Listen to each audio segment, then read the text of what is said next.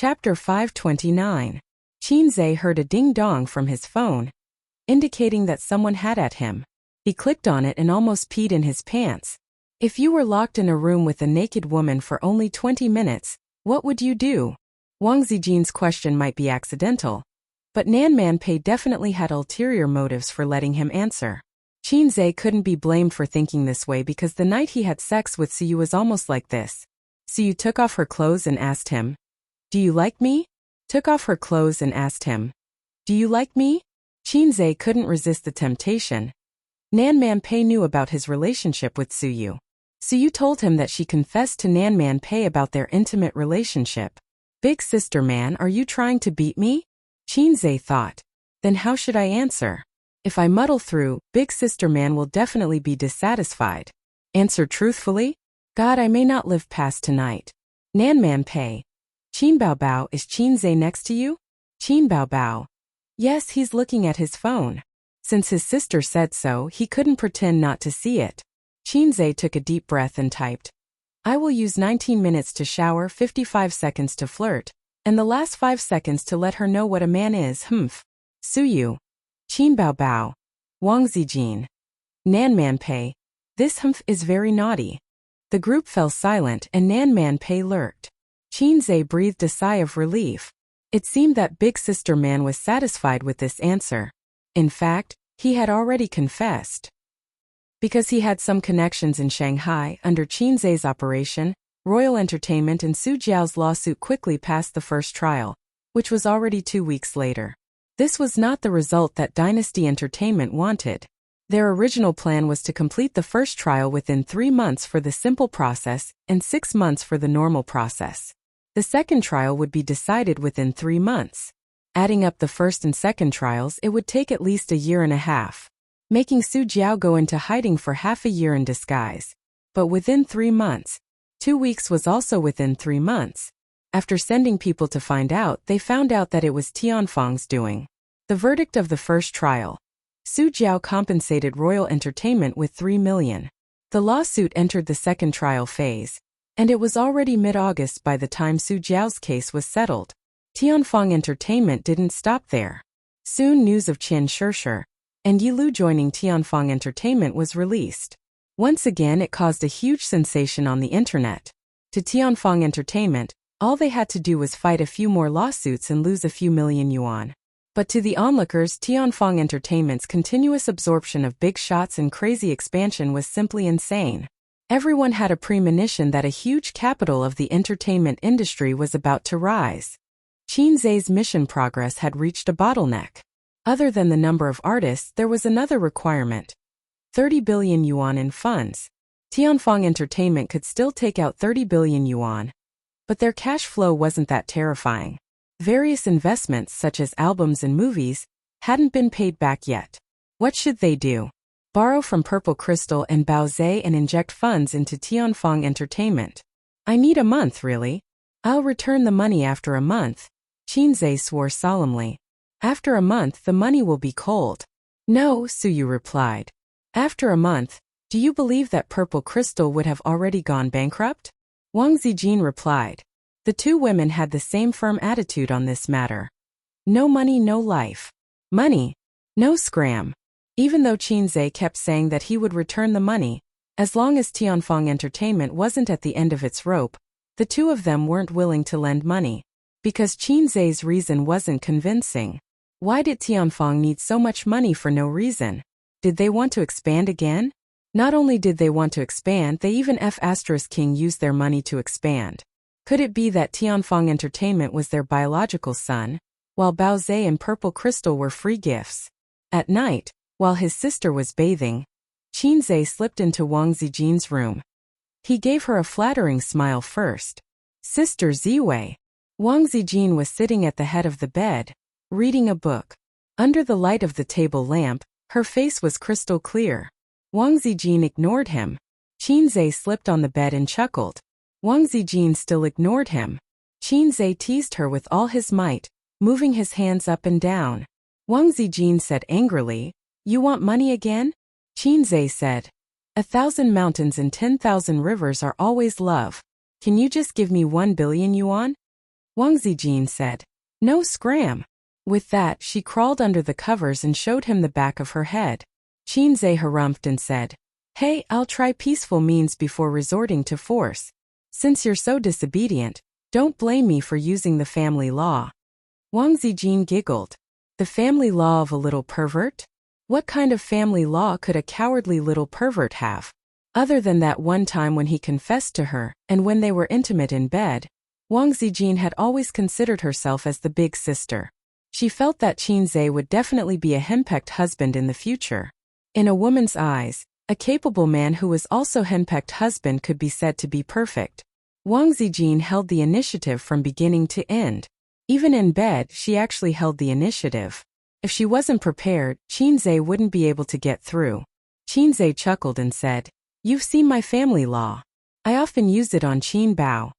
Wang Zijin was taken aback. What family law? Slap. A heavy slap landed on Wang Zijin's little butt. She screamed, covered her butt, and looked at Qinze in disbelief. He hit me? He hit me. Such a beautiful and cute girlfriend. How could he do that? Wang Zijin said angrily, Even if you kneel on the keyboard, I won't forgive you. Qinze smiled and waved his hand.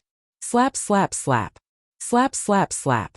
Accompanied by the loud slaps and Wang Zijin's screams, the bedroom was filled with a happy atmosphere. Wang Zijin resisted at first, just like Qin Bao's fierce resistance, but the two best friends couldn't escape the fate of being beaten. I'll give it to you, I'll give it all to you. Wang Zijin pleaded. Qinze stopped. Wang Zijin kicked him under the quilt and said angrily, Get out, you don't love me at all. Qinze said with a straight face, You're sensible. I'll go out first. Go to sleep. He was afraid that if he stayed any longer, he would soften again. Wahahaha. I finally toughened up in front of Sister Ziwei. Women don't take a beating for a day. The ancients didn't lie to me. Political power comes from the barrel of a gun. The chairman really didn't lie to me. Qinze spent a little effort to coax and pester. In the end there was no problem. So you had always been in charge. Wang Zijin may be arrogant for a while, but Qinze was confident that he could get money from Sister Ziwei. But occasionally think about it, I'm going to be the man of Hei's king. It's not a good thing to keep being soft. It turns out that I'm really the man who can be Hei's king. As soon as he stepped out of the door, his cell phone rang. Caller ID Uncle. Uncle, why are you calling me in the middle of the night? Qinze answered. Hello, Uncle. What's the matter? Ace. Su Guang's voice sounded strange. Something happened on my side. What are you up to now? Qinze raised his voice. Did this guy gamble with the hundreds of thousands and get into debt again? This. Su Guang hesitated for a long time as if it was hard to say. I was caught by the police when I was helping a poor woman improve her financial situation.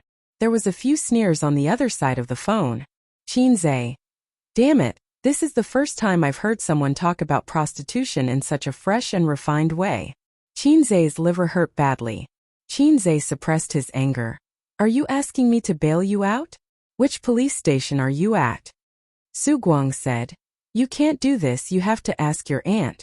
I don't have the face to call her. The other side lowered his voice. Ace, help me think of a way. If your aunt knows about this, she'll definitely divorce me. Can you bear to see your uncle's wife and children separated? Qinze said angrily. You deserve it, it's all your own damn fault. Su Guang defended himself. I have a reason, it's because I helped you look after the factory. Some time ago, I found one in Shishan and inspected it a few times. The equipment is quite new. As for the other party, they're planning to finance it and don't want to sell it. I've had a lot of social engagements in the meantime, and I just wanted to take them out to have some fun tonight. Who knew I'd fall for it? I rarely did this kind of thing before, if not for you. Qinze was speechless for a long time. Yes, you did it for me. Thank you for your hard work. I can't thank you enough. Su Guang said. Come quickly, I'm still locked in a small dark room, and the police aren't around now. I'll make it short. Quickly ask your aunt to come and redeem me. I'm afraid the police station will inform your aunt later. Damn it. After Qinze got the address of the police station, he silently hung up the phone. Fine, it's because of my factory, I can't just ignore it. But my aunt is a prideful and stubborn person. She's worked hard for the family all these years and feels that her husband owes her a lot, so she's naturally resentful. If she knows that my uncle is sponsoring a poor girl in the middle of the night, she'll explode. Qinze thought for a while, then went into the toilet, closed the door, and dialed his aunt's number. Hello, Ace. His aunt's voice was calm, without any anger or irritation. Qinze exhaled slowly. Fortunately, the police station hasn't informed his aunt yet. There's still a chance to develop. Qinze activated his acting skills and said, Aunt, bad news, something happened to my uncle. His aunt almost peed when she heard her nephew's panicked tone. She asked anxiously, What's wrong, what happened? Chapter 530. Auntie knew what kind of person her husband was. Her heart sank. What happened? Why did Ace call her? Didn't Su Guang say that he was helping Ace with his business? What happened? Could it be a car accident? Auntie saw that Qinze did not say anything and asked, What happened? Ace, tell me. Qinze said, Uncle drank some alcohol because of a business dinner and was arrested for drunk driving. He is currently at the police station. Not only will he face a fine, but his license will also be suspended. He might even be detained.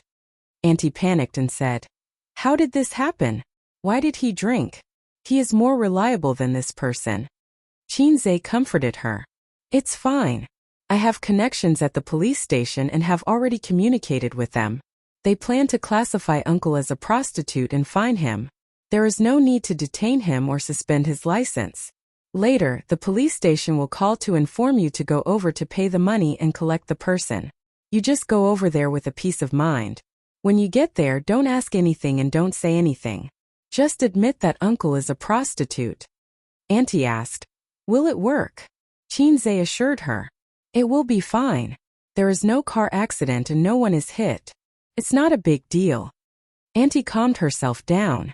Okay, Auntie understands. Thank you. Qinze said, It's fine. It's what I should do. Sai, this is all I can do. After hanging up, Auntie waited for about half an hour before she finally received a call. A woman's voice said, Hello, is this Madam Li? Auntie replied, Yes, it's me. Is Su Guang your husband? Yes. He was arrested for prostitution. The address is XXX police station. Come over to pay the money and collect him. Okay. Auntie hung up and heaved a sigh of relief. Ace did not lie to me after all. Auntie took her bank card and told her mother, Mom, I have to go out to do something. Grandma was sitting in the living room with Su Yu and her brother on her left and right. They were watching TV with her. Grandma. What's the matter? It's so late. Auntie thought for a moment and said truthfully, Mom, don't worry. Ace has already made arrangements. I'll go over and pay the money, and I'll be able to get him back. Grandma stood up shakily and said, Then what are you waiting for? Hurry up. Okay. His aunt responded and hurried out of the house.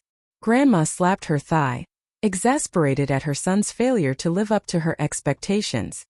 There's not a single moment of peace throughout the year. What a sin! How could I have given birth to such a wilted child? Suyu comforted her. Grandma, with cousin's help, it'll be fine. The younger brother added. When I grow up, I want to show off like my cousin. Suyu's face darkened and she reprimanded her younger brother. Where did you get those words from? Don't use them carelessly. The younger brother wasn't convinced. I didn't use it carelessly. Cousin is a pervert. His aunt hailed a taxi at the entrance of the neighborhood and went straight to the police station. The taxi driver was a chatterbox and talked non-stop. You don't sound like you're from Shanghai, the driver said. I'm from Suzhou, his aunt answered absent-mindedly. After about 10 minutes, his aunt looked at the time and said lightly, Sir, were you a racer in the past? The driver was stunned. No, I've been driving for more than 10 years, but my skills are no worse than a racer's. His aunt said unhappily, You're not a racer. I thought your habit of going in circles was a side effect of driving a racer. The driver was speechless.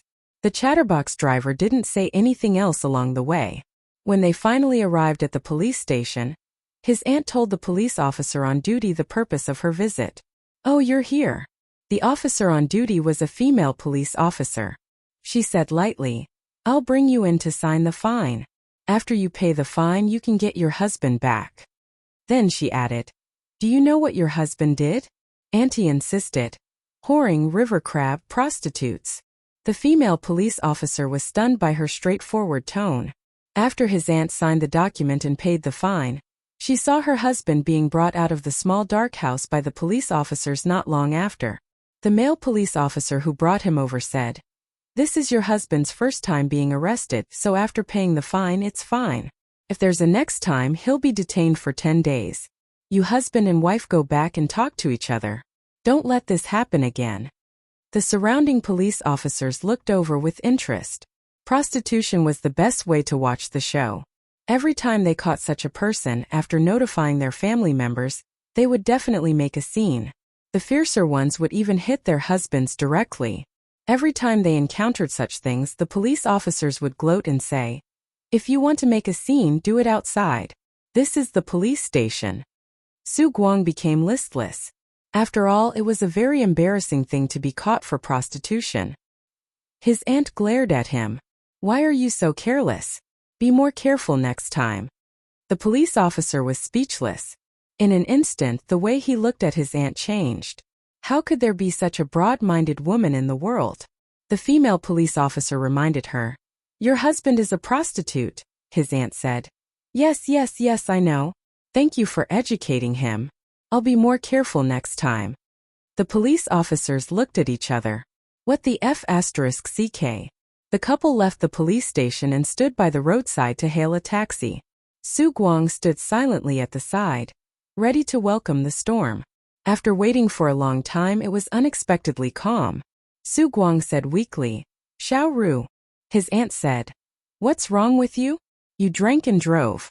You don't have any confidence at all. Where's the car?" "It's with the traffic police."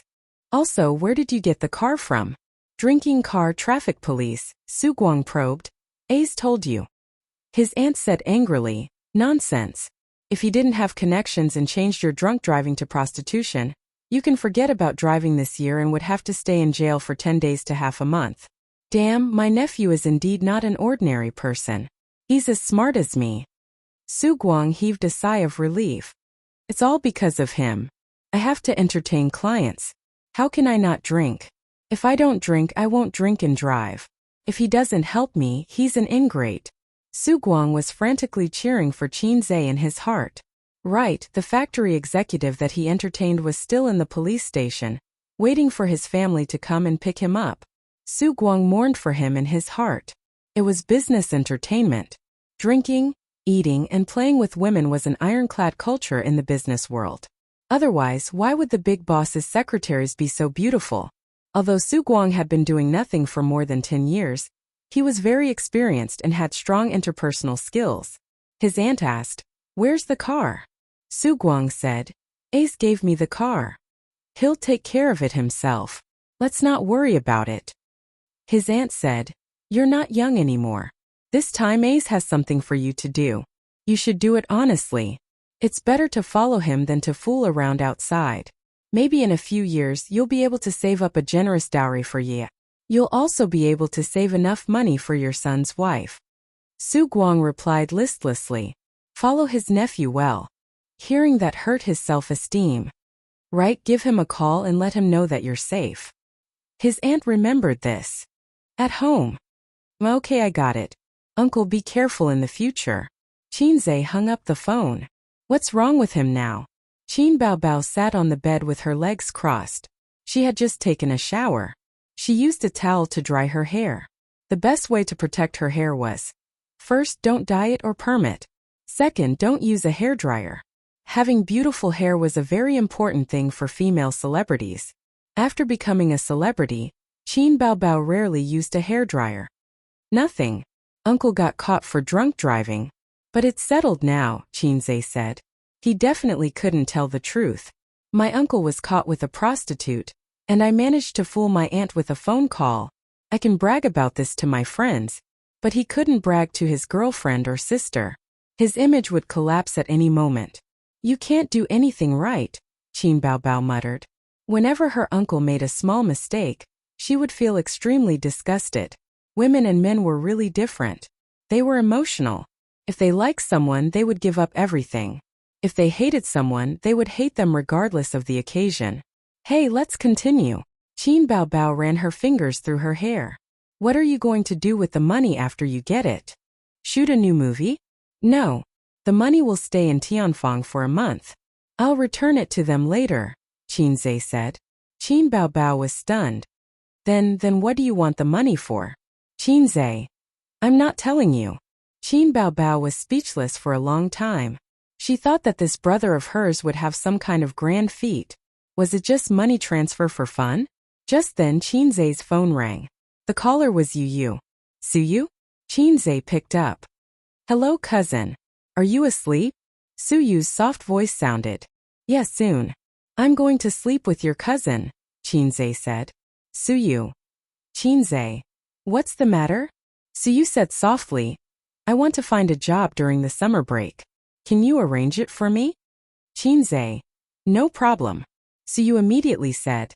Then I want to go to Tianfang Entertainment. I can even run errands. If there's a show, I'd like to play a small role.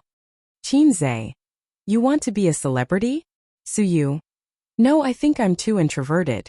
I don't like to communicate with others and my interpersonal skills are bad. I want to train myself. Suyu was indeed introverted. She was quiet and didn't like to talk much. Perhaps it was because of the environment she grew up in that she had low self-esteem and wasn't good at socializing. Smooth and slick people might not succeed, but those who succeeded were basically smooth and slick. Qin Zhe felt that it was good that his cousin had such awareness. No problem, but you can't say that you're my cousin. I won't take care of you too much. Otherwise it won't be meaningful, Qin Zhe said. Suyu thought so too. Okay, thank you, cousin. Report to Tianfang Entertainment tomorrow. I'll arrange it for you. They ended the call. It was 10:30 p.m. Wang Zijin, who woke up at 5 a.m. every day for her morning jog, was already asleep. His sister was a little later and was yawning sleepily. Qin Zhe hesitated for a moment before asking, Do you want to sleep over here or in your own room? Qin Baobao quietly snuggled under the blanket. Since you're begging me to sleep over here, I'll reluctantly agree. Qin Zhe. Then I'll have to thank you very much. Lights out. Sleep. My family has a daughter who has just grown up. Everyone knows her when she's 26. When the waiter helps her up, she feels weak and weak. She doesn't regret it. Her kidney is haggard because of him. Chapter 531. Mom, I'm leaving. Suyu was wearing a pair of running shoes, a woman's backpack, a white shirt, a woman's suit and black shorts. Her outfit was not more than 500 yuan, but it was her latest and most expensive outfit. Wait a minute. Her aunt ran out of the kitchen and helped her flip out her collar and flatten it. Then she pulled down her shorts. You're just missing a pair of high heels. Your cousin owns a big company. Won't it be a little tight? She meant that it was not a good match. I can't wear high heels. No one knows about my relationship with my cousin. Suyu grinned, showing her two small canine teeth. I'm leaving. Normal high school girls had already started to use cosmetics and high heels, but Suyu did not have the qualifications, nor did she have the capital to compete with her. The 80 square meter house was not small, but it was too cramped for a family of 5. She was 18 years old this year, but she still did not have her own room. She slept in the same room as her grandmother, but on different beds. She had never worn high heels, and the only cosmetics she used were Debeos at Honey. She bought at most 2 sets of clothes a year. Other than food expenses, her daily allowance was 10 yuan. What could she buy with 10 yuan in Shanghai? Her grandmother was most afraid of getting sick. Shanghai residents had better health care than residents in other areas, but it was not like they did not have to spend money. If she got sick, she would still go bankrupt. If she had to go back to before liberation, she would still go back to before liberation. There was no room for discussion. During the new year, her cousin gave her a bank card. Suyu secretly went to the bank to check the balance. It was 500,000 yuan. The little girl was scared out of her wits. She did not even touch 500 yuan that many times. After that, she secretly called her cousin to return the money, but she was scolded. She did not dare to tell her parents. The bank card was still in her hand, and she had not touched a single cent. She did not know how to spend the money. Her family was not short of money now. Her aunt gave her mother a few thousand yuan every few days, saying it was for her grandmother's nutrition expenses. Her mother did not want it at first, but her grandmother said, "When a man achieves the Tao, even his chickens and dogs will follow him." She used to complain that her father was a burden to her aunt, but that was because her aunt's family was not rich and could not afford such torment. Her mother heard this and did not say anything. Suyu faced the morning sun and stepped out of the neighborhood. She was like a thriving sapling full of vitality and thriving. Life would get better and better, and she would work hard to get into a university.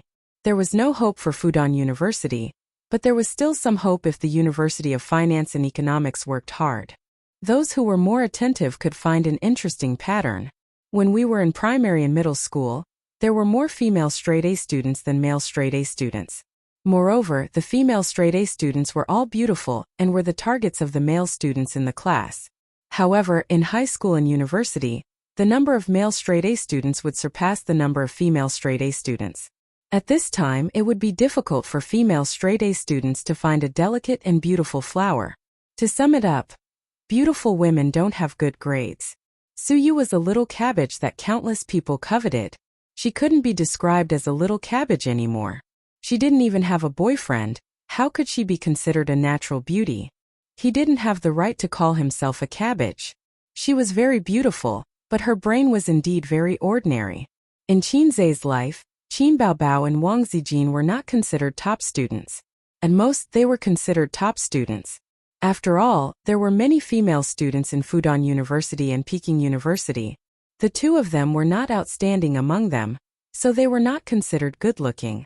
The only one who can really be called a top student is probably Suyu. After taking the subway, it took 40 minutes to arrive at Tianfang Entertainment. For the first time in her life, she stepped into an office building in the CBD area. Suyu stood in front of the door and hesitated for a long time. Even if there was no access control in the office building, anyone could enter and leave at will. But for a high school student, it was a different world. She looked at it with fear.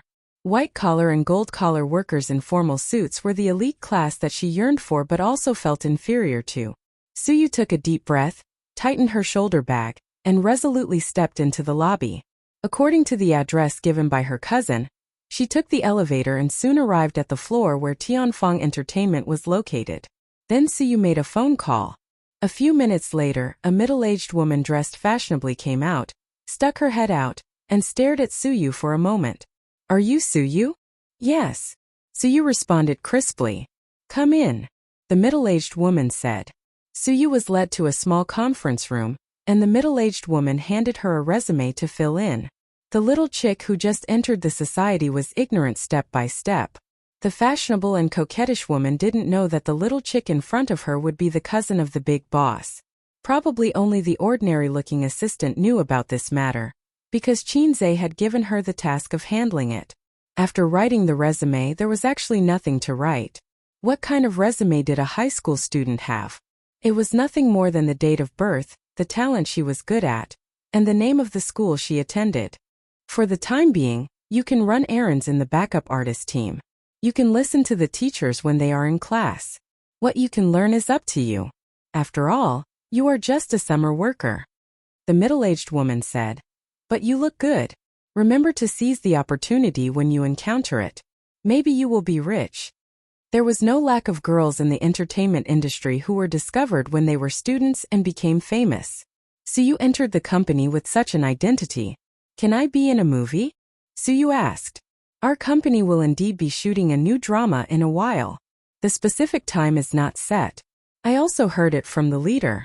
If you can be chosen, it is not impossible to choose a small supporting role." The middle-aged woman painted a picture of her. "Then can I act with Qin Zhe?" Suyu was full of hope, and her eyes were shining. "Dream on," the middle-aged woman warned.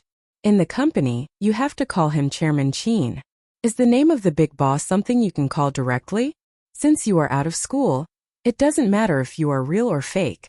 Put it all away. It is never wrong to have more wisdom in life. Okay, go upstairs and report." At the end of August, Tianfang Entertainment's crazy poaching incident came to an end. Qian Shishir and Yi Lu officially entered Tianfeng Entertainment. Qin Zhe fulfilled his promise. Other than Qian Shishir, Huang Yuting and Yi Lu both had their own teams and studios under Tianfeng Entertainment. If they were to use studios to classify artists, the head of Tianfeng Entertainment would be Qin Baobao, and the three tiger generals under him would be Li Wei, Huang Yuting, and Yi Lu. The three of them all had their own studios. The next level was the ordinary second tier to third tier, and the number decreased by each level. The backup artists were probably the low-level minions that charged into the front lines. Suyu had been among the low-level minions for half a month. Perhaps because there was no direct conflict of interest, she was pretty, delicate, and obedient. The backup artists all treated her quite well. They also didn't expect that the little girl who usually ordered them to serve tea would be the cousin of the big boss of the company. Today, Chairman Qin brought the big shot Yi Lu over to train the backup artists. Yi Lu talked about some of her thoughts and experiences in acting, as well as some of the troublesome things she would encounter on the set. She also told the female artists how to reject the unspoken rules that were hard to talk about.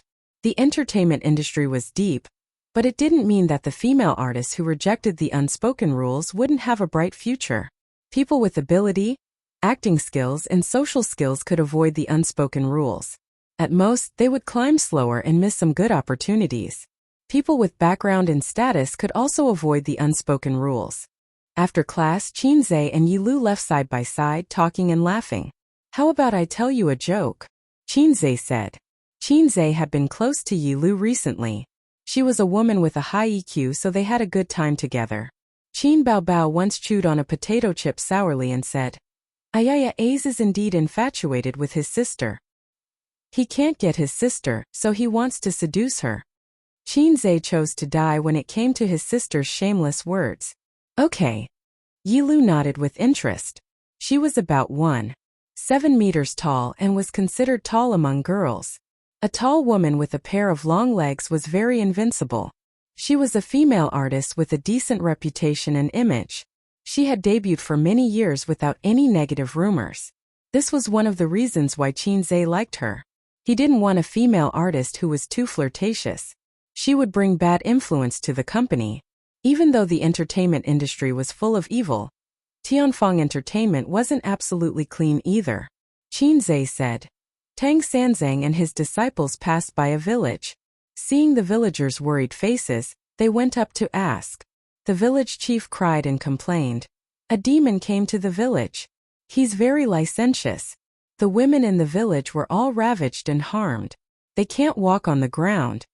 Tang Sanzang turned pale with fright and asked, "What demon is he?" Qin Zhe said, "Why don't you guess?" Yi Lu tilted her head slightly and her beautiful eyes turned. She had an answer. Zhu Beiji. Qin Zhe shook his head. No. Yi Lu frowned. What demon? Qin Zhe chuckled. Essential bomb. Yi Lu was stunned. Then she held her stomach and laughed. Qin Zhe also laughed, and the air around them was filled with a cheerful atmosphere. 1,000 cups are too few to drink with a bosom friend. Congratulations. I'm very comforted. Through the open door, the backup artists in the room looked at Yi Lu and Qin Zhe's back view as they chatted cheerfully. A charming girl said, "A fresh flower on a pile of cow dung." Suyu was standing beside her. When she heard that, she was unhappy. How is CEO Qin not worthy of her? He's young, rich, talented, and charming. She hated it when people talked bad about her cousin. The charming girl said faintly, "I know. Otherwise, why would I say fresh flower stuck on cow dung? Can a woman do the verb insert?" Suyu was speechless. She didn't understand but thought it was awesome. Chapter 532. As soon as he returned to his office, he received Suyu's message. After hearing those words, Qin Zhe threw his head back and laughed. Thinking back, even if it was half a year ago when he was famous, if he was with a beauty like Yi Lu, he wouldn't be able to escape being called a toad lusting after a swan's meat. Half a year ago, when he was with his sister, all the passers-by would say the same thing. A good cabbage was taken by a pig. In 1 year, salted fish lake evolved. Hey I's king. When he was with Yi Lu and his sister, the words of others became, Qin Baobao was lucky to have such a brother. Yi Lu was so lucky to hook up with Qin Zhe. This was the difference between Hei's King and Salted Fish Lake. Salted Fish Lake was listless while Hei's King was not only a dragon among men, but also a dragon among men. For men, the latter gave them more pride than the former. During this time Qinze was very satisfied. The mission was completed and there were piles of points in his account. He was satisfied just by looking at them. Whenever he had nothing to do, he would pull out the point store and take a look. He looked at it again and again like a miser. He was scared of being poor. He was happier than when he earned a few $100 million. With points, Tianfeng Entertainment could develop further. For example, the TV series industry that the company had never entered before. The popularity of the TV series industry had decreased in recent years. In an era where everything was fast, movies were obviously more popular than TV series. Or else how could fast shooters be so popular? But TV series had its advantages. They could make an artist famous more than movies. Also, TV series would always be more profitable than movies. If Tianfeng wanted to develop actively and healthily, it was impossible for them not to touch the TV series industry. Qinze had already announced a long time ago that Tianfeng Entertainment was about to start producing their first TV series. This would be one of Tianfeng's most important moves in the second half of the year. It was because of this that the middle-aged woman said those words to Suyu on the day she joined the company. Countless artists were waiting for this opportunity, dreaming of becoming famous in one TV series and becoming the next Feng Rue. As for what kind of TV series he wanted to film, Qinze hadn't decided yet. To be precise, he hadn't had time to find a TV series he liked in the point store. Because they promised to let Yilu be the female lead this year, there was a limit to the drama they could choose. If it was a drama with the male lead as the first person, the female lead's presence and highlight would be greatly reduced. This was the battle between the male and female lead. If you don't believe me, why don't you flip through the male lead's TV series? Qinze was more inclined to shoot a TV series with the female lead as the first person. Moreover, it had been proven countless times in the market that female TV series were more popular than male TV series, and they also saved more money. Sis, are you going to shoot a TV series? Qinze asked. He was looking forward to seeing his sister's ancient dress fluttering in the wind. Qin Baobao looked up at him. The female lead? Qinze, no. The female lead is Yilu. I promised her. Qin Baobao. No, get lost. Qinze, don't be like that. You can be the second female lead or something. Qin Baobao. No, get lost. Qinze, why? Qin Baobao. Shooting a TV series takes at least a month and at most 3 months. There's even half a year for crazy ones. I won't be home for half a year. Don't give birth to a wolf cub with a wolf in the house. Qinze. It's up to you whether you want to shoot it or not. He ignored his sister and opened the point store as if no one else was around. He searched for TV series and summoned the system to set up a rating function. Qinze wanted to find good TV series that didn't cost too much, didn't look old and had high ratings. The TV series could also be watched for free in the point store, just like listening to a song. However, Qinze clearly didn't have that much time to watch TV series. He only watched a few TV series in a year in this world. It wasn't like he was Wang Zijin. Other than eating, drinking, and going to work, all he did was read and watch TV series. Hey, this TV series is not bad. Soon Qinze found a period TV series with high ratings. The title of this TV series was very naughty. It was so naughty that even Qinze, who had won the second prize for his essay in junior high school, couldn't recognize this word. System, I don't read much. Can you mark it in pinyin? How do I pronounce this word? The system's voice sounded in his mind. Huan, drink 5 bowls of huang. Yes. Qinze suddenly realized. So it's Huang Zhuan. Huang Zhuan. I've decided on you. Qinze planned to spend half a day watching the TV series.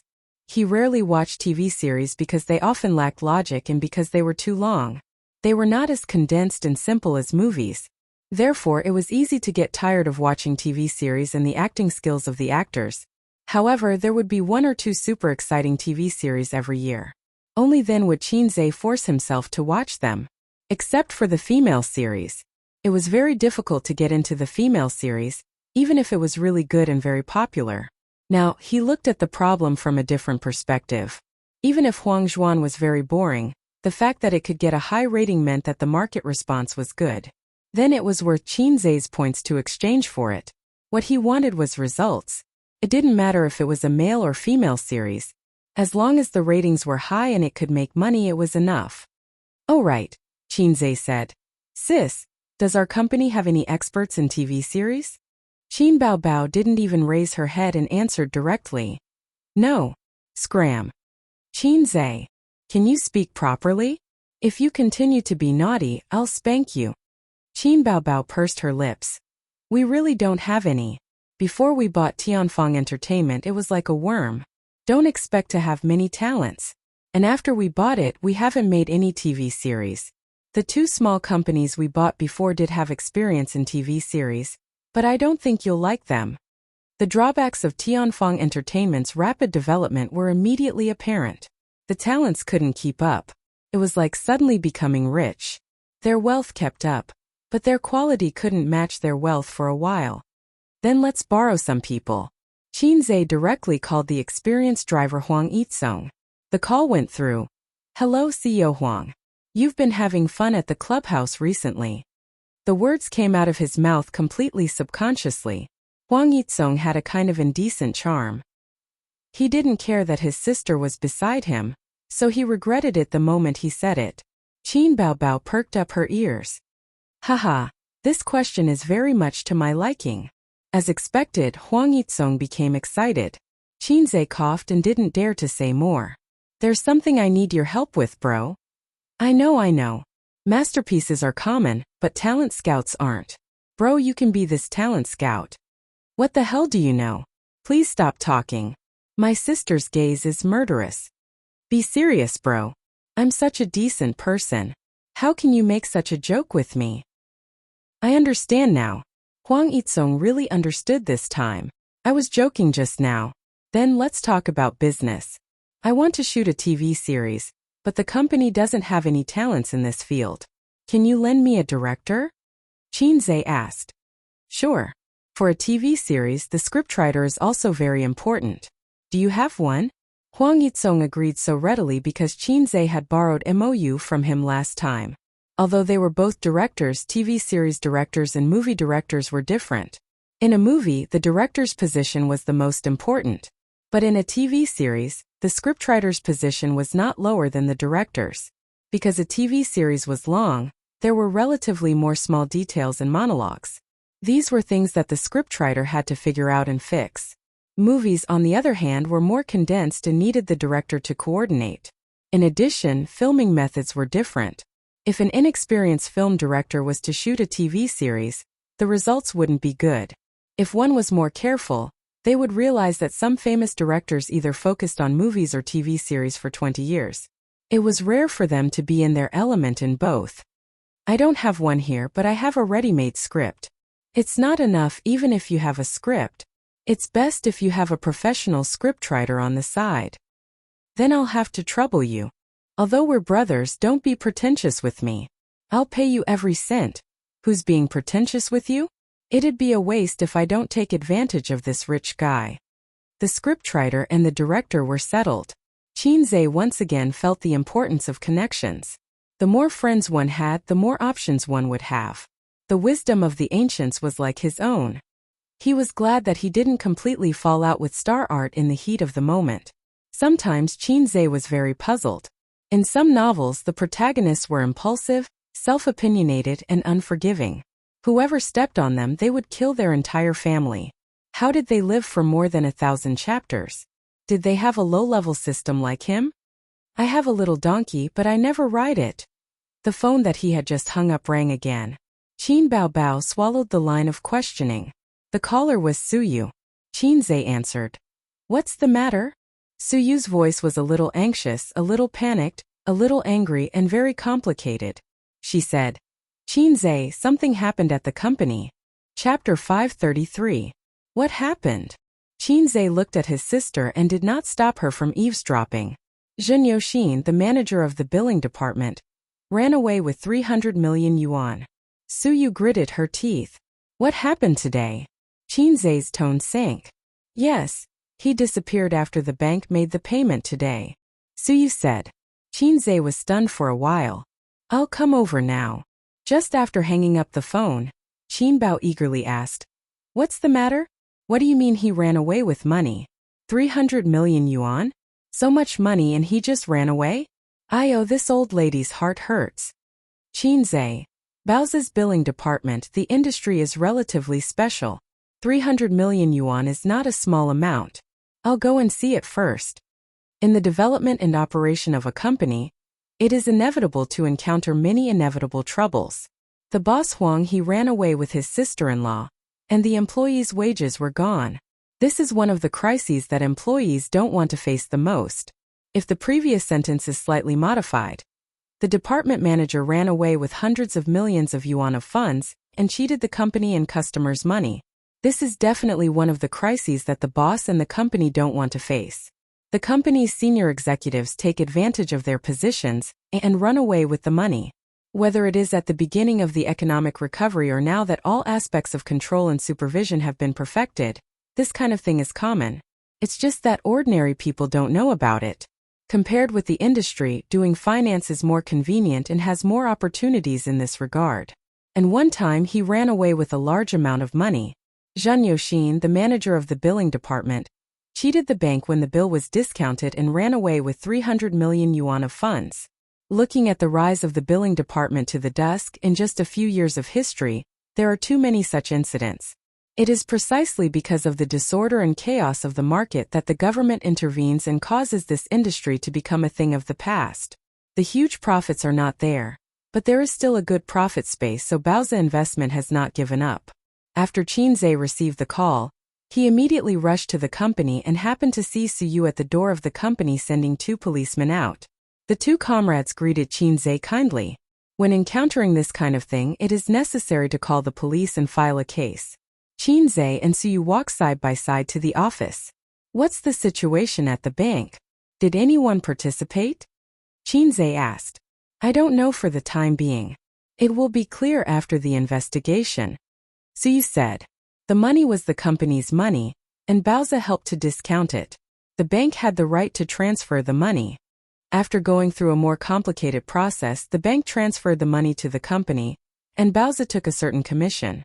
Baoza was equivalent to an intermediary, pulling the strings in the middle. He had acquaintances in both banks and enterprises. Zheng Yoxin might have used his acquaintance's relationship to manipulate and deceive, or he might have colluded with his acquaintance to scam money. How's the company doing? The phone is blowing up. Not only companies but also other intermediaries. Many of the tickets we collect are from other small intermediaries. Su Yu sighed. 300 million is nothing, Qinze said. We're already doing that, Su Yu said. Actually, she had already dealt with the things that needed to be dealt with. But now that Qinze was here, she felt relieved. It was as if she had found her backbone. 300 million yuan was a big loss for Baoza Group. Although it was not enough to hurt them, it was still 300 million yuan. The whole company was shocked. Then, as early as this afternoon or as late as tomorrow, the whole industry would know about it. Because such things had happened before, the news would spread all over the industry the next day. This circle was actually not big. Financial fraud cases emerged one after another.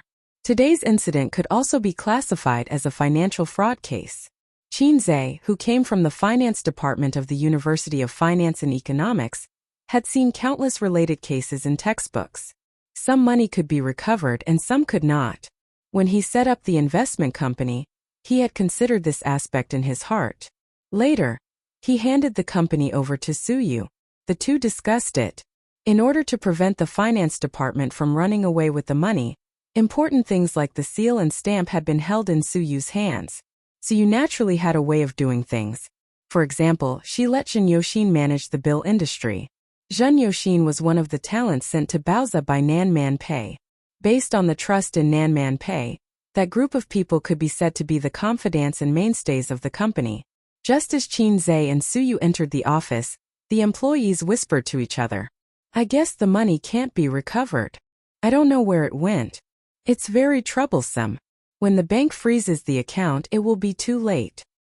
We lost 300 million yuan for nothing. This money is really easy to earn. Keep your voice down. Don't talk nonsense. Manager Zhen has lost his mind. Where will he go with the money? He will be wanted. But this is 300 million yuan. He can't earn so much money in a lifetime. He can live a comfortable life abroad. Fortunately, our company has a strong foundation. If this was a small investment company, the boss would jump off a building. Qinzhe muttered. Where is Zhen Yoxin from? Suyu said. He's from Huanan. Sister Man sent him here. Qinzhe said. Call Sister Man. Suyu nodded. Yes, I almost forgot to call Sister Man. Qinzhe lit a cigarette and frowned. Zhen Yoxin, this old guy, even dared to cheat Hei's king's money. Looking back on the past year, Qinzhe had always valued this group of old people who came from Nanman Pei. They had no shortage of benefits, wages, and bonuses. What an ungrateful person. Suyu hung up the phone and turned his head. Sister Man said she knows. The loss is on her and will be deducted from her dividend. Qinzhe ignored him. He knew that Suyu would not agree. Sharing the risk was what every partner had to do. Summon all the managers for a meeting, Qinzhe said. 10 minutes later, Qinzhe held a simple meeting with the senior management and made a brief discussion about Zhen Yoxin's matter. Zhen Yoxin's matter makes me very sad and even angry. I don't think I've mistreated him or anyone here. Qinzhe glanced at everyone. I don't believe that a person will change without warning. Something must have happened to him. But no matter what happened, what he did was digging his own grave. It's best to get the 300 million back. If not, he will spend the rest of his life in prison unless he doesn't come back to China. We are all wise people. If you need anything, you can tell me or Boss Su. But don't follow Zhen Yoxin's example. Boss Qin, Zhen Yoxin may have owed a loan shark outside, someone said. Gambling. Qinzhe frowned. He seemed to know the truth about Zhen Yoxin running away with money. Yes, Boss Qin. A manager who came with Zhen Yoxin said. He's a gambling addict. He's a frequent customer of the gambling company. Last year he lost more than $1 million to buy balls outside. We tried to persuade him, but he didn't listen. Plus his income is not bad. Then, at the beginning of the year, I heard that he went to Aomen with someone. When he came back, he was in a state of excitement. He told us that he won 2 million in 3 days. After that, he seemed to go to Aomen every weekend. Just like that, last month he suddenly asked to borrow money from us. He said that he lost a lot of money and was being chased by loan sharks. He even said that he would definitely make a comeback and return the money to us after he won. Why didn't you tell me earlier? Suyu said angrily. We didn't borrow money. We tried to persuade him. He listened to us and thought that he would settle down. Now that she thought about it, Zhen Yoxin was probably possessed. He was planning to cheat the company so that he would have enough money to repay his debt or make a comeback. Among prostitution, gambling, and drugs, gambling was undoubtedly the most dangerous. It was not rare for a multimillionaire to go bankrupt overnight. How much could a prostitute earn? A few million was enough to take drugs until you died. However, millions or even tens of millions could disappear overnight on the gambling table. Did you say that when the police asked you? Suyu asked. That person nodded. Yes. Qinzhe said. Then that's it. Go back to your work. Until now, Qinzhe still did not show much anger. He was calm and collected, which made people feel at ease. Li Linfeng and a few managers, including Wang Guoqing and Jiang Jinghua, were on good terms. They closed the door and smoked in the office. Li Linfeng lowered his head and took one puff after another. Zhen Yoxin is such a person. Why didn't I see it before? Li Linfeng sighed. Maybe he lost too much money and got anxious, Wang Guoqing said. Li Linfeng glanced at him and sneered. You think you can run away with the company's money if you're anxious? When you came to Baozi, how much did you earn each month? 20,000. It's below average in Shanghai. How much is your monthly salary, bonus, and annual income? Based on what we did, the executives of other investment companies would only do better. To be honest, half of the money was due to gratitude. Yes, Boss Qin is not short of money. He has a wide range of ways to make money and has the ability. But people cannot repay kindness, but they can't bite the hand that feeds them. 300 million, if it's another company or enterprise, the boss will be worried. Jiang Jinghua sneered. This son of a bitch will be a rat crossing the street in the future. Ooh, When encountering this kind of thing, the anger and bad mood were far greater than the heartache of the loss of money. Qinze sat on the sofa in the center of the office, smoking silently. Suyu was next to him, with a cigarette in her red mouth, pretending to be depressed. You said that Brother Aotian's body shook and all parties bowed down to him. His followers are loyal. Why did he suddenly become realistic when it comes to me? Qinze hugged Suyu and sighed.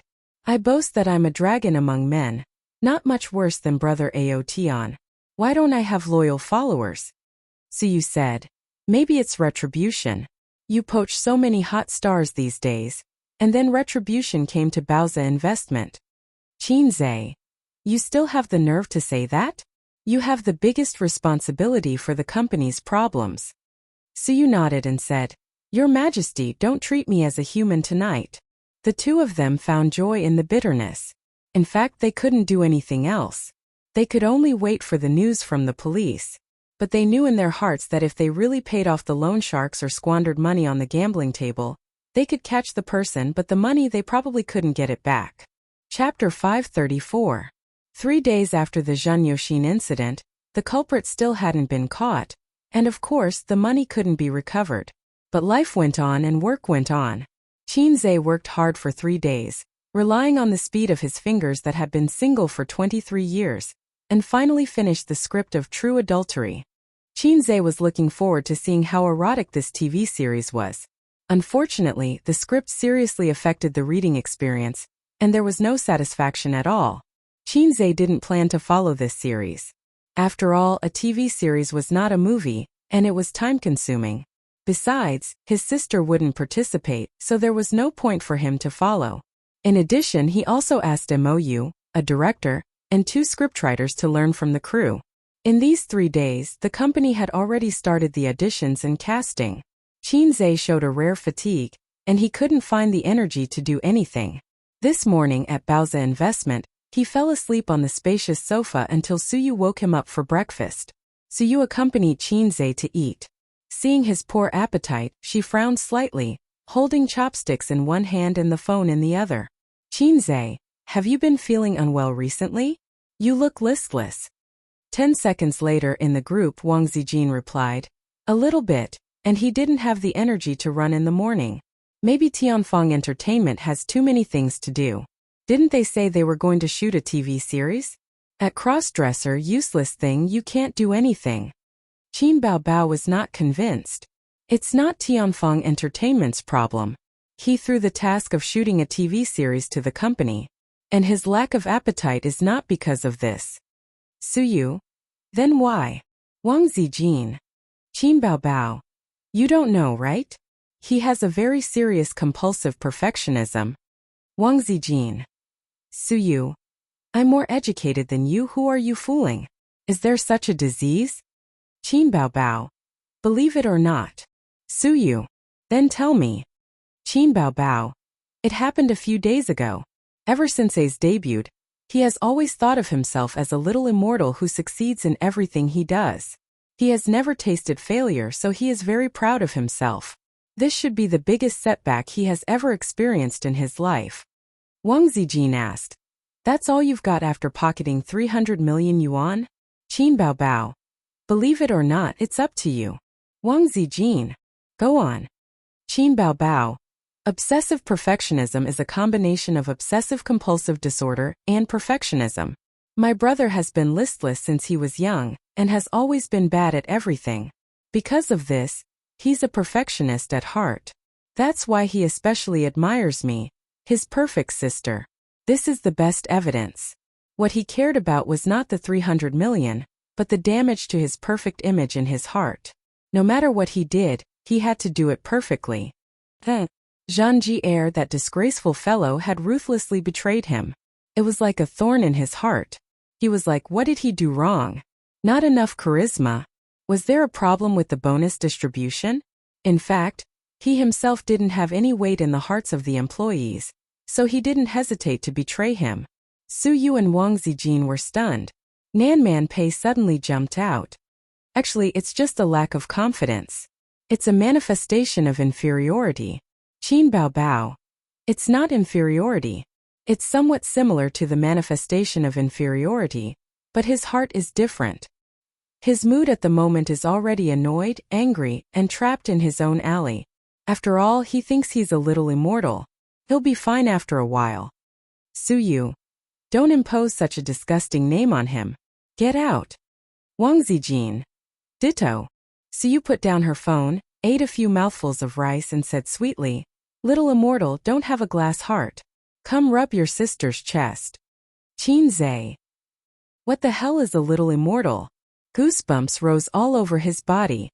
Don't give you a nickname. Qinzai frowned and rubbed his hand on Suyu's soft river crab chest.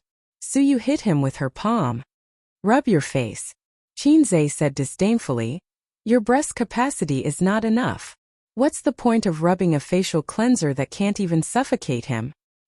He was indeed depressed these past few days. He became famous on the stage of singer, and then he achieved consecutive victories in the stock market.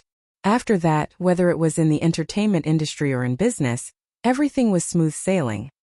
He was not a thick-skinned person, so of course he was depressed in his heart.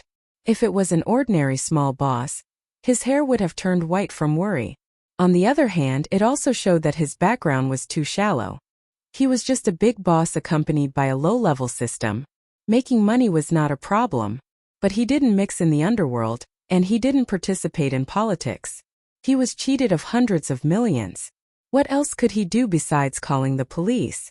When Father Ma encountered this kind of thing, he could only call the police. Suyu said, "Look at you sulking all day. I asked you to come to my house tonight, but you didn't come. Did Wang Zijin F***ck you? Why are you so reluctant to leave her?" Qinzai. He looked at her in surprise. Don't F***ck me. When did you speak so harshly? Where's your goddess-like style? Suyu said blankly, "It's funny. It's the same adjective. When I scolded F***ck, nothing happened to you. When I said F***ck, your reaction was so big. You looked down on this word." Qinzai's face was black. Believe it or not, I will tear up the Xinhua dictionary on the spot for you to see. When the two were alone, Suyu didn't have much scruples about speaking, but she wouldn't be so vulgar. Qinzai understood that she wanted to attract his attention and not always think about that thing. Suyu drank some water, stopped chopsticks, and took out a tissue to wipe the corners of her mouth. We should set up a regulatory department to supervise the use of funds by the managers of various departments. The funds don't have to be directly passed through by the managers. As for the bill department, there is not much way. Zhen Yoshin used the company and the bank to have a good relationship. He didn't bring the bill to the bank and directly let the bank transfer the money first. There are many defects and loopholes in this industry, and it's impossible to guard against them. The loss is not only the company's money, but also the company's reputation. Whether customers or banks, they no longer believe in our company. To put it bluntly, it still damages your credibility. Suyu said, "I'm not going to make checks anymore. I'll concentrate on making electric bills. Even a mosquito has meat. The electric bill system is safer." Qinzai nodded. Okay. The two chatted for a long time. Suyu saw that the depression on his face disappeared a little and was relieved. What is obsessive perfectionism? She suddenly said. Ah. Qinzai was at a loss. Look at your phone yourself, Suyu said. Qinzai took out his phone and saw a series of conversations between his sisters. Suyu came over excitedly. She didn't expect Qinzai's body to hide. What are you doing? I've seen it all. Suyu said. Qinzai ignored her and changed the group note back. He would never change the group note again. He always felt that he would be found out. After reading the conversation in the group, Qinzai's mouth twitched. I have obsessive-compulsive disorder, I admit, but perfectionism doesn't count. It's too shameful to be called a little immortal. Suyu said, actually, I think Qin Baobao is right. You are a perfectionist. Maybe you don't realize it yourself. It's always hard for you to see yourself clearly, but the people around you know it clearly. Let's not talk about work. For example, when we have sex. Qinzai knocked her head hard. Don't talk about sex. Let's talk about sex. Suyu. What's the difference? Qinzai said. By the way, how are P and VC doing recently? Especially P. I remember that last year they were preparing for the listing of Fong Lin Animal Husbandry. So you said, it's already in progress. The earliest is September. The latest is November. Fong Lin will be listed. At that time we'll pull it up for a week and then ship it. After this, I want Qin Baobao and Wang Zijin to kneel down and call me daddy. Qinzai said, send me a report later. I'll try my best to help you this quarter. Private equity with potential mainly invested in PE and VC investments. Stock investments, wealth management, they were all just for fun. Risk investment and equity investment were the way to go. When it was almost time to get off work, Qinzai suddenly received a call from Nan Man Pei. Still investing in Baoza? He hadn't seen Sister Pei for a long time. He missed her voice. Yes, what's the matter? Qinzai said. Do you want to go to Chongming to have fun? Nan Man Pei smiled. Now? Yes. Not going. Nan Man Pei pretended not to hear and said, old Madame Li was not in good health some time ago. She was in the hospital for half a month. She was bored. Today is Friday. My brother-in-law took her to Chongming. It's not good to go to places far away. I thought that you were quite bored recently. Let's go together. Qinzai whispered. Now. Nan Man Pei said, we'll be at your company in 10 minutes. Suyu said, Sister Man. Qinzai nodded. She asked me to go to Chongming. The Li family is going too. The Li family from Shanghai. Qinzai had heard of them for a long time. They were Li Donglai and Pei Ziqi's father. He had only seen them on TV but had never seen them in person. Ever since he became friends with Nan Man Pei, Qinzai had never revealed his intention to get close to the Li family. Firstly, it was too far away. Secondly, with Nan Man Pei and the Wang family's relationship in Shanghai, most problems could be easily solved. Furthermore, he was the son-in-law of the Wang family. He should be quite famous in some circles. Qinzai was confused about the relationship between the Wang and Li families. He didn't want to do anything unnecessary. Qinzai sent a message to Wang Zijin. I'm going to Chongming with Sister Man today. Li Donglai and Pei Ziqi's family are going too. Wang Zijin replied quickly. Have fun, but don't hook up with those flirtatious B***cheese outside. These words had a double meaning. Qinzai smiled knowingly. Suyu leaned into his arms and said, oh, I'm afraid you and Sister Man will be together. Qinzai said, are you afraid? Suyu rolled her eyes. Sister Man is righteous. She won't bully her friend's wife. I believe in her. A few minutes later downstairs, Suyu said with a bitter face, Sister Man, I'm going too. I'm going to Chongming too. Nan Man Pei said helplessly, why are you going? There are too many outsiders. I'll be embarrassed too. Suyu said angrily, he's not an outsider? We've been friends for so many years. How long have you known him? Nan Man Pei held the steering wheel with both hands and said, he's Donglai's master and Ziqi's crush. I invited him to play, but why would I invite you? You're my friend. You have nothing to do with the Li family. Pei Ziqi's crush. Sister Man also knew how to say witty things. Okay. Qinzai patted Suyu's shoulder and laughed. Didn't you say you were relieved? It's okay. I won't hook up with those flirtatious B***cheese. Suyu pursed her lips. Now I'm worried. Chapter 535. Qinzai was both amused and annoyed. Sister Man is joking. Pei Ziqi has no breasts and no buttocks. How can I like her? He thought that Suyu had heard Pei Naman's witty words and was worried. Suyu curled her lips. Who's worried about a silly girl with breasts and buttocks in the car? Visual estimation is 32D, only a little smaller than your sister. Qinzai finally knew Nan Man Pei's size. He always thought it was the same as his sister. Was this mountain the tallest in the world? Or was there another mountain higher than the sky? Even if his sister was at the peak, there were still people in the world who were taller than her. Qinzai had met someone at Tianfang Entertainment, but he couldn't even remember which department she was from. There was one time when he went to the washroom, and a young woman in her 30s brushed past him. How broad-minded she was. Her scale was enough for all the heroes in Wulin to have a sword fight. Nan Man Pei's scale was also very good. Although she couldn't be Mount Hua, she could be Ouyang Feng. In the south, even the sisters who had children were not as big as her. Sister Man was a Northeast pervert. The gift of Northeast perverts was envied by the South perverts. Chinze, you drive. When Chinze was about to get into the passenger seat, Nan Man Pei suddenly said, I don't know the way to Chongming. Chinze was reluctant. It would take at least 1.5 hours to get to Chongming. Plus the evening rush hour, it would take 2 to 3 hours. I've driven back from Hangzhou. Nan Man Pei must have known this, so she asked him to drive. Sure enough, women were the most vicious. If you don't know, look at the navigation. Can't you drive straight along the Yangtze River Bridge? Nan Man Pei said lightly and looked at him with disdain. Chinze sighed and saw a bottle of chewing gum in the sink beside his seat. He unscrewed the cap and poured half a cup in one go. He chewed and said vaguely, Eat some bubble gum to refresh yourself. I like to eat big mouthfuls of sugar and drink big mouthfuls of wine. Pei Nanman glanced at him but did not bother to reply. Sister Man, you didn't drive your Maserati? Chinze asked. The car he was driving now was a BMW, but he wasn't sure what series it was.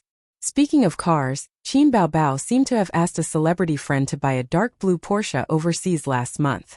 She even selected a Bentley for Chinze, but Wang Zijin joined in the fun and said that the car's appearance was too European and did not have the smooth curves of a shark, so she did not want it.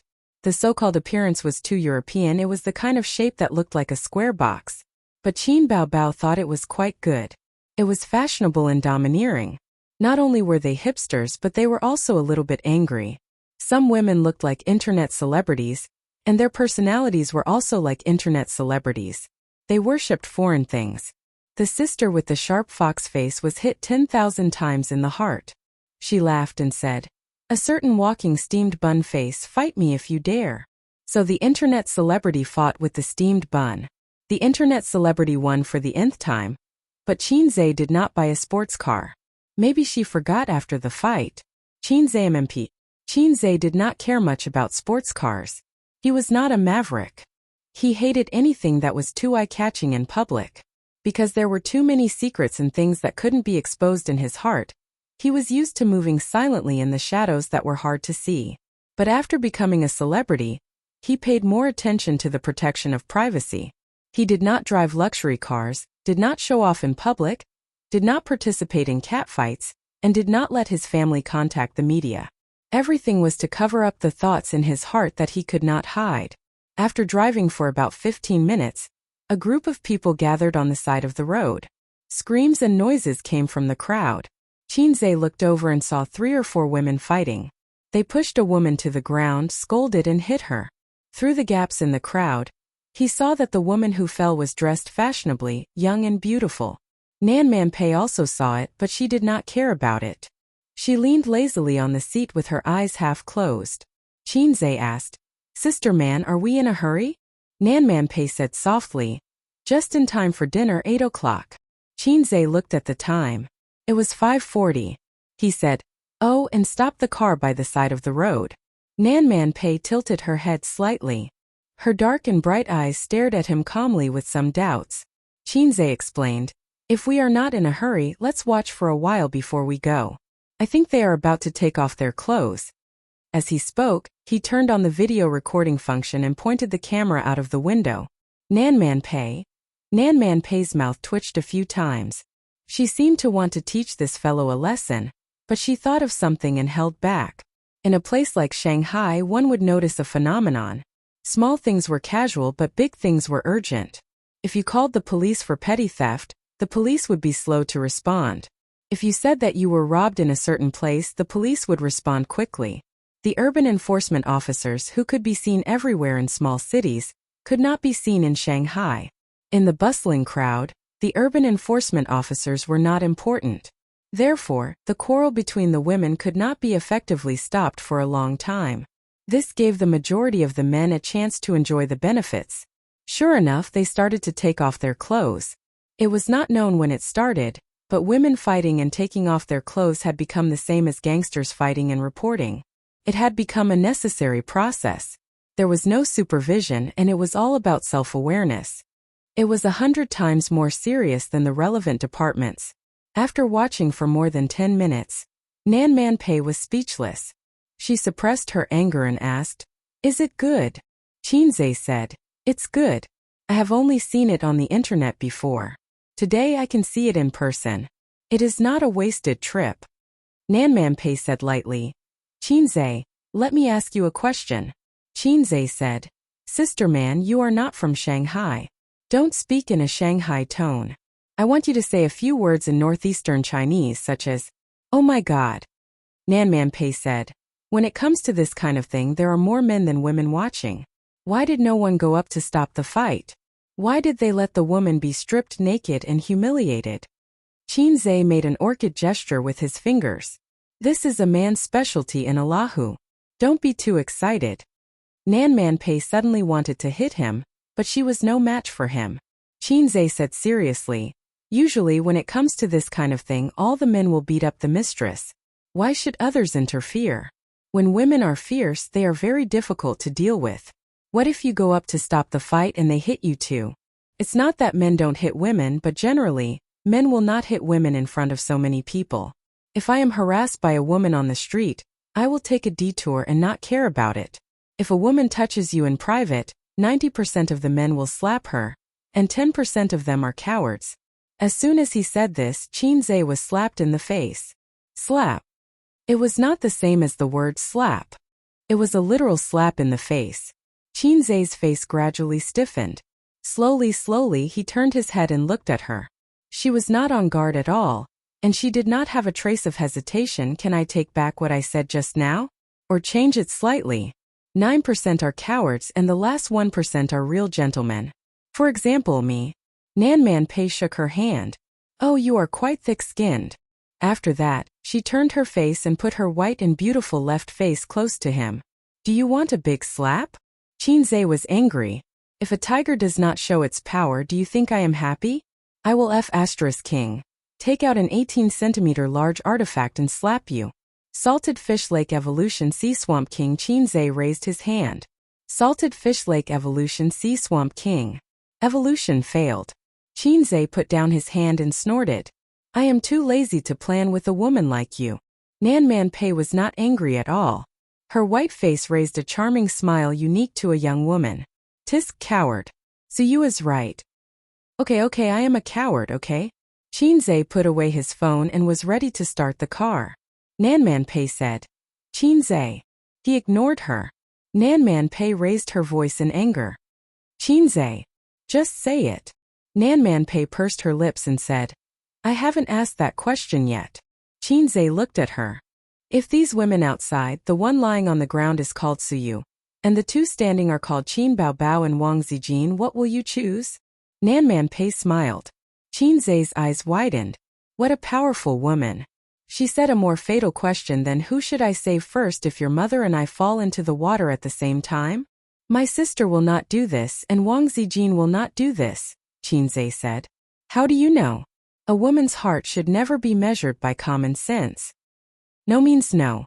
With their upbringing and character, they will not do such a thing. Why don't you tell me what I should do if they fight with me in the future? I may think about it." "Then what will you do?" Nanmanpei crossed her arms and dragged her plump 32D breasts. "Shake your body, smile with the air of a bastard, and frighten them with your unique charm." Slap. It was another slap, but it was much lighter than the previous one.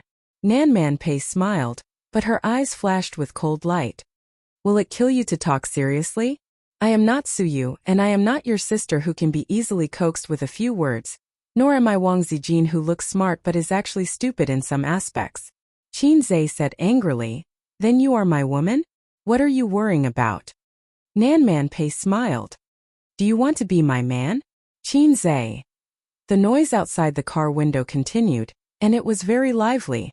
In the car, Nanmanpei said in a half-joking and half-serious tone, "I am very rich. If you hook up with me, I dare not say that you will struggle less for 10 years. After all, you make money too fast. 5 years is enough. So you and I are like sisters. If you get together with me, isn't it exciting? Don't all men like this? I was married, yes, but that was many years ago. I can't compare to Suyu. She gave you her virginity.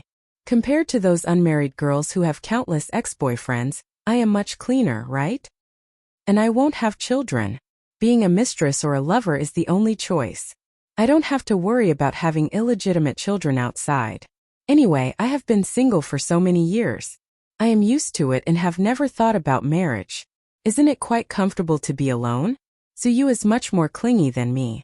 Now she wants to drive Wang Zijin away and be the empress. Don't you think it is too much? She doesn't even look at her own status. She is not loved by her grandmother and uncle. How can she be compared to the daughter of the Wang family? Chapter 536. This kind of woman is stupid, a fool who lacks love. She would be so touched by a little warmth from others that she is willing to give everything. At least you have a little conscience and gave her most of the company's shares.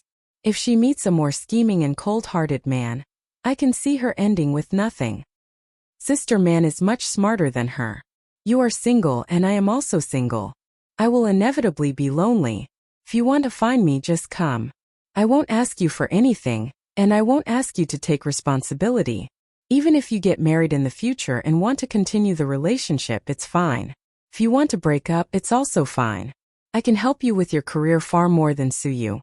My experience in bed. Well, I shouldn't be as good as Suyu. But don't you men like to conquer strong women? Qinze was sweating profusely. Sister man, let's talk nicely. Nanman Pei smiled and said, I'm serious, I'm not joking. You are such an excellent man and young. I have been in Shanghai for 10 years, and I have never seen such an interesting and excellent man like you. Or are you a straight man who only wants virgins? Tisk, it's not like you are picking a wife. Why do you care if she is a virgin or not? Qinze was completely dumbfounded. Did Sister Man take drugs today? Otherwise, how could he explain her nonsense? A woman like her who independently supported such a large industry was inevitably stressed and out of breath. It was very likely that she took some drugs to relax. Qinze scratched his head. If I say that I hate dating and one-night stands, will you say that I am pretentious? Nanman Pei said seriously. No, because as far as I know, you have no other woman except Suyu. So I like you. I have seen a lot of men who are richer than you, and there are even more who are not as rich as you. Which man doesn't have a woman on his left and right? He has a few college students as his mistresses, white-collar women, and he goes out to eat snacks on weekends when he is free. Qinze said, I have a good appetite. I have a bad stomach since I was a child. Sister man, I may have something to do tonight and can't go to Chongming. You can go by yourself. Can you drive? Or I will call the company's driver. As he spoke, he unbuckled his seatbelt. At this moment, an auxiliary police officer came over from outside the car window and slapped a ticket. The middle-aged auxiliary policeman slammed on the window.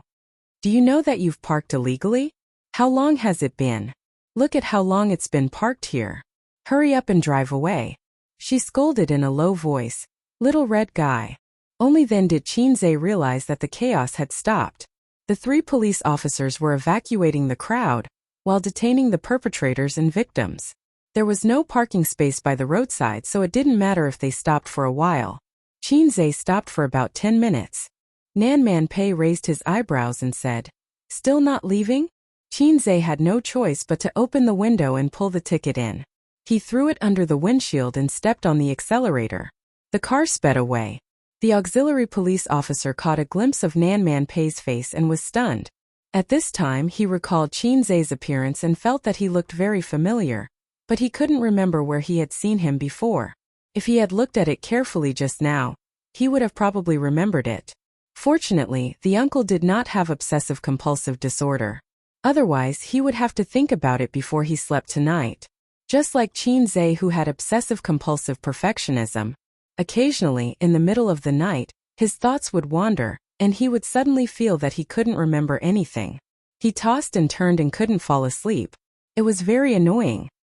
He scolded himself 10,000 times in his heart. He should have gone to bed earlier. What nonsense was he thinking about?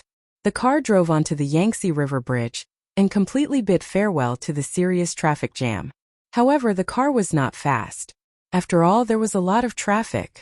There were also more trucks.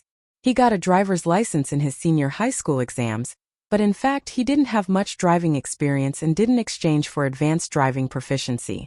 He was most afraid of running into trucks. Every time he drove side by side with a truck, he would feel nervous. The reputation of the high-speed killer was like thunder in his ears. Rear-end with an ordinary car. The winner was Reuben. Friction with a big truck.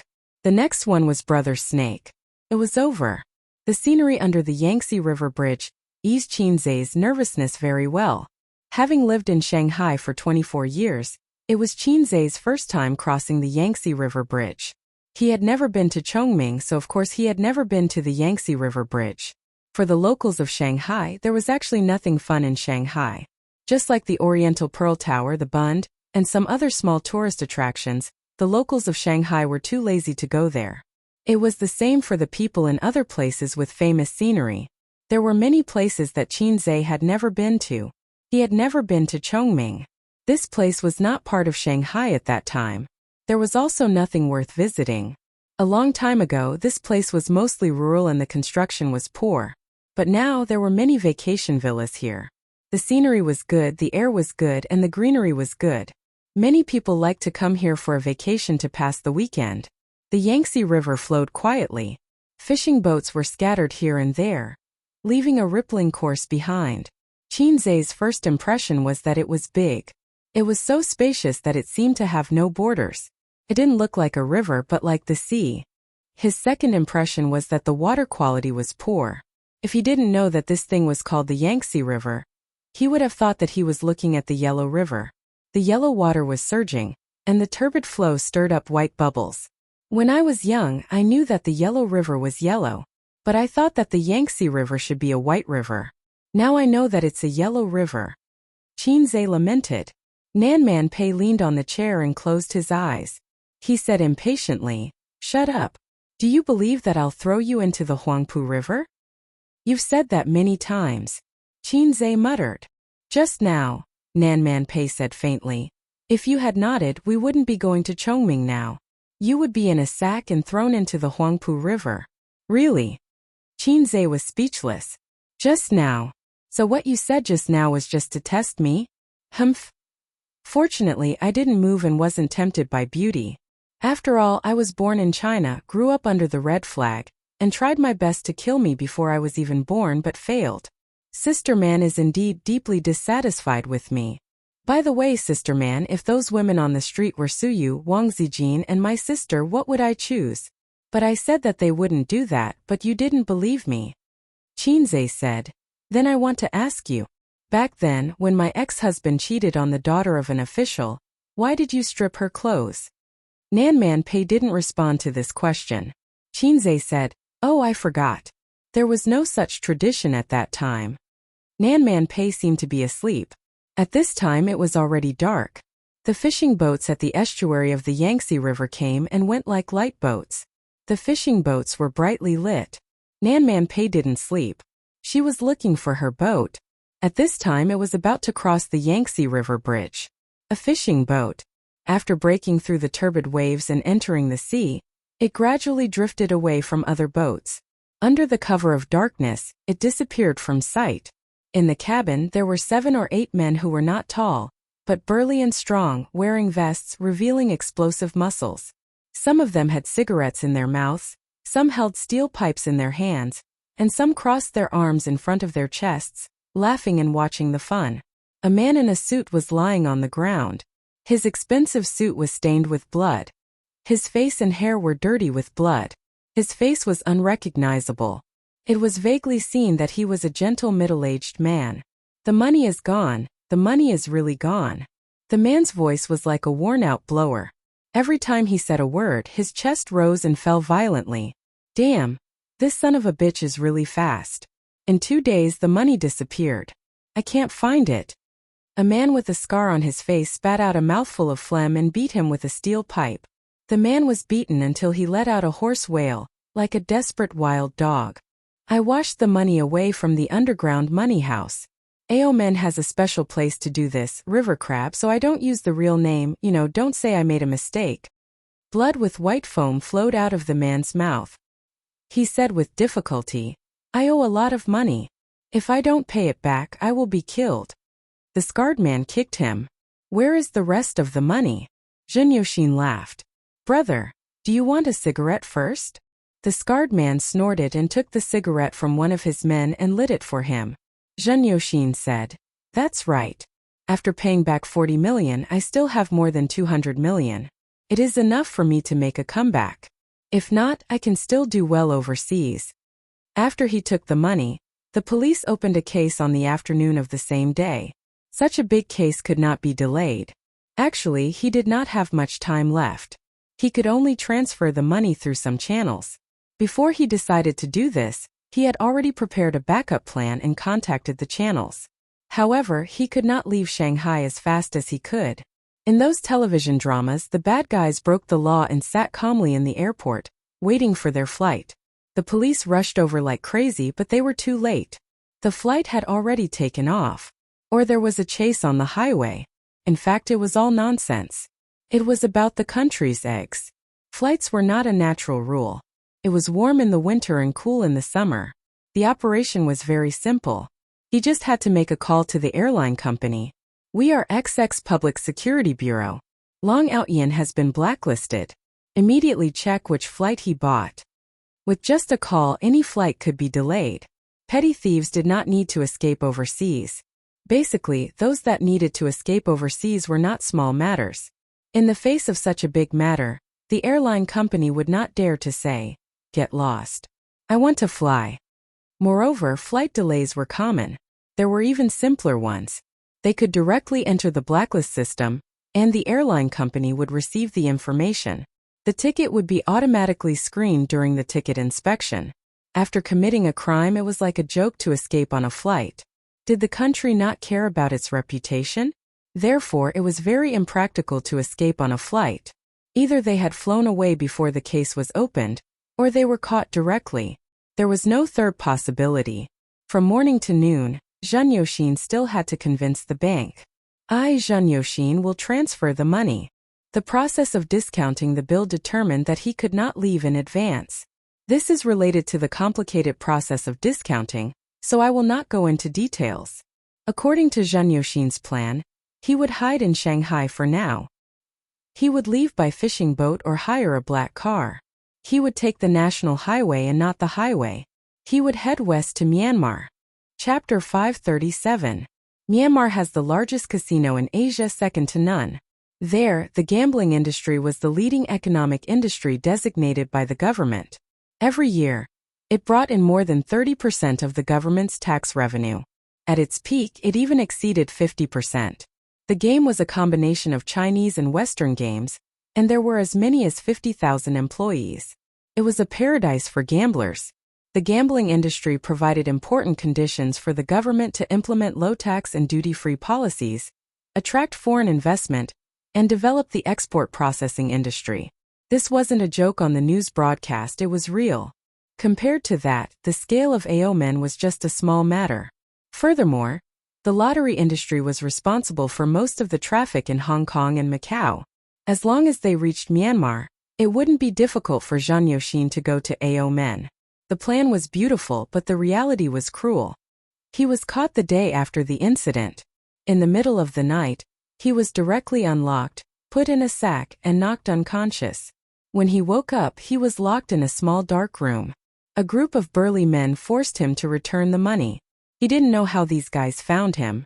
Was Qin Zhe really that resourceful? Zheng Yoxin choked on the cigarette and coughed. His face turned red. This cigarette is so King lousy. I only smoke big cock. No one answered him. Zheng Yoxin curled his lips. In the end, he couldn't bear to throw it away. He took a small puff and held it in his mouth for a moment before spitting it out. He said leisurely, "That's right. We're all working for others. Why do we have to work so hard? Are you going to take the money back and send me to the police station? I still haven't received a call from Qin Zhe. I've been wondering why the big boss didn't show up. It's all you minions." He continued, "Now I understand. He probably doesn't know about this. You guys did it yourself, right? Damn it, you beat me up for so long. You just want money, right? Brothers, how about this? There are 7 of you here. I will give each of you 1 million yuan. If you let me go or send me to Myanmar, I will give each of you another 500,000 yuan. How many years would you have to work for him for 5 million? 1.5 million? The scar-faced man gave Zheng Yoxin a similar look as the other men and kicked him in the face. 5 million. Zhen Yoxin covered his head and said in a voice that sounded like an old blower, 5 million each. After a while, the expected blow did not come, and he calmed down a little. No one could resist the temptation of 5 million yuan. Zhen Yoxin picked up the remaining half of the cigarette and sucked it hard. If I give you more, you can kill me. Leave some leeway when you do things. I still need to rely on that bit of money to make a comeback. Otherwise, I would have risked my life to become a wanted criminal to scam such a huge sum of money. It's impossible for me to lose everything. If you push me too far, I'll just break up. The scarred man chuckled. Interesting. A certain burly man frowned and said, I don't have time to talk nonsense. Where's the money? Zhen Yoxin rolled his eyes and ignored him. The man was furious and raised his foot to kick. The scar-faced man blocked it and stared at Zhen Yoxin. You won't spit it out? Zhen Yoxin sneered. 6 million. 6 million each. The scarred man shook his head. Zhen Yoxin's mouth twitched. 7 million. 7 million at most. He carefully observed the expressions of the men, trying to see the struggle and desire in their eyes. But it seemed like there was none. At this moment, the scarred man clapped his hands. Brothers, let's get to work. Work? What kind of work? Are they going to beat me up again? Zhen Yoxin saw a man walk to the corner of the cabin and lift a dark green tarpaulin. Under the tarpaulin was an iron cage. It looked like a dog cage, but it was bigger and sturdier than a dog cage. It was also heavier. Zhen Yoxin's heart sank for some reason. 2 men escorted him to the iron cage, opened the door, and pushed him in. What are you doing? Zhen Yoxin's voice trembled. Other than the scarred man, 6 other men carried the cage out of the cabin and onto the deck. At the same time, the lights outside the deck were turned off. The light in the cabin shone through and the men's faces were hidden in the darkness. Let me out, let me out. Zhen Yoxin's voice was filled with fear and agitation. The scarred man squatted in front of the iron cage and played with a dagger in his hand. The dagger hit the iron cage and made a crisp sound. Zhen Yoxin shouted, Murder is against the law, against the law. Send me to the police station. I want to turn myself in, I want to turn myself in. He laughed sinisterly. If I throw you down from here, you'll be eaten alive in 7 days at most, leaving only a pile of bones. When the waves come, the scattered bones will roll out of the cage and disappear into the boundless sea. You'll never be found. Your 170 pounds of meat will only be used to feed the fish. The men pushed the iron cage to the side of the deck. In the darkness, the dark waves hit the boat and made splashing sounds. Zhen Yoxin's last bit of rationality turned into fear. Endless fear like the moonlight and the waves. The scarred man squatted in front of the iron cage and finished his cigarette in silence. He dialed a number. Boss, I'm done here. A cold female voice came. Give him the phone. Zhen Yoxin heard an unfamiliar voice, but the wind and waves were so strong that he couldn't hear it clearly. The scarred man passed the phone into the cage. Boss wants to talk to you. Zhen Yoxin was like a hopeless person who saw a ray of light. He trembled and quickly took the phone, put it to his ear and cried, President Qin, I was wrong. I was really wrong. I will pay you back. I will definitely pay you back. Please forgive me and give me a chance to live. Qin Zai's voice didn't come from the phone. Instead, it was a cold and textured female voice. It was pleasant to the ears but cold and emotionless. It's me, the woman said. Zhen Yoxin stopped crying. He was a little confused. He didn't know the woman on the phone. Even though he was arranged by Pei Nanman to invest in Baozi, he had never met Pei Nanman in person. He was only a senior executive of a small company under Pei Nanman's management. He had a master's degree in finance and was outstanding in his abilities. Hence, he was assigned to Baozi Investment. It was the general manager of the company who arranged for him to come. Nanman Pei, the woman said. Zhen Yoxin felt like he was struck by lightning. He remembered. He remembered who the woman on the phone was. She should be his real boss, the other major shareholder of Baozi Investment besides Qin Zai and Su Yu. With his status, it was impossible for him to know about this. But last year, he met Nanman Pei at the annual meeting.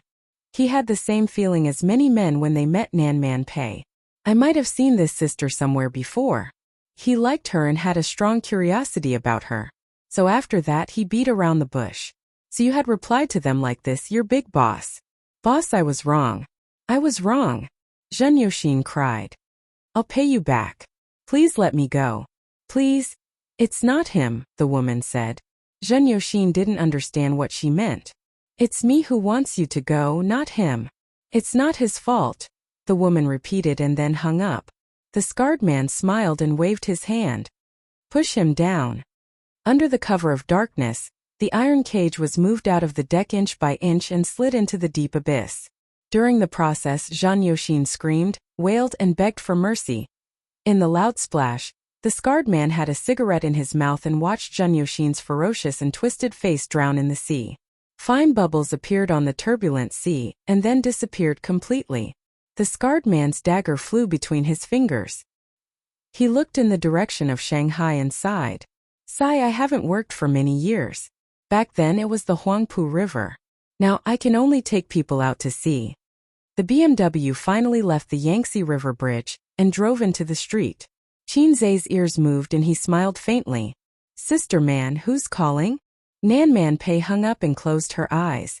Qin Zai asked, "Sister man." Nan Man Pei shouted, "It's none of your business." Qin Zai said indifferently, "I'm just curious." Nan Man Pei opened her eyes and stared at him. "You heard it." Qin Zai looked innocent. "What did I hear? You have such a big reaction. Yo, did you just call your mistress?" Nan Man Pei closed her eyes again. "You talk too much. Believe it or not, I'll throw you into the Huangpu River." She closed her eyes, so she didn't see Qin Zai's fingers on the steering wheel tremble slightly. Chapter 538. Shoot for wisdom, shoot for wisdom. RBQ, RBQ. Along the way, Qin Zai became silent and occasionally glanced at Nan Man Pei. She was lying on the semi-reclined seat, resting with her eyes closed. Her facial features were three-dimensional and very beautiful. She should be 31 years old this year. She was mature, elegant, and fierce. Young men with little social experience would probably feel a sense of pressure when facing her. When Qin Zai first saw her by the Huangpu River, he felt that kind of pressure. She was like the female head teacher in high school. He couldn't help but want to bow his head. At that time he felt that such a woman could only be matched by a successful, elegant, handsome man in his early 30s. Qin Zai couldn't help but imagine the budding Nan Man Pei. She was more pure with a pair of rippling eyes. When she saw the roses in the corner of the wall, the corners of her mouth would rise with a brilliant and pure smile. In her era she might even have 2 braids.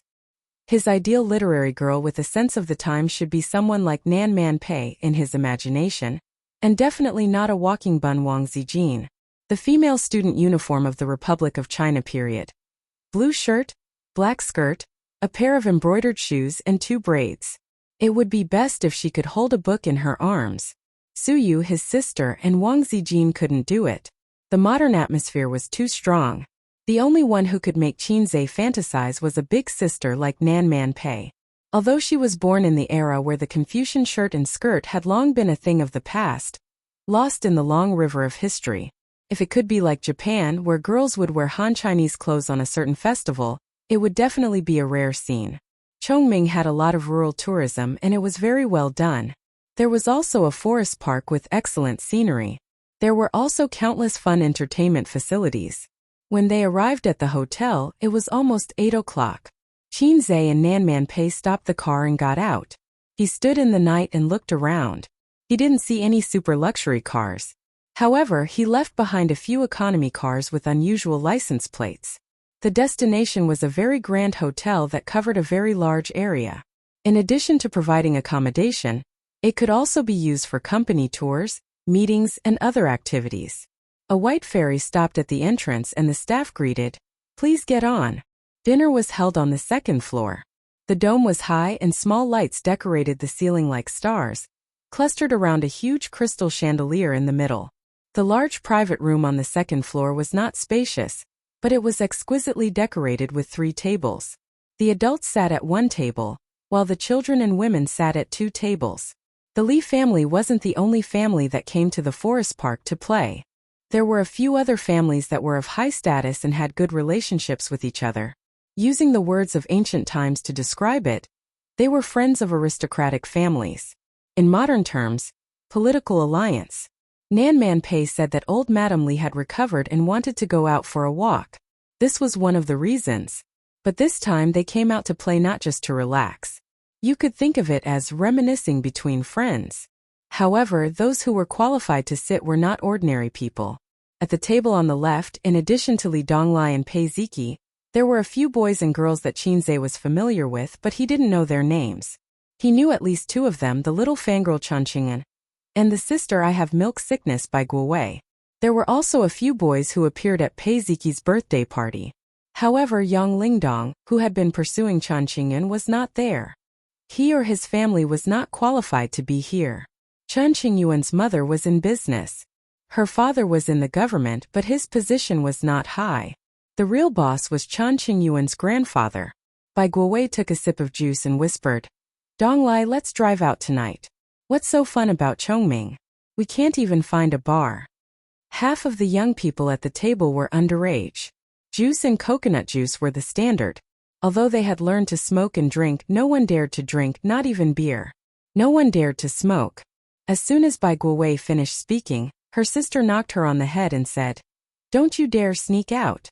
Li Donglai said, "Qinggu and I agreed that we won't go to bars before our sophomore year. But we can play cards together at night to satisfy our cravings.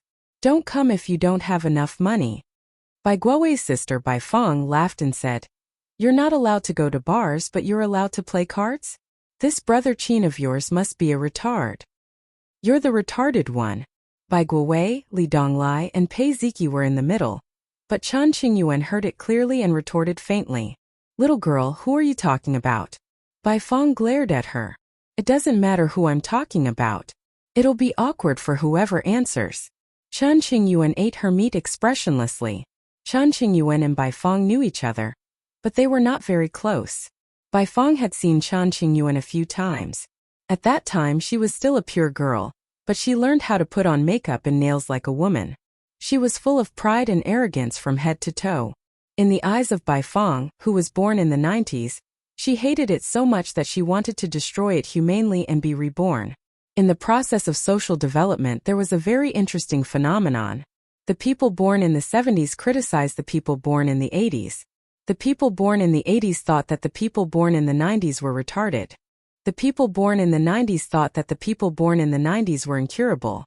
The rule was that the previous generation criticized the next generation. The next generation's children were not the children of the previous generation. Have you ever seen parents criticize their children's generation for being retarded and incurable? Why was it like this? In fact, it was a kind of shame and disgust that saw themselves in the past. It was just like when people did things that they thought were cool and awesome when they were young. Many years later, when they thought about it, they were so ashamed that they wanted to roll on the ground. When people born in the 80s saw the retarded people born in the 90s, they felt that they had seen themselves in the past. It was especially shameful. And then there was the envy, jealousy, and hatred of aging. It was the same when people born in the 90s looked at the Queen of Balls. If you don't believe it, just wait and see. 10 years later, the Queen of Balls would criticize the people born in the 90s for being retarded and incurable. But the people born in the 90s would not, because they were born in the 90s. Li Donglai coughed and mediated in the middle. He explained, "Qingge said that it's meaningless to hang out in bars. It's useless except for wasting one's youth and time. But playing cards is different. It's a test of memory, card skills, and logic. It's just like those children who seem to have bad grades but are actually very good at playing. They're very smart." Chen Qing'an said, "That's what Qingge said. Then let's add one more thing. I want to play tonight. Whose room should I go to?" Pei Ziki said, "Let's go to my room." Bai Guowei said, "I suggest we play a werewolf game or a killing game. It's more interesting and tests one's logic and reasoning ability." The other boys and girls agreed. Excluding those who drove expensive cars and hung out in bars, as well as some parties that children of the same age dared not even think about, this group of children was actually no different from ordinary teenagers. Bai Feng had never met Qinze, but she knew that the Qingge they were talking about was the famous fast shooter in the entertainment circle. Her attitude towards Qinze was more complicated. She admired and was curious, but also angry and resentful. Because last year, Bai Guowei said to her in a deranged manner, "Sister, I have milk sickness." What hurt her the most was that when Bai Guowei glanced at her chest, she revealed a blank and confused expression. At that time when Qin Zhe demonstrated to her, Qin Baobao's full chest was indeed worth fainting. When it came to his sister, it seemed a little difficult to make her faint. But in order to ease the relationship between the siblings, Bai Guowei forced herself to faint. Later, Bai Guowei told her that it was Qin Zhe who taught him to say that. It could be imagined that Qin Zhe taught her brother with an extremely bad attitude. It was like when a delinquent taught a child, "Go lift up your sister's skirt, and I'll give you a lollipop." Otherwise, there was no way to explain why you had such a devilish brother. Pei Ziki looked at her phone and frowned. "Auntie is not here yet. Li Donglai, give her a call." Li Donglai laughed and said, "Why should I? You don't have a phone." Chen Qing'an said weakly, "Ziki, your auntie is not sitting at our table, right?" Pei Ziki nodded. "Of course, she's sitting at my grandma's table." The boys and girls at the table breathed a sigh of relief. The younger sister-in-law of the Li family was very famous in their small circle. She was very beautiful and elegant, but the boys who had seen Nan Man Pei felt pressured and couldn't speak clearly. It was the same as how they felt when facing their dignified parents. The table on the right. The silver-haired old lady smiled kindly under the sympathy of the table full of madams. The women at the table were gossiping about trivial matters of the family. "Man is not here yet?" the old lady asked. Beside her, a gentle and delicate woman laughed softly and said, "Mom, not yet. Maybe she's stuck in a traffic jam." The old lady nodded and complained, "This girl is always busy. She doesn't even bring Donglai and Ziki home. Man is 31 this year, and she doesn't have a boyfriend." The woman agreed absent-mindedly and said that the Li family's sister-in-law was not good. She also had a younger sister, but her younger sister and brother only had the chance to visit the Li family during festivals. They were both the Li family's sisters-in-law, but the difference in treatment was like heaven and earth. Nan Man Pei was really treated like a daughter by the old lady. The old lady had a daughter in her early years, but she died before she finished junior high school. She was about the same age as Nan Man Pei. The friendship between the Li family and the Pei family was a thing of the past, but the old lady said that it was a friendship formed during the revolution. How funny. A rainbow army soldier and a bandit. Where did the revolutionary friendship come from? "Mom, I'm full. I want to go play." Beside the woman, a 10-year-old child put down his bowl and chopsticks. As he spoke, he jumped down from the chair. "Stay inside. Don't run out, okay?" the woman said. Outside the private room, the hotel manager and a dozen waiters were waiting. Naturally, the child would be followed closely when he went out. The child walked around the tables looking left and right. There were no children around his age, so he was very bored. He strolled to Pei Ziki's side and mumbled, "Pei Ziki, I want to eat meat." Pei Ziki turned her head and glanced at him coldly. She ignored him. Bai Feng waved her hand. "Xiao Hao, come here. I'll get some for you."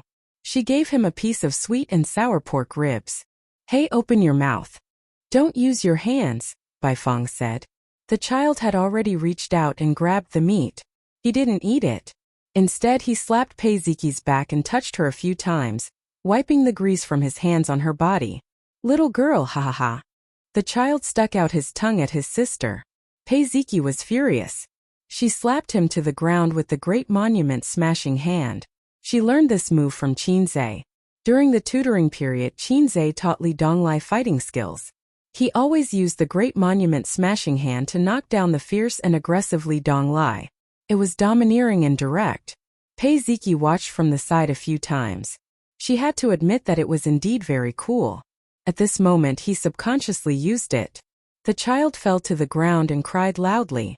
The loud and shrill cry instantly attracted everyone's attention. Numerous gazes fell upon him. Chapter 539. The people who heard the commotion looked over. They looked at the child on the ground, then at Pei Ziki. Their expressions varied. Some were mocking, some were helpless, some were contemplating. The children of the two ex-wives of the Li family did not return home all year round. They lived with their aunt, as if there was a huge conflict between them and their father. They were all family friends, so they knew about this. The root of the conflict was the stepmother and the son. There was a show to watch.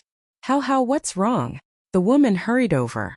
She bullied me, sob. The child clutched his mother's sleeve tightly. Snot and tears were running down his face. He looked miserable. The woman frowned and looked at Pei Ziki. The two women, one old and one young, looked at each other silently. The old lady of the Li family stood up shakily.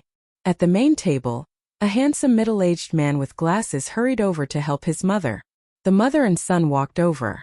The old lady was not old. She was not even 70, but she had just recovered from a long illness. Her body was a little weak. What's wrong now? The old lady looked at her granddaughter, then at her daughter-in-law. The woman did not speak. She hugged her son and looked at Pei Ziki with deep hatred. Grandma, she bullied me. The grandson pointed at Pei Ziki and wailed. The old lady heard and said unhappily, Ziki, you bullied your brother again. Pei Ziki was not convinced. He was the one who started it. My clothes were dirted by him. And the old lady was even angrier. He's still a child. How old are you? What kind of sister are you? It's fine if you make a scene at home, but don't you know where you are? Pei Ziki looked at her father. As usual, the man ignored her coldly. Pei Ziki's eyes reddened. Boys and girls of the same age would look down on other people's family matters. Moreover, it was the Li family's family matter. They had no right to interfere. Perhaps because he had his mother's support, Li Hao, who was young but sensible and hated his half-brothers and sisters since he was young, suddenly broke free from his mother's arms. He clenched his fist and punched Pei Ziki's waist. A 10-year-old child was actually quite strong. He did not know when to stop. Pei Ziki frowned in pain. She slapped him with the back of her hand. The child wailed loudly. It was heart-wrenching.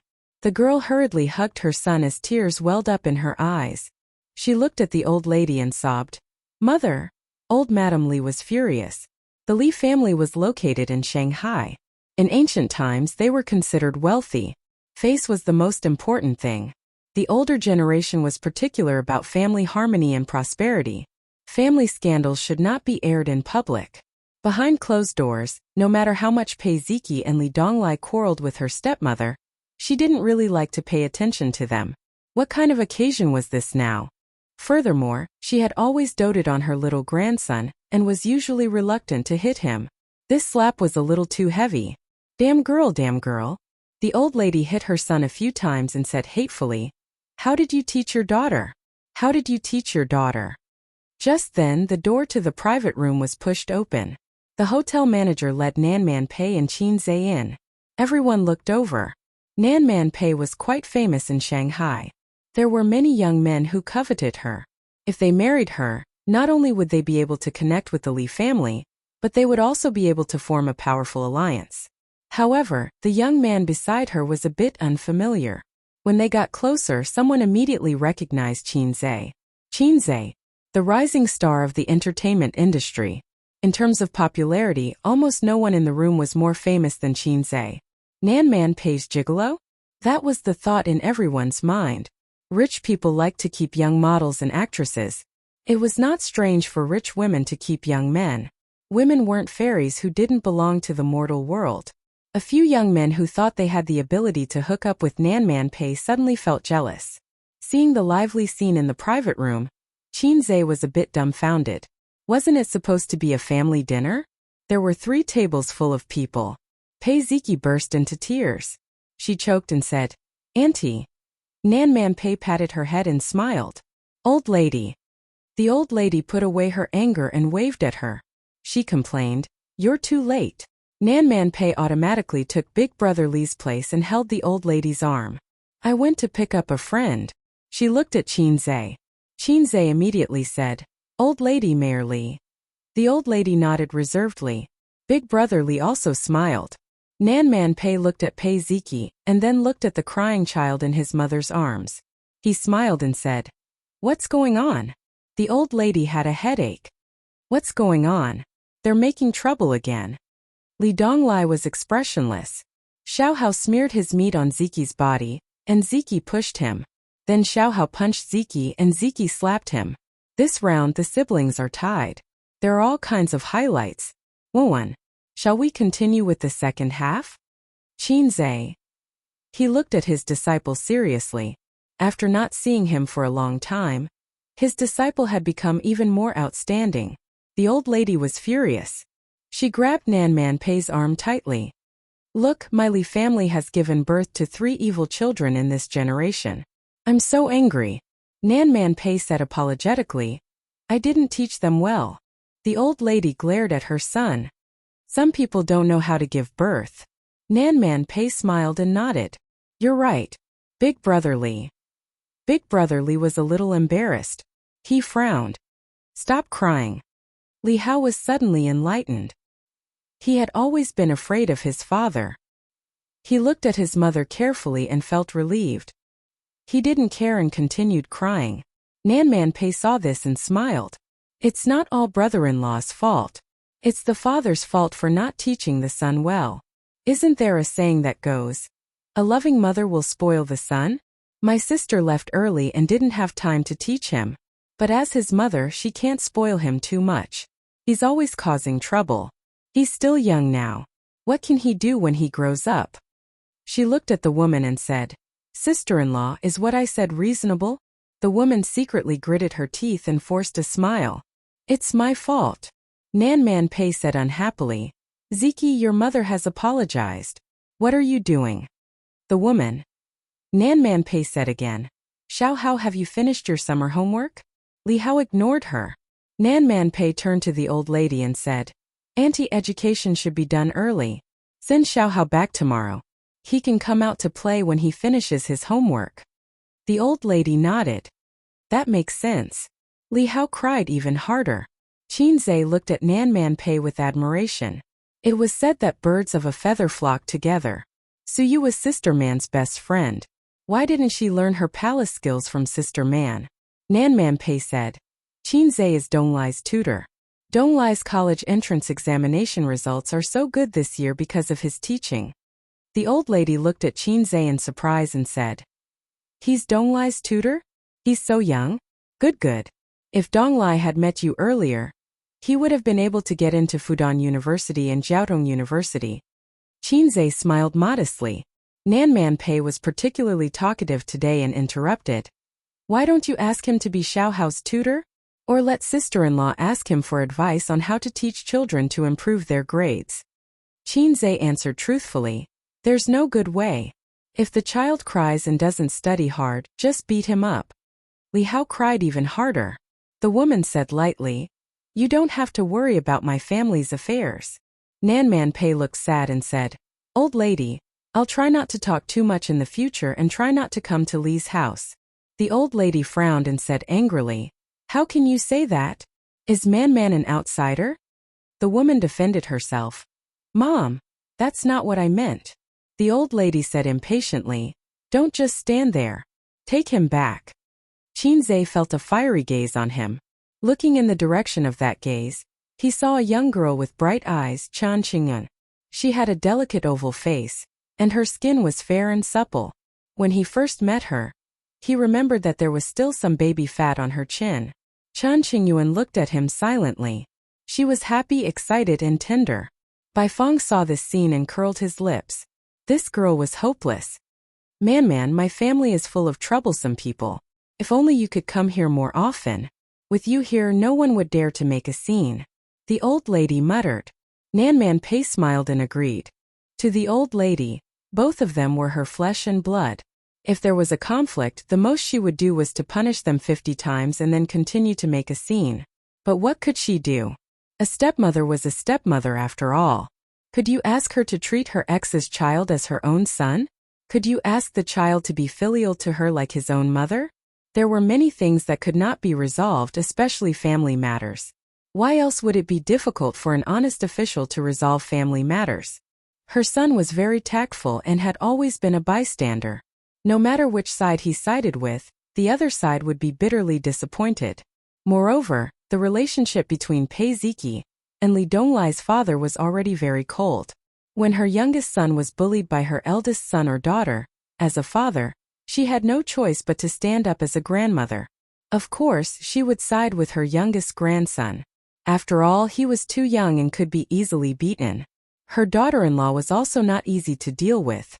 Without her secret instigation, would her grandson be able to stir up trouble like this? She had used emotional violence against her ex's son and daughter all these years. Therefore, the old lady especially liked Nan Manpei because Nan Manpei was generous and capable. Even her sister was not as good as her. In the past, a woman like this could stabilize the house and make the house peaceful. Nan Manpei would stay at the Li family for a few days every year. She would also bring Li Donglai and Pei Ziki home. That was one of the rare times when the Li family was able to reunite and live in harmony. The daughter-in-law of a humble family knew that she could not win against the other party, so she would be very obedient. Her grandson was also afraid of this aunt and did not dare to be too arrogant. Qinzhe looked at Nan Manpei, who followed the old lady, then at the group of familiar juniors. After thinking for a while, he asked the waiter to add a chair for the juniors. There were rich ladies and old ladies everywhere. He felt that it was not appropriate to sit there. Chen Qingyun was overjoyed.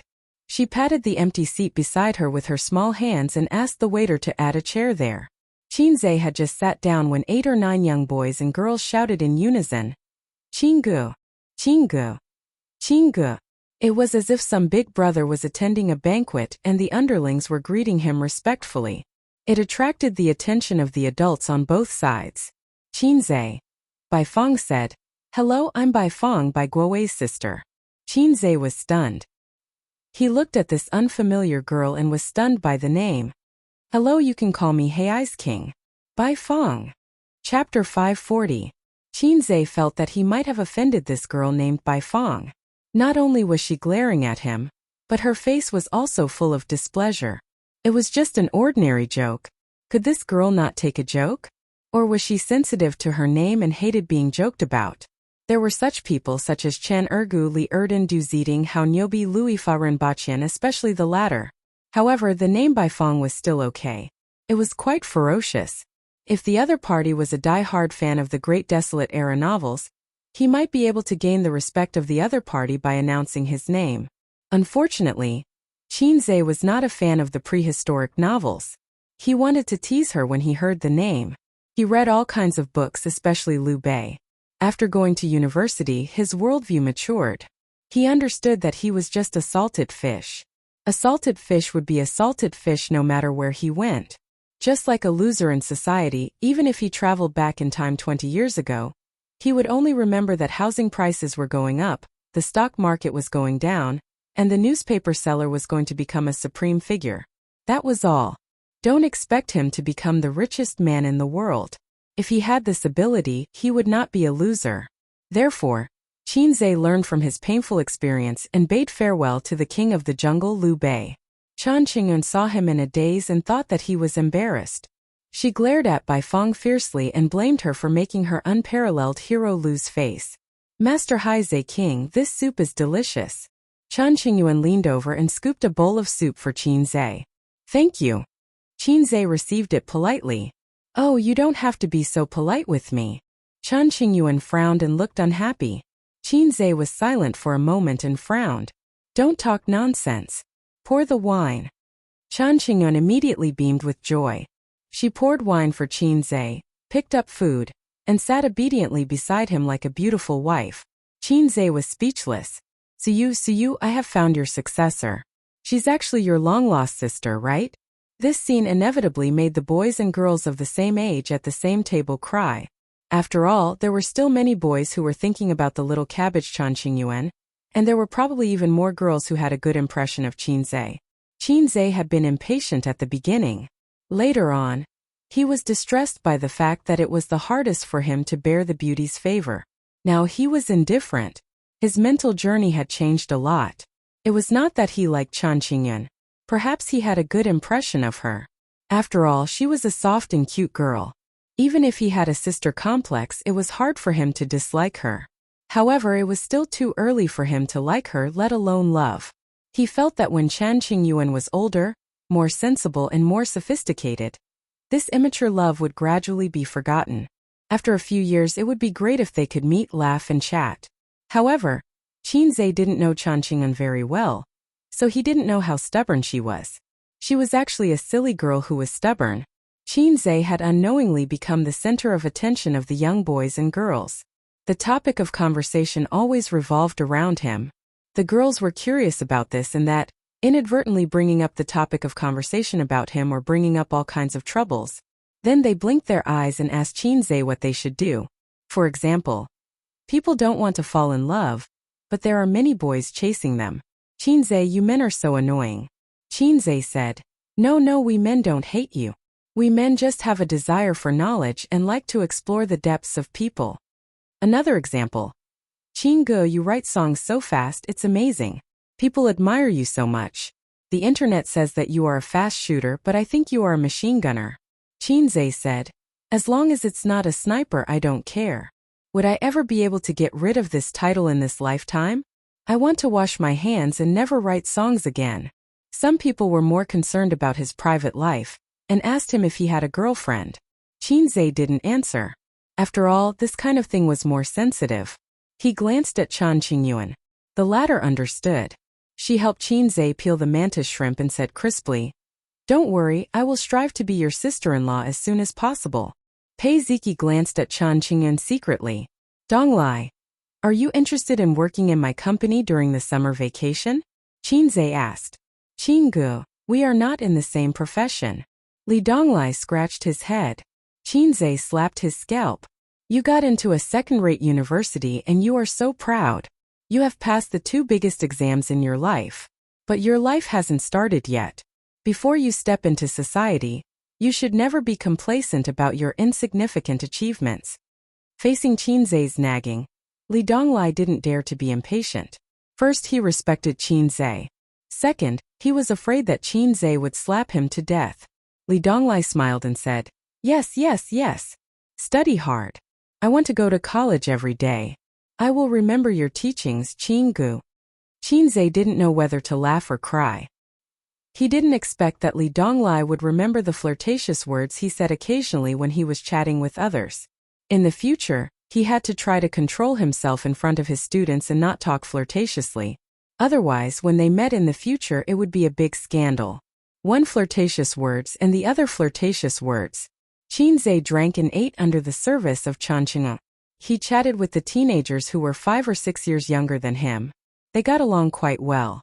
Except for the big boss named Bai Fong, who didn't like to talk to him. Occasionally, he would talk to him, but it was to secretly stab him with a few words. Qinze was puzzled.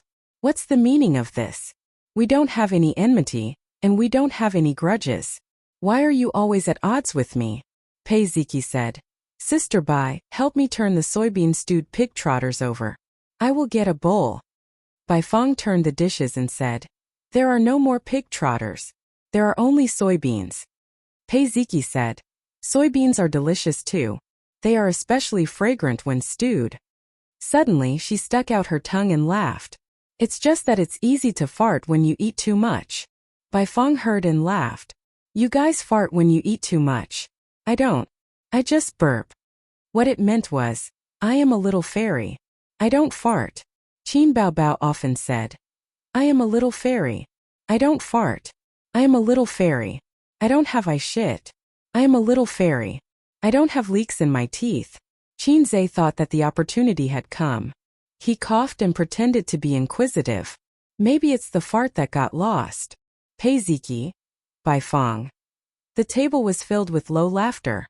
Ding! His phone rang. Qinze took out his phone to check the message. It was from Nanman Pei. Go and propose a toast to my brother-in-law. Did I ask you to come over to eat and drink? You don't have any sense at all. Qinze looked at Nanman Pei from afar. Coincidentally, she was also looking at him. Their eyes met and Queen Bei glared at him. This will make me look snobbish and arrogant. But since Sister Man said so, I will reluctantly do it, Qinze replied. Chan Qingyuan secretly leaned over to take a look. Qinze gently lifted her crystal earlobe and laughed. Where did you learn the bad habit of peeping at such a young age? Chan Qingyuan said righteously. My mother used to look at my father's phone like this. Qinze laughed. Your parents must have a bad relationship. Chan Qingyuan's face darkened. She bit her lip. Qinze whispered, I'm sorry. Chan Qingyuan never got angry with him. She shook her head. Qinggu is right. My parents have a bad relationship. Qinzhe patted her head like a brother caressing his sister. Then, he poured the half-drunk snowball into Chen Qingyuan's glass. Ask the waiter to change your glass. He poured himself a glass of white snowball, picked it up and walked to the main table. Chen Qingyuan looked at the glass in front of her. It was filled with transparent snowball. She licked her lips. Should she have a sip? No, she was too infatuated. However, she really wanted to drink it. Should she have a sip? At this moment, she caught sight of Pei Ziqi's helpless gaze, which was filled with sorrow and hatred for her incompetence. She immediately blushed. She waved her hand and said, "Waiter, change my glass." Pei Ziqi curled her lips and said, "Keep it. Secretly put it in your thermos. Quick, when no one is looking." Chen Qingyuan's face turned redder. She stared at her and said guiltily, "Don't talk nonsense." Pei Ziqi snorted. "What do you like about him? You're so infatuated. He doesn't even like you. Is it worth it? Is it worth it to be infatuated with him?" Chen Qingyuan said, "That's strange. It's my business that I like him. What does it have to do with you?" Pei Ziqi said, "I'm doing this for your own good. Don't bite the hand that feeds you." Chen Qingyuan rolled her eyes. "Stop it. I'm not your only best friend. Why don't you persuade others? You're always interfering with my freedom to love." "Pei Ziqi, do you need me to tell you what's on your mind? Qinggu is handsome and charming. I'm a woman. I like men. Why wouldn't I like him?" Pei Ziqi said angrily, "I know I can't stand you being so stupid. It's fine if you don't appreciate it. But you're still talking nonsense. I'm not going to care about you anymore." Chen Qingyuan spat and said, "Bye-bye." The two pinched each other under the table a few times. Both of them grimaced in pain. Li Donglai said, "Qinggu is asking for a toast from an old man. Don't. How can Qinggu bow to evil?" Pei Ziqi said, "You're the evil one. Your whole family is evil." Li Donglai was stunned. "Yes, my whole family is evil." Pei Ziqi was speechless. Bai Feng chuckled. "Your father is famous for not giving face. When others propose a toast, the most he will do is nod. He won't touch glasses. Taking a sip of wine is already giving face. Let's guess. Did Qinzhe ask your father to take a sip of wine?" The others were deep in thought. Li Donglai and Pei Ziqi were silent. With their father's personality, a nod was the most he could do. On the other side, Qinzhe walked to the main table with a wine glass. His actions attracted the attention of many people. For example, the juniors at Li Donglai's table and a few uncles at the main table. Qinzhe took a sip. "Merely, let me toast you." The burning sensation was like a burning knife. First, the taste buds exploded. Since the throat was burning, the wine was delicious, but it was also terrible. "Let's see if you can drink it." Of course, it was like what the advertisement said. Soft in the mouth, a thin line in the throat. It didn't exist. If it was soft in the mouth, it was something else. For example, yogurt. A thin line in the throat was even better. Ordinary people couldn't do it. The juniors looked over. The middle-aged man who looked like an uncle watched with great interest. Chapter 541. Unexpectedly, Big Boss Lee had a kind smile on his face. He picked up his glass and drank all the wine in it.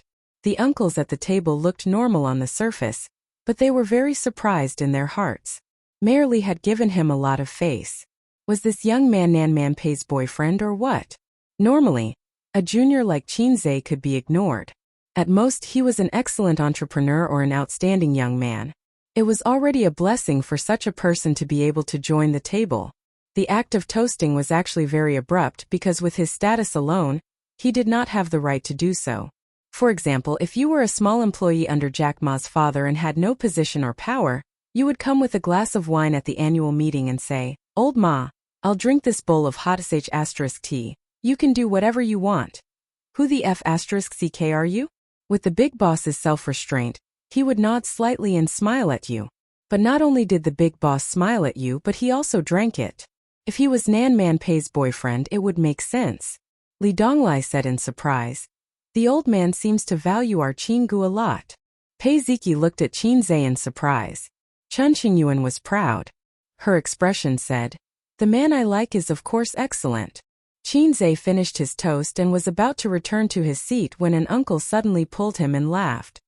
"Don't go, sit down and chat with us." Then he asked the waiter to add a chair. Chinze sat down blankly and was pulled by the enthusiastic uncle to chat. This unfamiliar uncle claimed to be Chinze's fan and liked his exaggerated and borrow 500 years from the heavens the most. Moreover, he even shouted loudly on the spot, causing the other uncles to clap and raise their cups to drink. Chinze felt that he was like a fire in winter that ignited the enthusiasm of the uncles. "Uncle, how should I address you?" Chinze asked awkwardly. "Hey, you don't know me?" The passionate uncle looked unhappy. "Oh, you're whispering sweet nothings to my daughter. I'm right in front of you. Don't you recognize me?"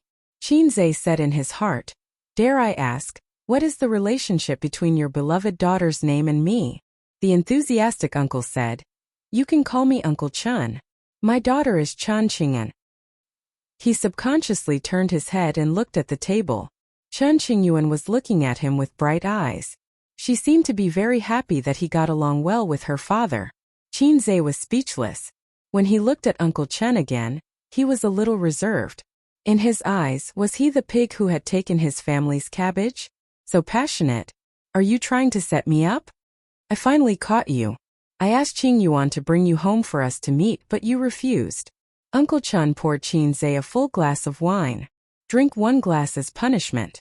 After Chinze finished drinking, he said to everyone, "My daughter didn't learn well in the past.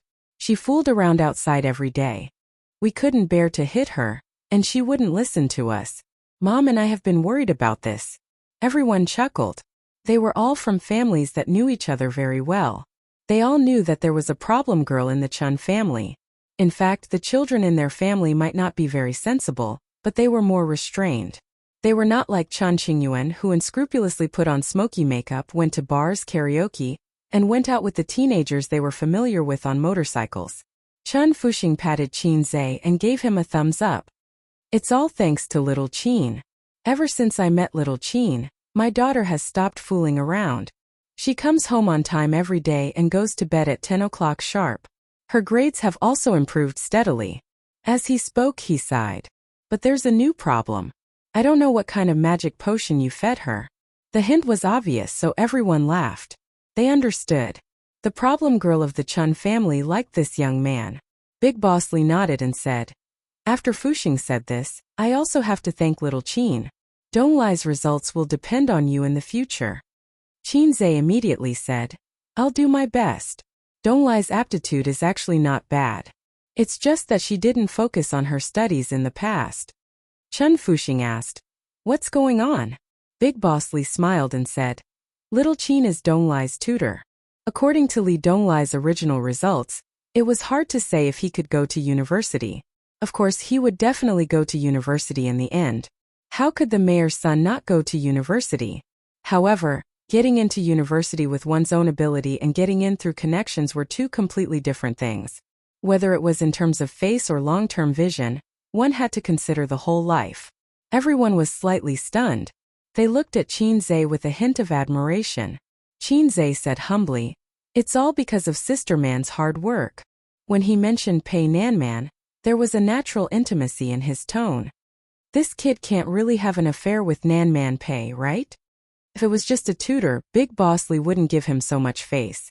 It was very likely that he had an intimate relationship with Nanman Pei. Everyone knew that kind of relationship. Actually, it wasn't. Big Boss Li gave him so much face only because of Chinze's identity, the son-in-law of the Wang family. Nanman Pei told him.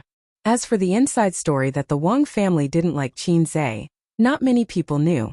Even Nanman Pei didn't know. The uncles at this table were the heads of various organizations in Shanghai. They were definitely not nobodies. However, they didn't know about the Wang family. There were so many rich families in Beijing. Unless they were sitting in a certain position, who would pay attention to their daughter's marriage? "Little Qin, are you a singer, an actor, an entrepreneur, or a teacher?" A square-faced, burly, and rough man smiled. Chinze was stunned and didn't answer this question. Those who sang and acted were all celebrities, and celebrities were all entertainers. And this table was full of big bosses. Entrepreneurs were people who did business. And this table was full of big bosses. Teacher of the people. To hell with teacher of the people. He knew that he was just a tutor, but he still said the words teacher of the people. Was he mocking him? Qinze was no longer the salted fish he had been in the past. He was able to discern who was speaking with hidden wisdom, and who was speaking with sincerity and enthusiasm. For example, Uncle Chun, who might have been taken advantage of by him, actually admired him. Who was this person? His words were sarcastic. Had he offended him? Qinze pondered and said, I'm just a successor of communism. The square-faced man. The uncles at the table were all stunned. Such an answer was very intelligent. The square-faced man smiled insincerely. Little Qin is quite humorous. You're very good at joking. Qinze looked at Big Boss Li in shock and said, Uncle Li, so the country has been joking with us. Such a meaningful question made everyone at the table fall silent. The square-faced man's mouth twitched. Qinze smiled. Who cares if you're the son of a rich family or an official? In front of the successor of communism, you're all scum. That famous person on the internet, the son of the richest man, is called Wang Shizong. At most, he will be the successor of Wanda. I'm the successor of the party and the country. What's there to be proud of with a mere Wanda? It's not low-key at all.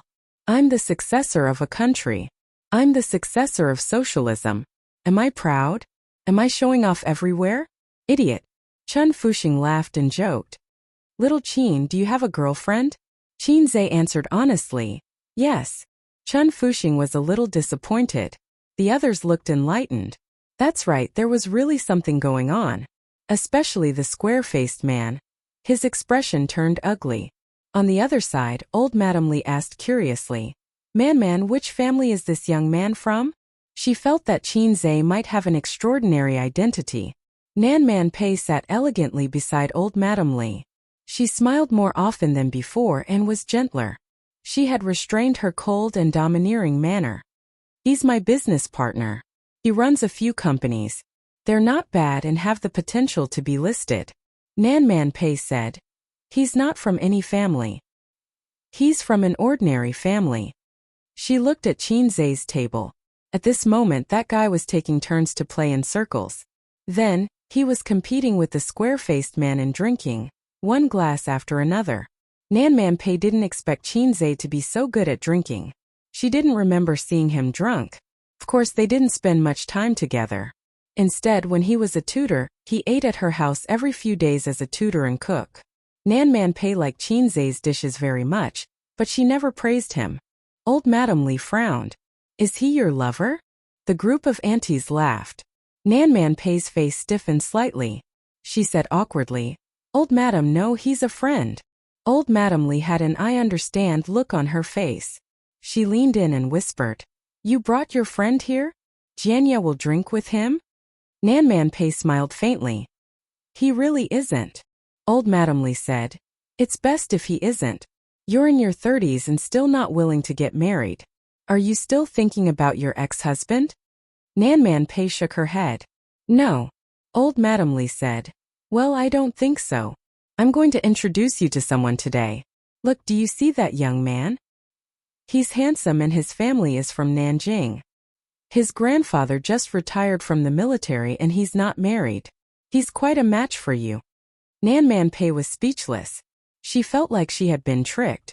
She followed old Madame Li's gaze but couldn't find the handsome man. That one, the one wearing a camouflage vest and a military green jacket.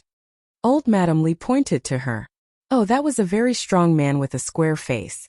He looked to be in his 30s, but he didn't really fit the word handsome. He was the kind of person that Nan Man Pei would blacklist at a glance. Why would an ugly man marry a wife? Generally speaking, beautiful people wouldn't find a partner who was too average-looking unless it was for money. Nan Man Pei was also a woman.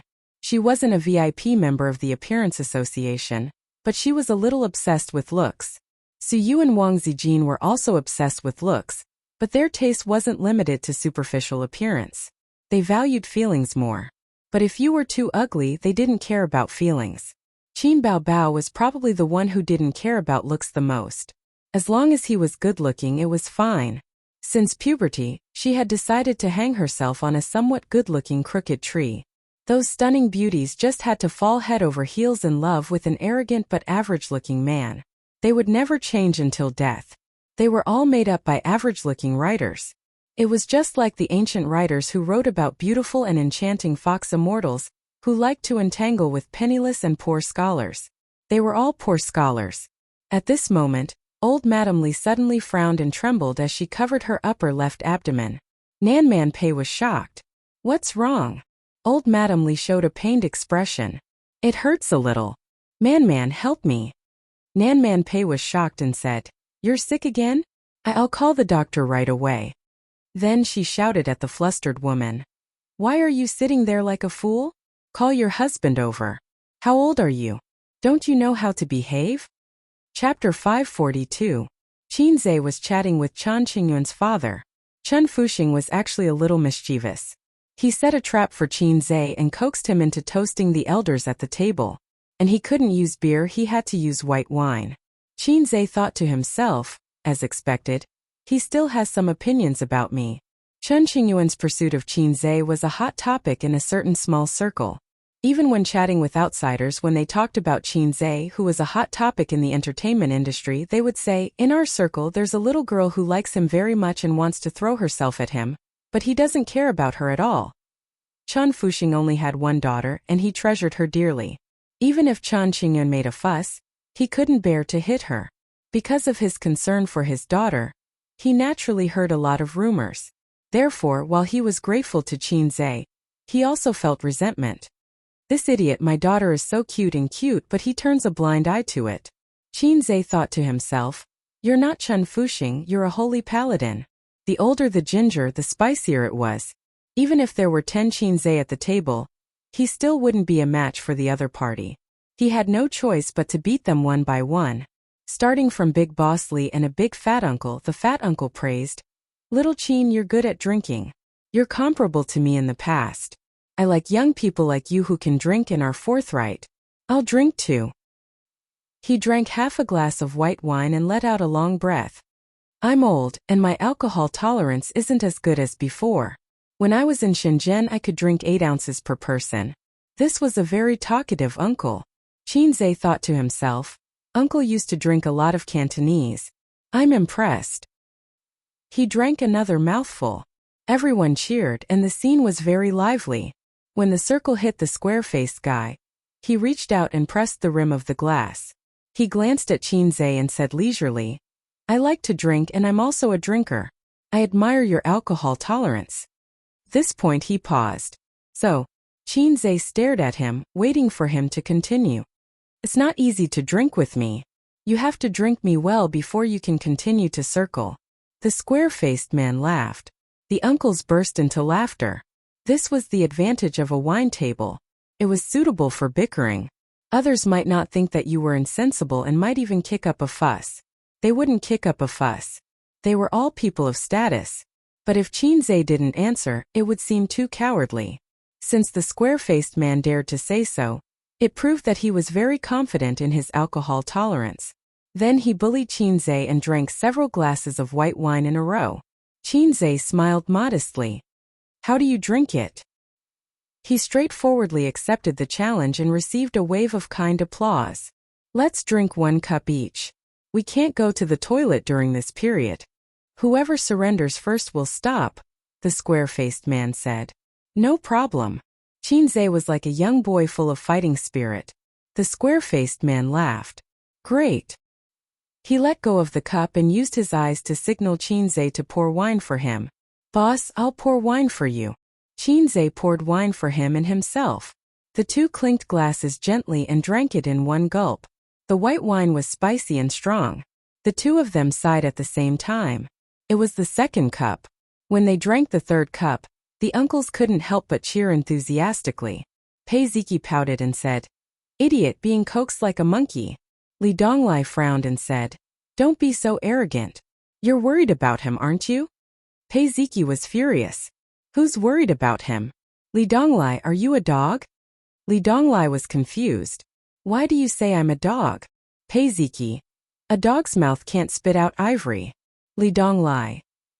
He and Pei Ziki had always had a small argument every day and a big one every 3 days. The relationship between siblings was the most difficult in the brothers and sisters series. The relationship between siblings was usually good. The elder sister would do makeup for the younger sister and help her dress up. If the elder brother really loved the younger brother, he would bring the younger brother to the big sword and personally open the door to a new world for the younger brother. The relationship between siblings was also easy to manage. The elder sister usually doted on the younger brother more. Occasionally they would even kiss and sob. Just like Qinzhe and Qin Baobao, the relationship between siblings was very tricky. They either had an average relationship or quarreled all day. Even if it was the elder brother, it would be fine as long as there was love. Such a sister only existed in Japan. The soft and cute sister who called out Oniai-chan all day also only existed in Japan. Chan Qingun said worriedly, "What if Qingge drinks too much later?" Pei Ziki glanced at her. "Isn't that good? You can sneak into his room and sleep with him." Chan Qingyuan touched her chin and seriously considered the feasibility of this matter. "Over there it should be the 5th cup." The square-faced man drank the 5th cup, which was longer than the previous 4 cups combined. After he endured the nausea and finished drinking, Qinzhe immediately poured wine for him. I'll do it myself." He was tongue-tied. No, I'll do it. Qinzhe insisted on filling his cup. "Come, cheers." Qinzhe picked up the cup and drank again. The square-faced man was speechless. His face was red and he looked at Qinzhe unwillingly. If looks could speak, he would say, "Why aren't you drunk? Are we drinking the same wine?" Seeing that Qinzhe was about to pour wine for him again, he quickly covered the mouth of the cup. I'll do it myself. Qinzhe said righteously. "No, I have to do it." The square-faced man said, "You don't have to be so polite." Qinzhe said, "I'm not being polite. What if you cheat and don't fill it up?" The square-faced man was speechless. "Sai, forget it. We've drunk enough." Someone advised. "That's at least half a kilo, right?" Someone mumbled. At this point they were all shocked. Everyone was an experienced drinker. The number of banquets they had drunk together was enough to circle the earth. They had never seen someone who could drink so much. From the beginning until now, he had drunk 1 cup after another. There were more than 10 cups and all of them were full. The scariest thing was that his face was not red and he was not out of breath. He did not look like he was going to vomit at all. That was very scary. Qinzhe shook his head and said, Fill it up. I have to drink you up first. There are still a few uncles waiting for me to play circles behind." The square-faced man said, "Let's stop here. You can go play circles." Qinzhe said, "So you admit defeat?" He suddenly stopped talking. Qinzhe said, Fill it up. The square-faced man was speechless. His mind was not very clear now. He thought to himself, "Why is this kid so insensible?" He looked at Mayor Li in a daze. The mayor pretended to look at the scenery around him. Qinzhe finished his 6th cup and looked at him provocatively. "Old Tai, double tap 666. Ba, hurry up and drink, Old Tai. We can still drink 1 cup after another. A weakling dares to provoke me? Don't you know that I'm the liver emperor? A real man should put his life on the line and drink directly." The square-faced man probably could not stand his provocative gaze. This time he became a man and drank directly. Then he rushed in the direction of the bathroom. Qinzhe shouted behind him, "Come back and continue drinking." Chan Qingyun's father tugged at Qinzhe's arm and said, "Why are you two fighting so fiercely?" Qinzhe said in a low voice, "He competed with me first." Chan Fuxing said unhappily, "Even so, you can't be so stubborn. His family is a big boss in Nanjing. You should be more careful." Qinzhe said, "Thank you, Uncle Chen. I'm not going to Nanjing to earn money. It has nothing to do with me. Also, I didn't offend him. Why did he stab me?" Chan Fuxing was stunned. Yeah, why did he pick a fight? This was a difficult question. Qinzhe thought for a while. Maybe he's jealous of my good looks? Chan Fuxing was speechless. Qinzhe said, "I can't take it anymore. I have to go to the bathroom and vomit. My stomach hurts." His body was extraordinary now. After being tempered and nourished by the times are calling, his stomach felt a little uncomfortable after drinking so much white wine. Ding! Show your divinity 13/15.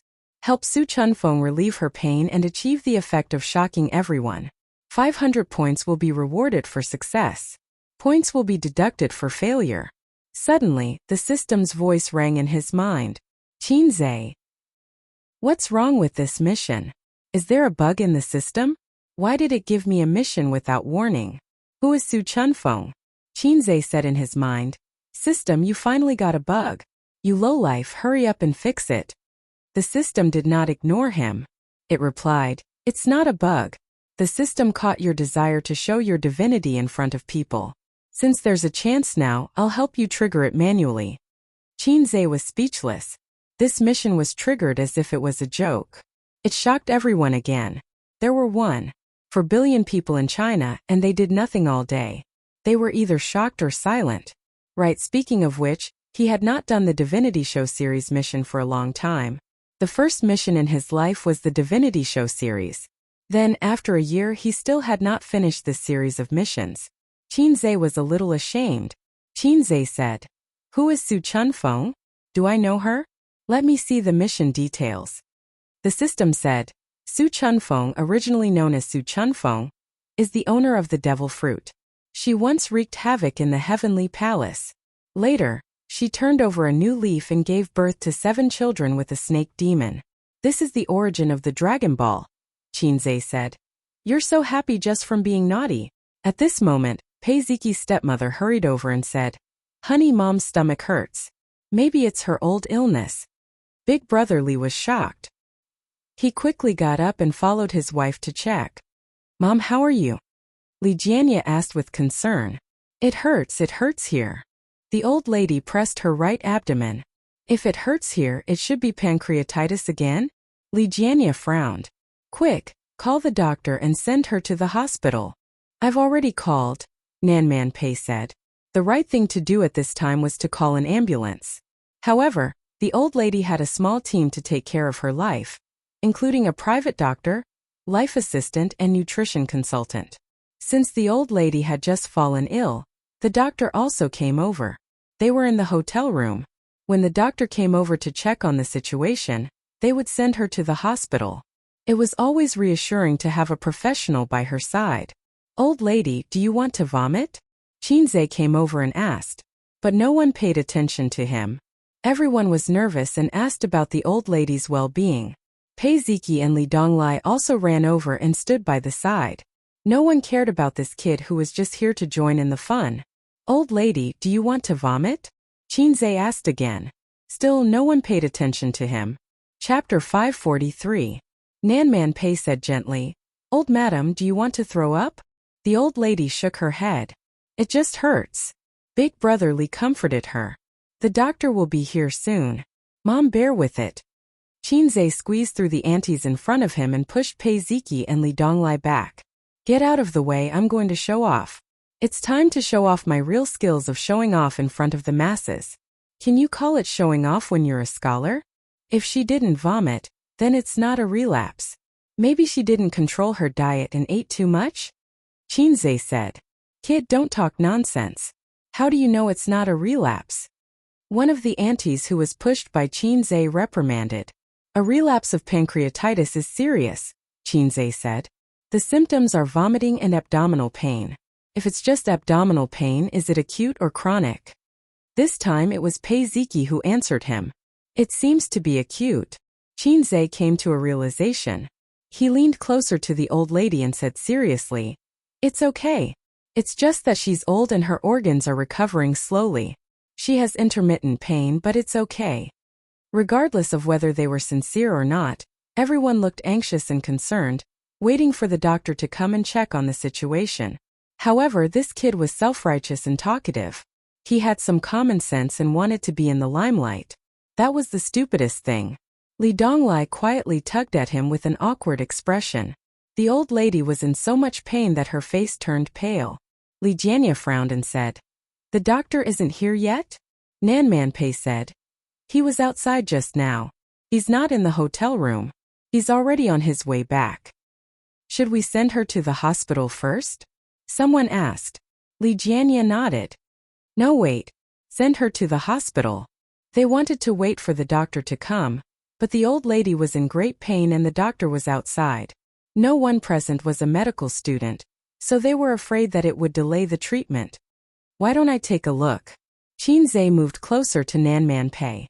This person, was he crazy about being in the limelight? The aunties and uncles frowned. Li Jianya looked displeased.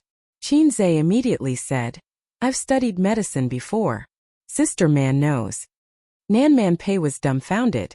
The others were stunned and looked at Nan Man Pei.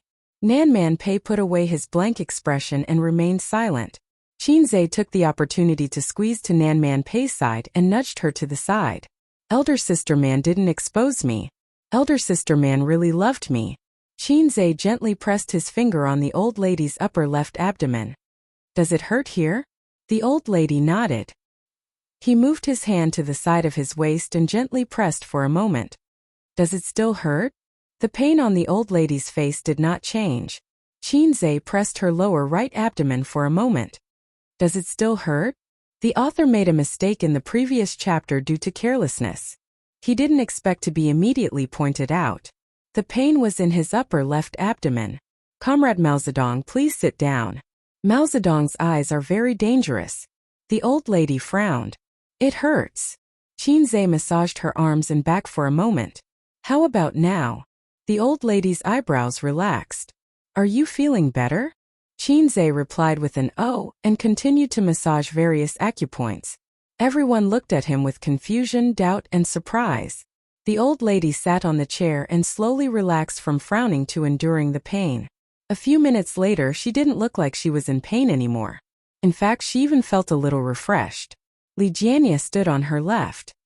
His anxious expression slowly changed from half-squatting to relaxed and surprised. He also stood up. Nan Man Pei and Pei Ziqi's stepmother were on the right. Nan Man Pei looked a little dazed and looked a little cute. Qinzhe followed the liver meridian to the gallbladder meridian and massaged it back and forth. Pancreatitis caused pain in the liver and gallbladder. Since the person was old and their organs were weak, Qinzhe could help them sort out their qi and blood. It would have an immediate effect. Pancreatitis itself was a disease that required rest. Therefore, it was very effective to use traditional Chinese medicine techniques to nurse it. If it was any other disease, the patient would have been sent to the hospital. Treating pancreatitis was simple and troublesome. The real medicine was just an injection to suppress the secretion of the pancreas. However, the later recuperation was very troublesome.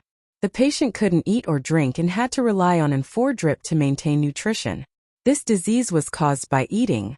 It was commonly known as the disease of the rich and the elderly. Pancreatitis would turn into pancreatic cancer, which was one of the most painful cancers known to medicine. Qinzhe said, "Old lady, you have to be careful when you eat. You haven't recovered from your illness." The old lady said, "I didn't eat much. I followed the menu." Qinzhe said, "Did you eat meat? You can't eat meat. You're old, so the recovery period is slower than young people." The old lady said, "I ate a little." Qinzhe nodded. "That's why you're in pain. Eat porridge for a month." The old lady replied, "Oh young man, how did you treat me just now?" She asked the question that everyone present was wondering. Qinzhe said, "The acupoint pushing technique in Chinese medicine is very simple." As he said this, he received a system prompt in his mind. Mission completed. Reward, 500 points. How wonderful. Li Donglai wondered. "Qingge, how do you know Chinese medicine? You're from the finance department." He was accidentally exposed by his disciple. Qinzhe looked at everyone and reprimanded. "We're the successors of communism. We have to know everything. If you don't have a few skills, how can you take over? By the way, I've been waiting for 24 years. When will I take over? Waiting online urgent." Li Donglai was speechless. The doctor finally rushed back with a first aid kit. He pushed the crowd aside and asked, "How is the old lady?" Seeing that the old lady was safe and sound, the doctor was stunned. He pushed the frame of his glasses up the bridge of his nose and looked at Li Jianya blankly. Li Jianya nodded slightly and said, "There was a sudden pain in the upper left abdomen just now, but it's fine now. Doctor, can you take another look?" The doctor was experienced. After hearing this, he knew what was going on. It's normal to have pain after recovering from pancreatitis, but if you don't recuperate well and have similar pain often, acute pancreatitis will worsen and become chronic. Everyone was relieved when they heard what the professional said. The doctor then briefly checked the old lady's body. There was nothing serious. He planned to stay and observe for a while to see if there would be any follow-up pain. Chun Fuxing laughed and pulled Qin Zhe to continue drinking. Li Jianya said, "Little Qin drank a lot. It's about time." There was a hint of friendliness in his tone. "By the way, why didn't Nihong come back?" Li Jianya asked. The middle-aged man said, "I'll go and take a look. He just wanted to go to the toilet." The doctor expressed his interest in Qin Zhe's Chinese medicine. He felt that he had met someone of the same kind, so he casually chatted with him. After realizing that he didn't know anything about Western medicine, he only talked about Chinese medicine. As expected of a private doctor, he was very knowledgeable and actually had a lot of knowledge about Chinese medicine. When Qin Zhe said that Chinese medicine relied on experience and took a long time to accumulate. Moreover, the background of the existence of Chinese medicine was an era when medical equipment was not developed. Therefore, it was inevitable that Chinese medicine would be overtaken by Western medicine. However, it was too much to say that Chinese medicine was a lie.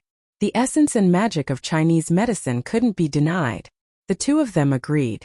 Take pancreatitis for example. It was a terminal illness decades ago. But with the development of the medical industry, it can be cured. Times are improving, and medicine has also entered a new era. The doctor said. In the current medical industry, Chinese medicine and Western medicine have long been combined. However, serious diseases still have to be treated with Western medicine. For example, Chinese medicine can't do surgery, Qin Zhe said. They chatted happily. The doctor and Qin Zhe exchanged business cards. Orthopedics? Qin Zhe was stunned. The doctor's business card had many departments, and he was a well-rounded doctor. As a private doctor, you can't be limited to a single department. Otherwise, you won't be able to do well in this industry, the doctor said with a smile. I studied orthopedics in Germany and got a doctorate. Qin Zhe's small hand trembled. The doctor joked. In the future, if you have a serious injury, you can come to me. I'll give you a 50% discount. Qin Zhe's small hand trembled again. He tore it off. He would tear the business card off later. As the two of them were talking, the middle-aged man came back with a funny expression. Yihang passed out in the toilet and vomited all over the floor. He was lying on his own vomit. I asked the waiter to send him back to his room. Everyone immediately looked at Qin Zhe. How much alcohol could this guy hold? It seemed that he was fine. Chapter 544. Qin Zhe said disappointedly. He can't drink after just a few glasses of white wine? He hasn't admitted defeat yet. Everyone was speechless. They suddenly felt that this young man was quite interesting. He was forthright when he drank and wasn't restrained or anxious. Combined with what he had shown just now, he was bold. Chun Fuxing thought to himself, no wonder Yuanyuan likes him. However, although he admired Qin Zhe even more, Father Chen secretly dispelled the idea of supporting his daughter. This man was a little too outstanding. He didn't give his daughter a chance to speak at all. If his daughter got together with him, she would be bullied. Moreover, his relationship with Nan Man Pei was questionable. A father was a very complicated and changeable person. To his son, what? You changed girlfriends again? Not bad, little brat. You're much more charming than I was back then. Keep up the good work. Try to sleep with more women. To his daughter, what? Your husband went to the brothel? Damn it, bring me my 40-meter-long broadsword. I'm going to chop that kid into pieces. Therefore, from the perspective of an elder, Father Chen admired Qin Zhe very much. From the perspective of a father, he refused. My little cabbage can't become a little vegetable. However, Father Chen didn't dare to talk to his daughter. It wasn't easy for his daughter to turn over a new leaf. What if she fell again? Father Chen's heart skipped a beat. He looked at Qin Zhe. He heard from the little guys in his daughter's circle that this guy had rejected his daughter several times. However, when he was drinking and eating with her just now, he didn't show too much resistance. Did he have the same concerns as him? At this thought, Father Chen once again felt that Qin Zhe's character was good. During this time, Qinze went to the toilet to vomit once.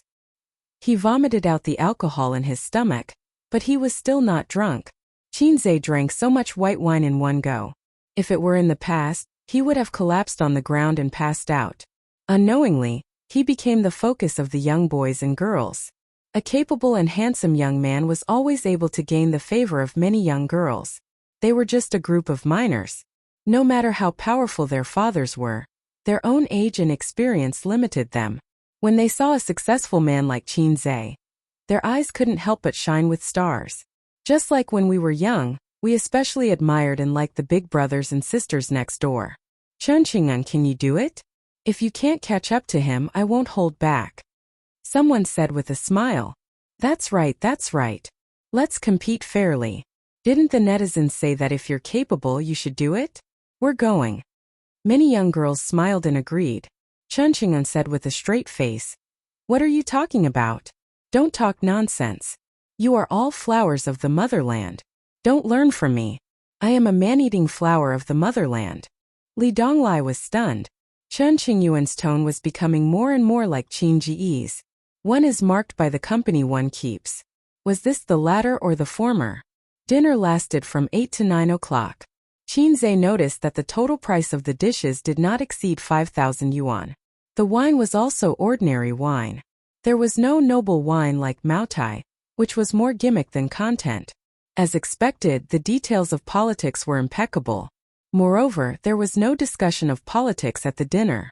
It was all chatting and bragging. He originally wanted to use the river crab on his head to explore the general trend of Shanghai.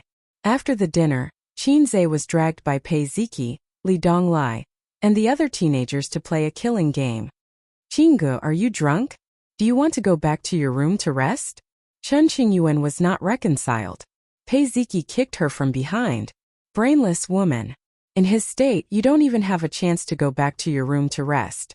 Qinze was sandwiched in a group of teenagers who were 5 or 6 years younger than him. Listening to their chatter, laughter, and anger, he inexplicably felt emotional. He missed his youth. Born in a big city, it was hard to keep friends. Those friends who were close to him when he was young or classmates went their separate ways after graduation. Or they moved away inexplicably and never saw each other again. And those children in Shujia town, if they met now, they probably wouldn't recognize each other. No one would remember him as a city boy who used to run under the sun and laugh in the fields. Thinking back, when Runta grew up, he probably wouldn't remember Brother Sun. One day Lu Sun, who had grown up, saw a teenager. The teenager said, Brother Sun, it's me. Do you still remember the mistake I made in the melon field? Lu Sun pondered for a long time and suddenly realized, oh, you are Runtu. He was moved and felt that he saw his lost youth. The teenager said, no, I am Runtu. The story tells us two truths. First, people really get lonelier as they grow up. Second, Runtu also has dignity. Qinze didn't have a good time playing. He should always be the first to be killed. At dawn he died. At dawn he died. At dawn he was voted to death. This F*King game experience was extremely bad. In the past, when he played killing games with his sister, Qin Baobao would always be the first to kill him, and Qinze would fight back and kill his sister first. Either he died or his sister died. But my sister and I loved each other and hated each other. What do you brats mean? I can kill my sister to prove my Tao, but I can't be bothered to kill you passers-by. These days there were many people who killed their sisters to prove their Tao. The road had been taken. If one wanted to prove his Tao, he had to find another way and kill his sister to prove his Tao. He was a celebrity, a handsome guy, and the object of worship of boys and girls. The idol effect caused him to always be picked on everywhere. After playing for about an hour, Pei Ziki chased them away. The teenagers who didn't have enough fun mumbled and left unhappily. What, play for a while more? It's only 10 o'clock. Yes, I haven't killed Qinze yet. Qinze. Pei Ziki pushed them. Go, we are going to sleep. You can continue to play by yourselves. After chasing them away, Pei Ziki and Chen Qingyuan tacitly took out cards and said that they wanted to play double buckles. Qinze didn't really want to play. He drank so much white wine that his brain was a little dull. He wanted to rest. But Chen Qingyuan and Pei Ziki seemed to have made an agreement. They hugged his arms on both sides and refused to let him go. They said that they wanted to play cards and play money. They wanted to gamble all their belongings and rip him off. After all, they were outsiders. The way they asked for money was very subtle. Unlike his Ying monster who said, "Brother, you are using your wife's money." Qinze, "How about 100,000? Ying monster waved a knife over. "Is your future wife only worth 100,000? Even Wang Zijin could only pinch her nose and accept it. 100,000 was too little. His sister always tried to squeeze him dry. Oh, she was squeezing his little treasury dry. Qinze had a lot of money at his disposal. Tens of billions. But the money he could spend was very little. The balance of his private bank card was controlled by his sister to within 1 million. Qinze, who pretended that he was very rich, smiled and said, "Up to you. How much you can win depends on your ability." The rules of fight the landlord were starting from 200 yuan. Extra points for bombs. Qinze and Li Donglai sat opposite each other. They were in one group. Pei Ziki and Chen Qingyuan were in the other group. They couldn't play cards for more than an hour.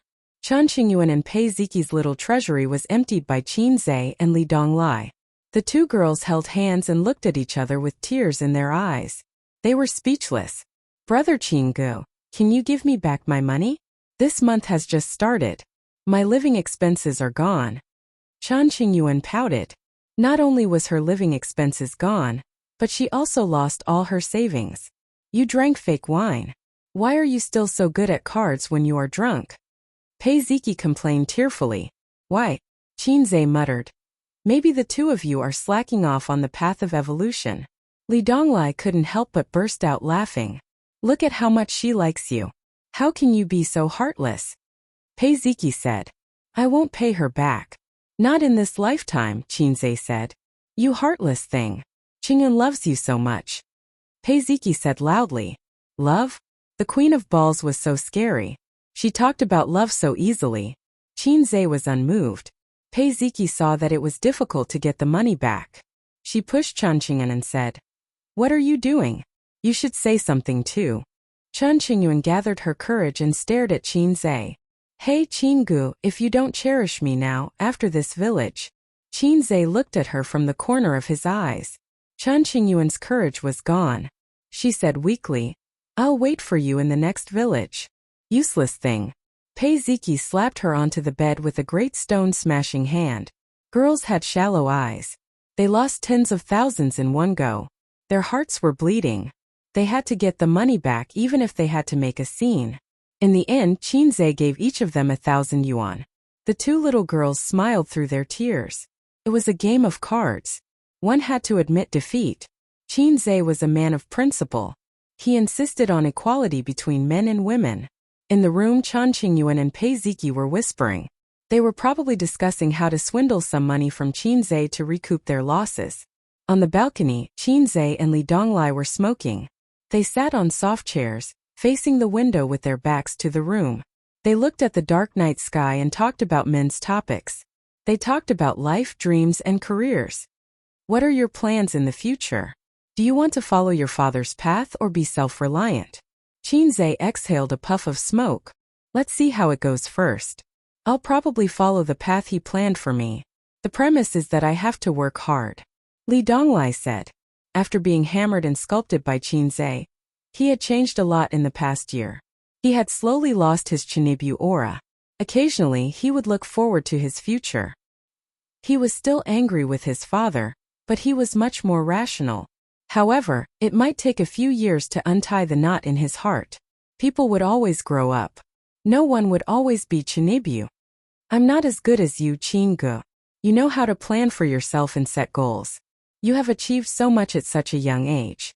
Li Donglai did not hide his admiration and worship. Qinze laughed until he coughed. After laughing, he felt a little sad. "Where did the planning come from?" "The biggest plan in my life is to successfully complete my studies, get a good certificate, find a stable job, save enough money to get married, and then continue to save money to have children. It won't be too hard because I have my own house. However, I won't be too rich either. I'll have a big meal every weekend and travel during festivals. I'll be like this for the rest of my life." Because of his birth, he was born and lived in Shanghai. The people around him mostly talked about various kinds of security, social welfare, demolition, and finding a stable and profitable job through his relatives and friends. They did not talk about how he should work hard to become a millionaire or a billionaire. The richer the area, the less wolfish the people were. That's why the rich people in Shanghai were all foreigners. They had a secure life, good social welfare, and a house. They had not suffered much in their lives. Where did the wolfish nature come from? None at all. Moreover, how many people could succeed if they worked hard? Most people in Shanghai lived by the principle of being content with a small fortune. Then how did you get to where you are today? Li Donglai was puzzled.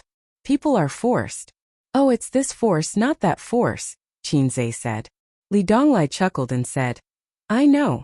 People are forced. At the same time, they have to work hard for it. Qinzhe was speechless. Comrade Mao Zedong, why are you so naughty? Li Donglai said again, Master, have you found the one who will work hard for you for your whole life? Qinzhe said in annoyance, You talk too much. Li Donglai egged him on and said, The one inside is really not bad. She's pretty and smart, but she's also quite stupid. In the future you can have a wife outside, but at home you can have a wife. Qinzhe sighed sadly. I might not be able to have a stupid woman in my life. Li Donglai obviously did not understand why he sighed, or perhaps he misunderstood. He said sympathetically, I know. What's so good about a girl? She doesn't understand romance. She's not as charming as the big sisters. Qinggu, I understand your taste, but I don't understand why a girl's first boyfriend can take everything away from her so easily. It's the same for the second and third boyfriend, but the man who marries her has to buy a house and give a betrothal gift? Qinzhe said in annoyance, Don't read the messy things on the internet. That's not how marriage is calculated. Li Donglai straightened his neck and said, But I think it's quite reasonable. Of course you think it's reasonable. It's because you haven't had a F*** girlfriend before. You won't think so after you've had a few girlfriends. Facing his disciple's misunderstanding, Qinzhe felt that it was necessary to enlighten him, lest this guy become cynical. Love doesn't care about the past. Li Donglai would definitely not understand such an answer. It would be useless to say anything. This was the difference between having sex for a period of time and having sex for a lifetime. Such an answer was too vulgar and not conducive to his master's image. Qinzhe pondered for a moment and said, Facts have proven the importance of work experience. Li Donglai. After they finished smoking, Li Donglai put out the cigarette but in the ashtray and suddenly asked a question that surprised Qinzhe. Master, what do you think of my aunt? Huh? Was the next sentence going to be my aunt's husband? Qinzhe answered truthfully, Your aunt is very good. She's beautiful, has a good figure, and is very feminine. It's just that she's a little old. If he answered this question from a rational point of view, his parents would definitely not agree to him marrying a 31-year-old woman. The age difference was too big. As soon as he finished speaking, Qinzhe felt a murderous aura coming at him. He was stunned and did not dare to look back. Li Donglai turned his head in a daze and trembled in fear.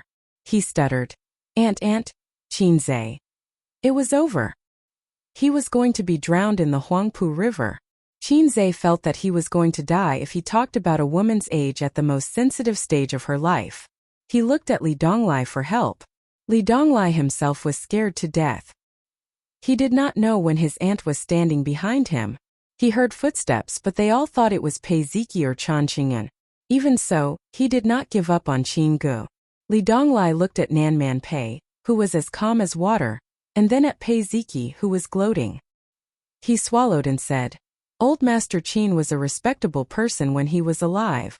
You can leave after burning some incense. He meant that he wanted to stay. After all, there were more people and Qinzhe could still be saved. Pei Ziki looked back at her brother and thought of the despair of emptying her little treasury. She sneered. Old Master Qin was a respectable person when he was alive. You can leave after spitting. Li Donglai. Qinzhe. Chapter 545. What an ungrateful woman. She was so young, but she had a heart as venomous as snakes and scorpions. Qinzhe turned his head with difficulty and looked at Pei Ziki. Please return my 1,000 yuan. Bastard. He was looking at Pei Nanman. Her beautiful face was as cold as ice. She was rarely angry. Qinzhe looked at Chen Qingyuan, hoping that she could help him resolve the awkwardness. Chen Qingyuan glanced at Nan Man Pei. She was scared to death. Her eyes darted around and she stammered, "Qinggu, I'm so sleepy. I'm going back to my room to sleep. I'll play with you tomorrow." Qinzhe was speechless. What a pompous woman. Just a moment ago she said that she loved him. Love after Eggy was indeed cheap. Old Master Qin was a respectable man when he was alive. Why didn't anyone save him? The three of them retreated without any sense of loyalty.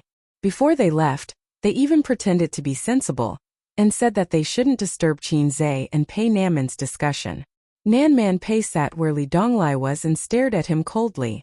Qinzhe felt like he was sitting on pins and needles.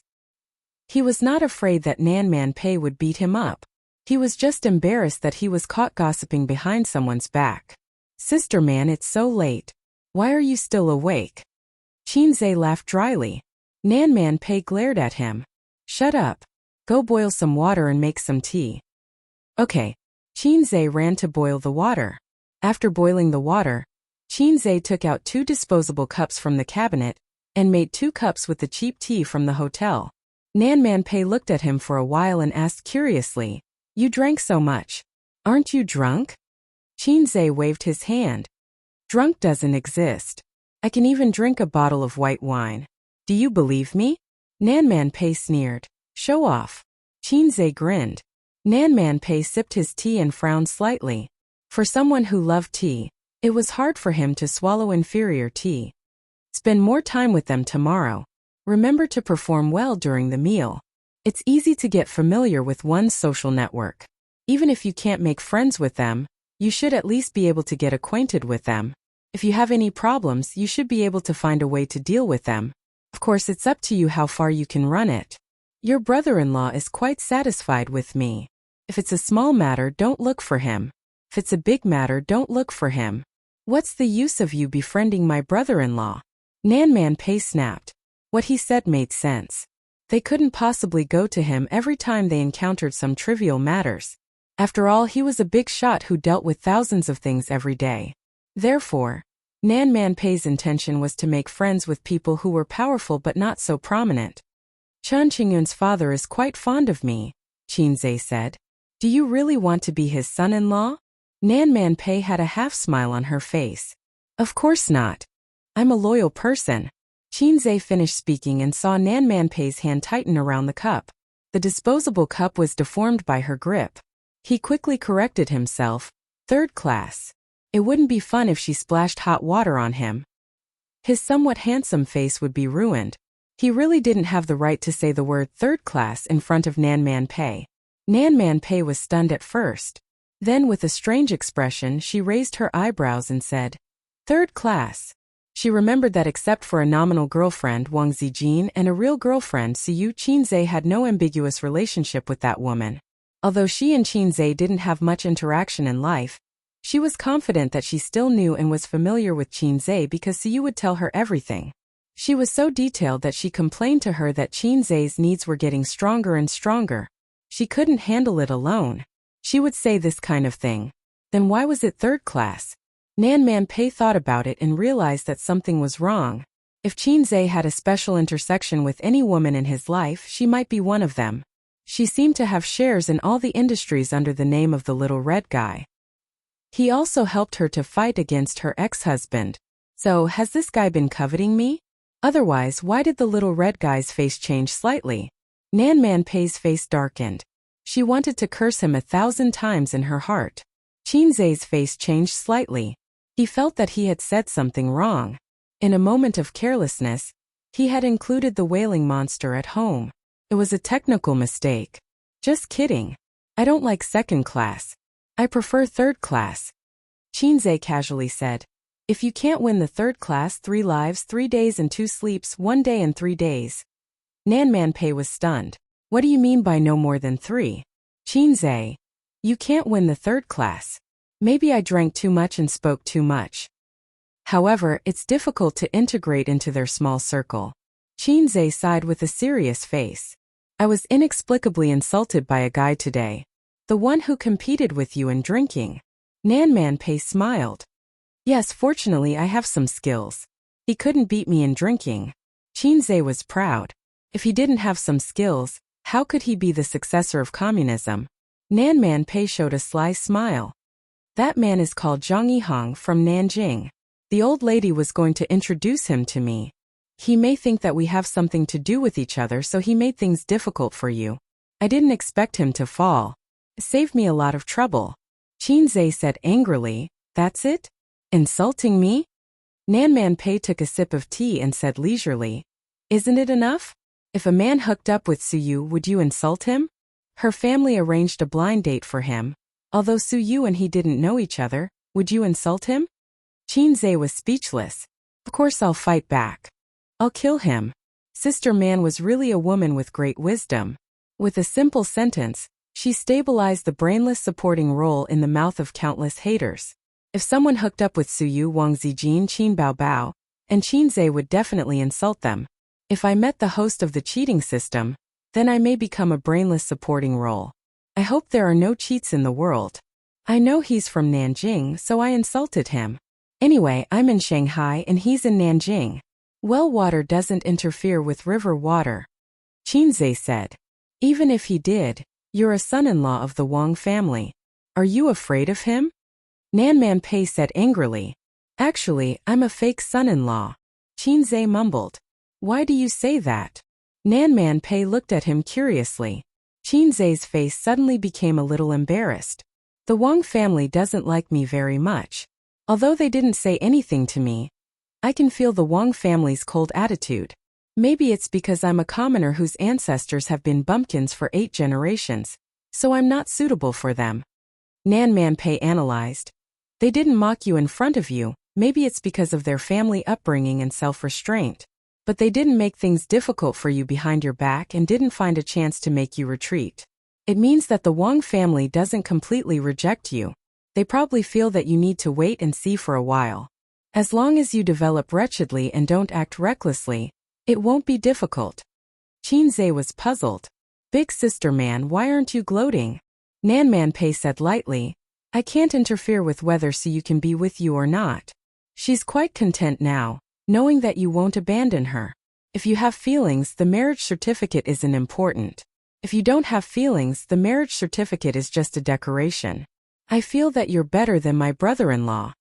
Qinze was silent. Nan Man Pei egged him on. Don't you want to hear about the Li family's gossip? Don't you want to know why Ziki and Donglai are so prejudiced against their father? Qinze shook his head. Every family has its own difficulties. I'm too lazy to worry about other people's trivial matters. My own feelings are a mess. By the way, how's the acquisition of your VR equipment factory going? Nan Man Pei asked. Looking at his face, Nan Man Pei knew what was going on. Do you know that the industry is difficult? Do you have a feeling that you don't know where to start? Nan Man Pei said in a vengeful tone. Sure enough, you can't do anything without hair on your mouth. I wasted 100 million. Qinze was not convinced and retorted. I don't have hair on my mouth, but I have hair down there. I'm much older. Nan Man Pei raised her eyebrows and kicked him hard. I gave you face, didn't I? Nan Man Pei said coldly. Do I look like an old woman who's easy to bully? Qinze. Omega winky face flirtatious words are a disease that needs to be corrected. Qinze rubbed his calf and looked at Nan Man Pei's women's leather shoes. It hurts so damn much. He actually had a little plan in mind when he gave the task of acquiring the factory to his uncle. Or rather, a little scheme.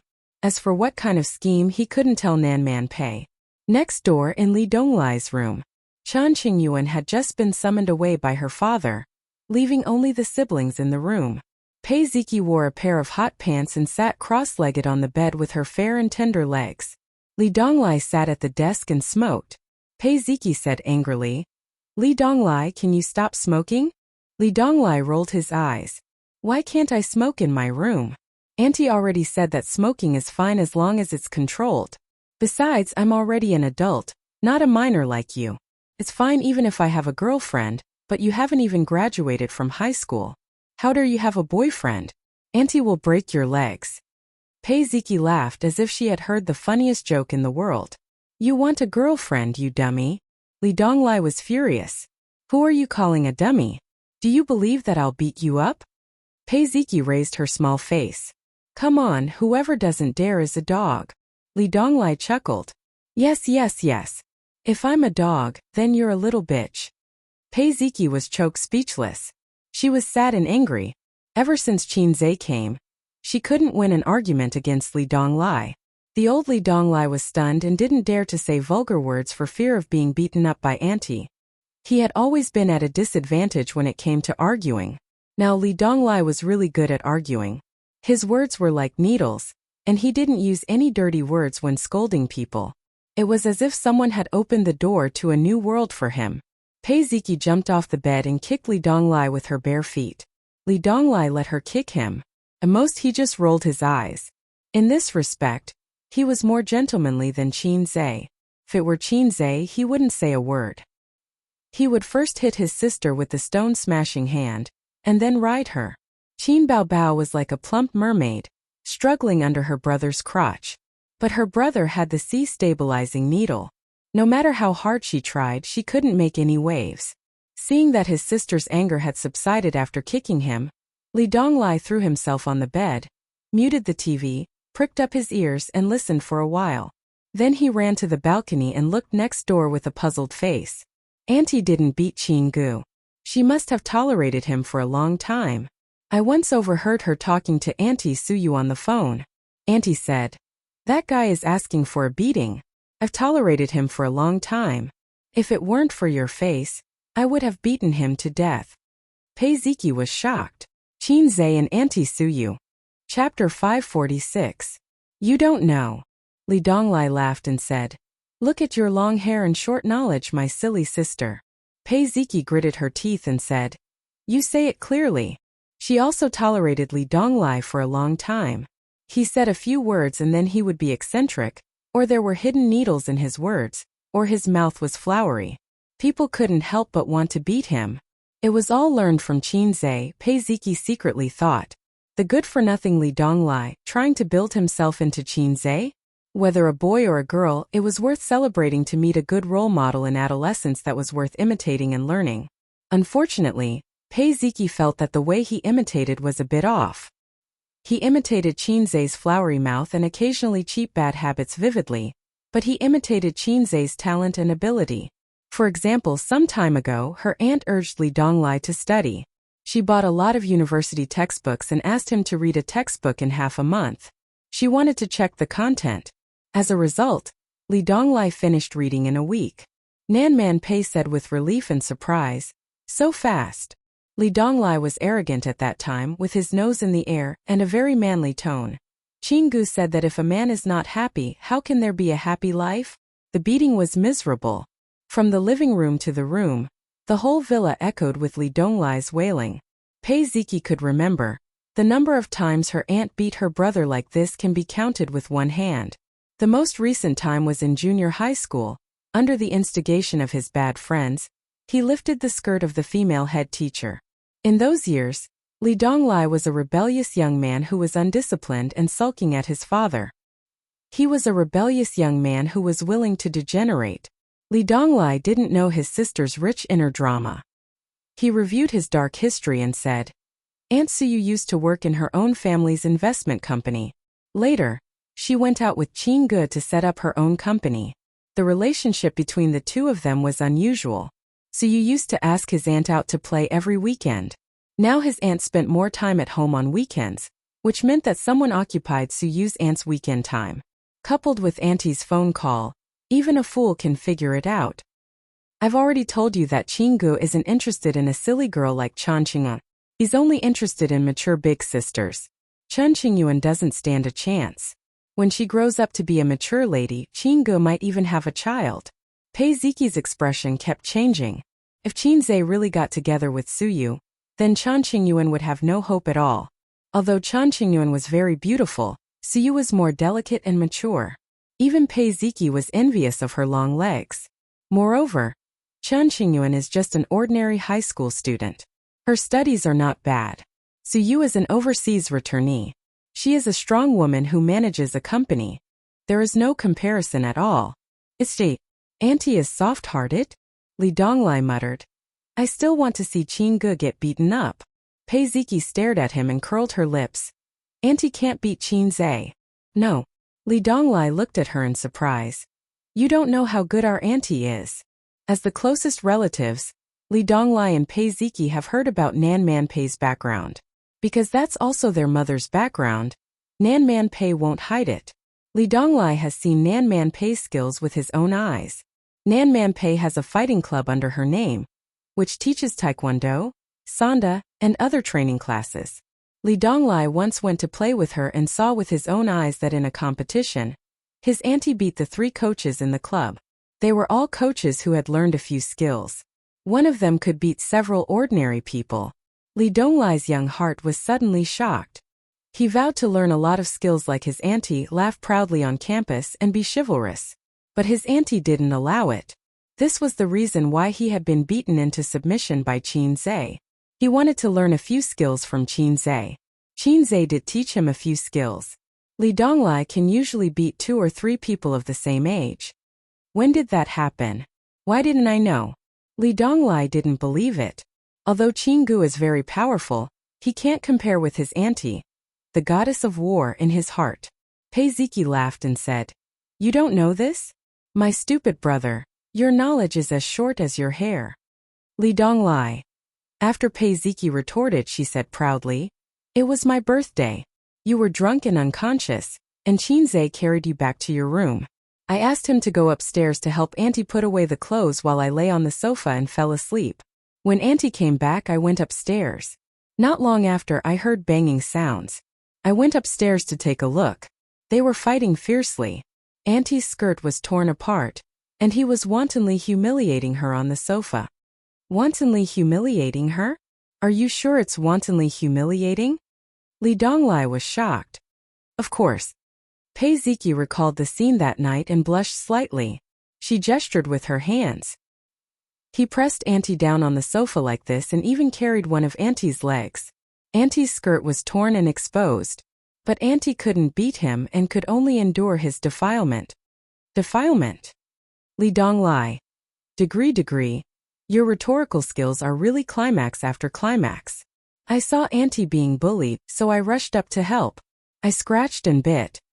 Pei Ziki said hatefully. Auntie said it was a competition, but I think Qinze took the opportunity to take advantage of Auntie. Otherwise, why would he carry Auntie's leg? He could have just beaten Auntie to the ground. Li Donglai was shocked. Auntie really lost? Pei Ziki nodded. Oh my, so Qingge had held back when he taught me. After waiting for another half an hour, Nan Man Pei still hadn't come. Pei Ziki felt sleepy and yawned. Why isn't Auntie out yet? I want to go back to sleep, Pei Ziki said. Li Donglai hesitated. Why don't you sleep here? I'm not sleepy. I can still wait. After Auntie comes out, I'll sleep in your room. Pei Ziki thought for a while and nodded. She lifted the blanket and crawled under it, curling up into a small ball. By the way, do you like Qingge? Li Donglai asked inexplicably. Pei Ziki was stunned and said, Do you want to die? Li Donglai lit a cigarette, took a deep puff and exhaled. Looking at the smoke rising slowly in the light, his eyes were in a trance. Actually, I like him. Qingge is handsome and has no lack of ability and talent. Isn't he the Prince Charming in a girl's heart? Just like Chan Qingyun, you can't help but like him. Speaking of which, you and Qingge met earlier than her. Oh, I'm not an albino scientist. All albino scientists in the world deserve to die. I don't believe that you really don't care about him. It's because of your disdain that I understand that you might like him. It's no big deal. Who doesn't look forward to a certain big brother or big sister in adolescence? I also look forward to Auntie Suyu. I want to marry a beautiful and cold wife like her in the future. But I know that it's just a longing. But don't fall so deep like Chan Qingyun. I don't like her because her love is too humble. The last time we worked together to check the box office of A Journey to the West, when I came out of the toilet, I saw her crying on the sink outside, crying miserably. She's stubborn. She's stubborn when she's angry with her parents. She's also stubborn when she likes Qingge. But liking a person is uncontrollable. Not liking a person is also uncontrollable. You can't think that Chingu is heartless and indifferent just because he doesn't like her. Chingu has already made it very clear to her. But she's like a moth to the flame. Who's to blame for crying so miserably? Li Donglai sighed faintly. But I don't want you to cry so miserably. You're my sister. I'd rather you betray others than let others betray you. Pei Ziki looked at him blankly. Li Donglai said, Do you think Chingu is poisonous? Why do all the little girls like him so much? I'm not as handsome as him, not as talented as him, not as smart as him, not as good as him, not as good as him in singing, not as good as him in earning money, not as strong as him in aura, not as good as him in fighting. Besides these, what's the difference between me and him? Where am I inferior to him? But I'm still a virgin. Damn it, what do I need this iron bar for? Psycho. Pei Ziki lifted the quilt and covered her head. She said with a slightly choked voice. Who likes him? I won't like him. The room was completely quiet. Li Donglai was alone in a daze. Listening to Pei Ziki's slight snoring, his thoughts drifted. In the luxurious parent-child room at the end of the corridor, the family of 3 should be asleep at this time. He imagined the scene inside. The naughty child, who was always looking for trouble, was sleeping happily. The stepmother, who had always disliked him and his sister, was gently patting his son's back. Beside him was his dignified and silent father, who was leaning on the bed, reading magazines or government news. His mother passed away when he was in primary school. His father remarried half a year later. It was a shotgun marriage. Because of this, Li Donglai could not forgive his father. His father said that it was for the good of you and Ziki. You are too young and cannot live without your mother's care. Li Donglai said loudly at that time. You are fickle, and you might even have an affair. Otherwise, what's with the bastard in that woman's belly? You scum. His father slapped him on the spot. His aunt said that his father cheated his mother. His mother abandoned her huge family business and followed him to Shanghai. She was unfamiliar with the place and people, and they almost broke up. His mother loved him so much, but what did he do? Did he lack women? Couldn't he live without women? How long had it been since his mother passed away? Half a year later, that woman was already 3 months pregnant. Therefore, after his stepmother married into the family, Li Donglai made all kinds of trouble and looked for trouble.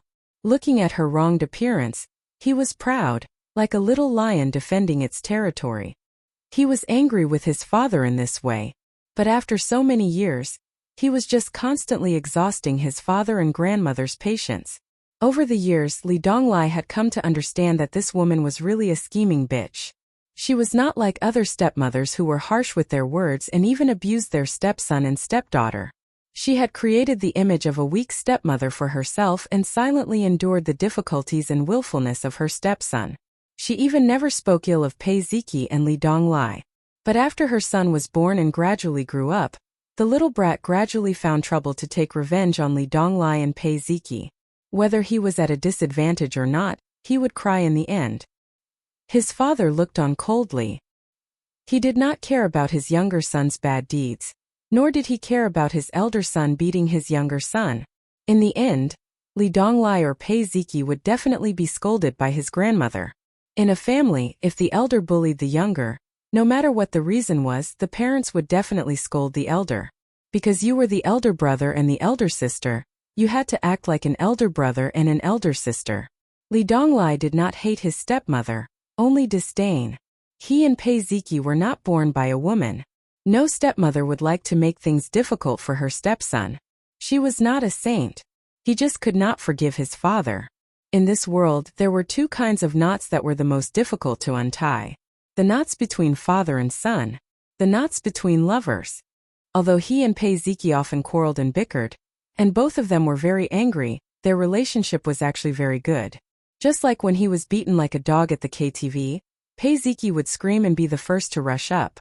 And if Pei Ziki was hurt, he would fight with the other party without caring about anything. In a pretentious way of saying, "This world is very cold, we hug each other for warmth." Chapter 547.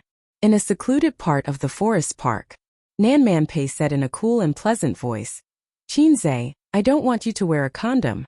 Chinze said in a distressed tone, "No, sister man. It's safe to wear a condom. If I don't, I'll die. Sunlight shone through the branches and leaves and scattered spots of light on the ground. Nan Man Pei wiped the sweat on her forehead and said, "Don't wear a condom. It's not exciting." Qinze said firmly, "No, it's too exciting. If I don't wear one, I won't last a minute."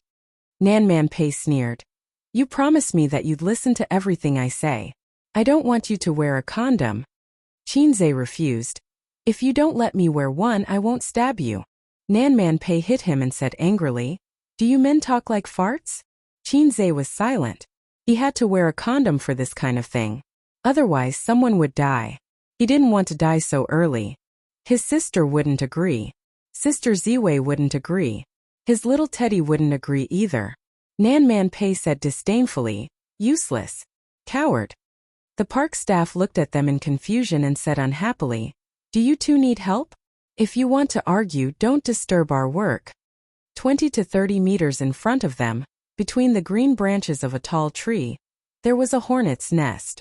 Recently, a tourist had been stung by a hornet in the forest park. The park staff investigated and found the hornet's nest here. This thing was very harmful and aggressive. Moreover, a sting could cause a person to feel pain for half a day. The emergency response was to apply soap water. Because the wasp's venom was acidic, alkaline soap water could neutralize the venom and reduce the pain. Qinze said angrily, "You're not the one doing it. Don't be sarcastic." Coincidentally, Qinze, Pei Nanman, and the others who were passing by saw this scene. Nanman Pei pointed at the hornet's nest and said, "If you stab it down, this old woman will forget about what happened last night. Poking a hornet's nest or sinking into the Huangpu River, you choose." Qinze patted his chest and said no problem, so easy. Nanman Pei did not insist. He watched as Qinze put on cotton gloves, a hood with a cotton net hanging down, and a military coat with the help of the staff. Then, he carried the ladder and walked valiantly towards Hornet's Nest. Nanman Pei was not only accompanied by Pei Ziki, Li Donglai and his sister, Chan Qingyuan, but also Zhang Yihang. They had just parted ways with their elders. After all, it was not fun to wander around the forest park with the elders. Young people preferred to play by themselves. Nanman Pei was forcefully pushed out by old Madam Li. Mrs. Li said, "You young people should play together and improve your relationship." Nanman Pei could not refuse, so he played alone with a group of juniors and brought Qinze along. Qinze was having a good time with a group of big shots. He was not reserved at all. After all, he was a young man who had talked to old Master Wang and said flirtatious words. This kind of scene could definitely be handled. Salted Fish Zay was no longer the salted fish he used to be. In the past year, he had cultivated unparalleled confidence. No one said that his temperament was not worthy of his handsomeness. He was like a person who played games with cheats. He was not afraid of anyone. Zhang Yihang was of average height, but he was very burly and had a valiant temperament. However, his slightly pale face ruined his masculine image. Zhang Yihang accompanied Nanman Pei and looked at Qinze's back. He smiled and said, "This young man is very interesting." Nanman Pei replied politely, "Yes, he can drink better."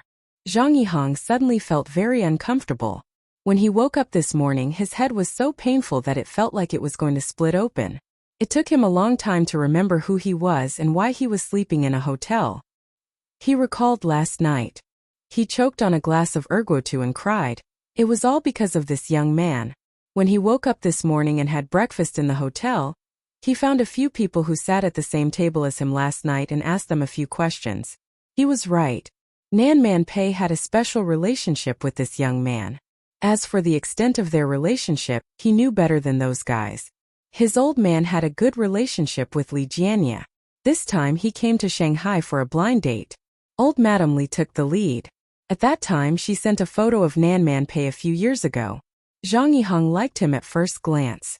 Even though he knew that he was divorced, he did not mind at all. In this day and age, it really did not matter whether he was divorced or not. Which young people nowadays did not have a few exes? What was the difference between getting married and doing all the things that a married couple should do?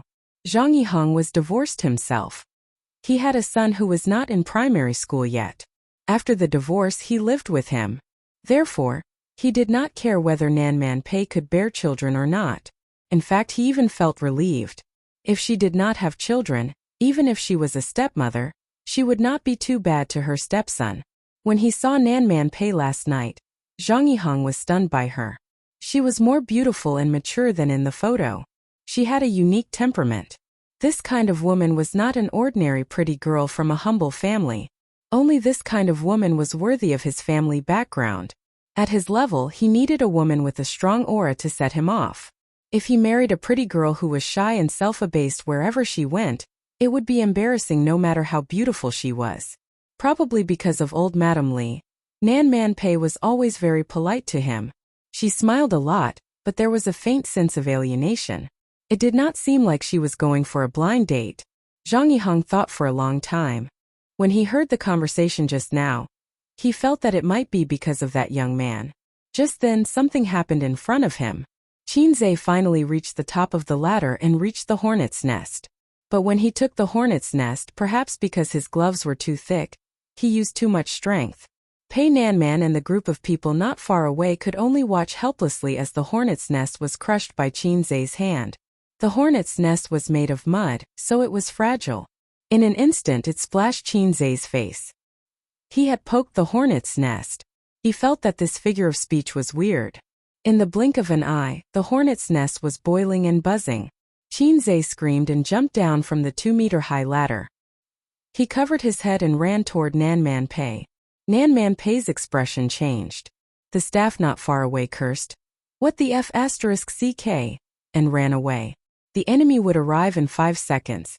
If they did not run, they would not be crushed.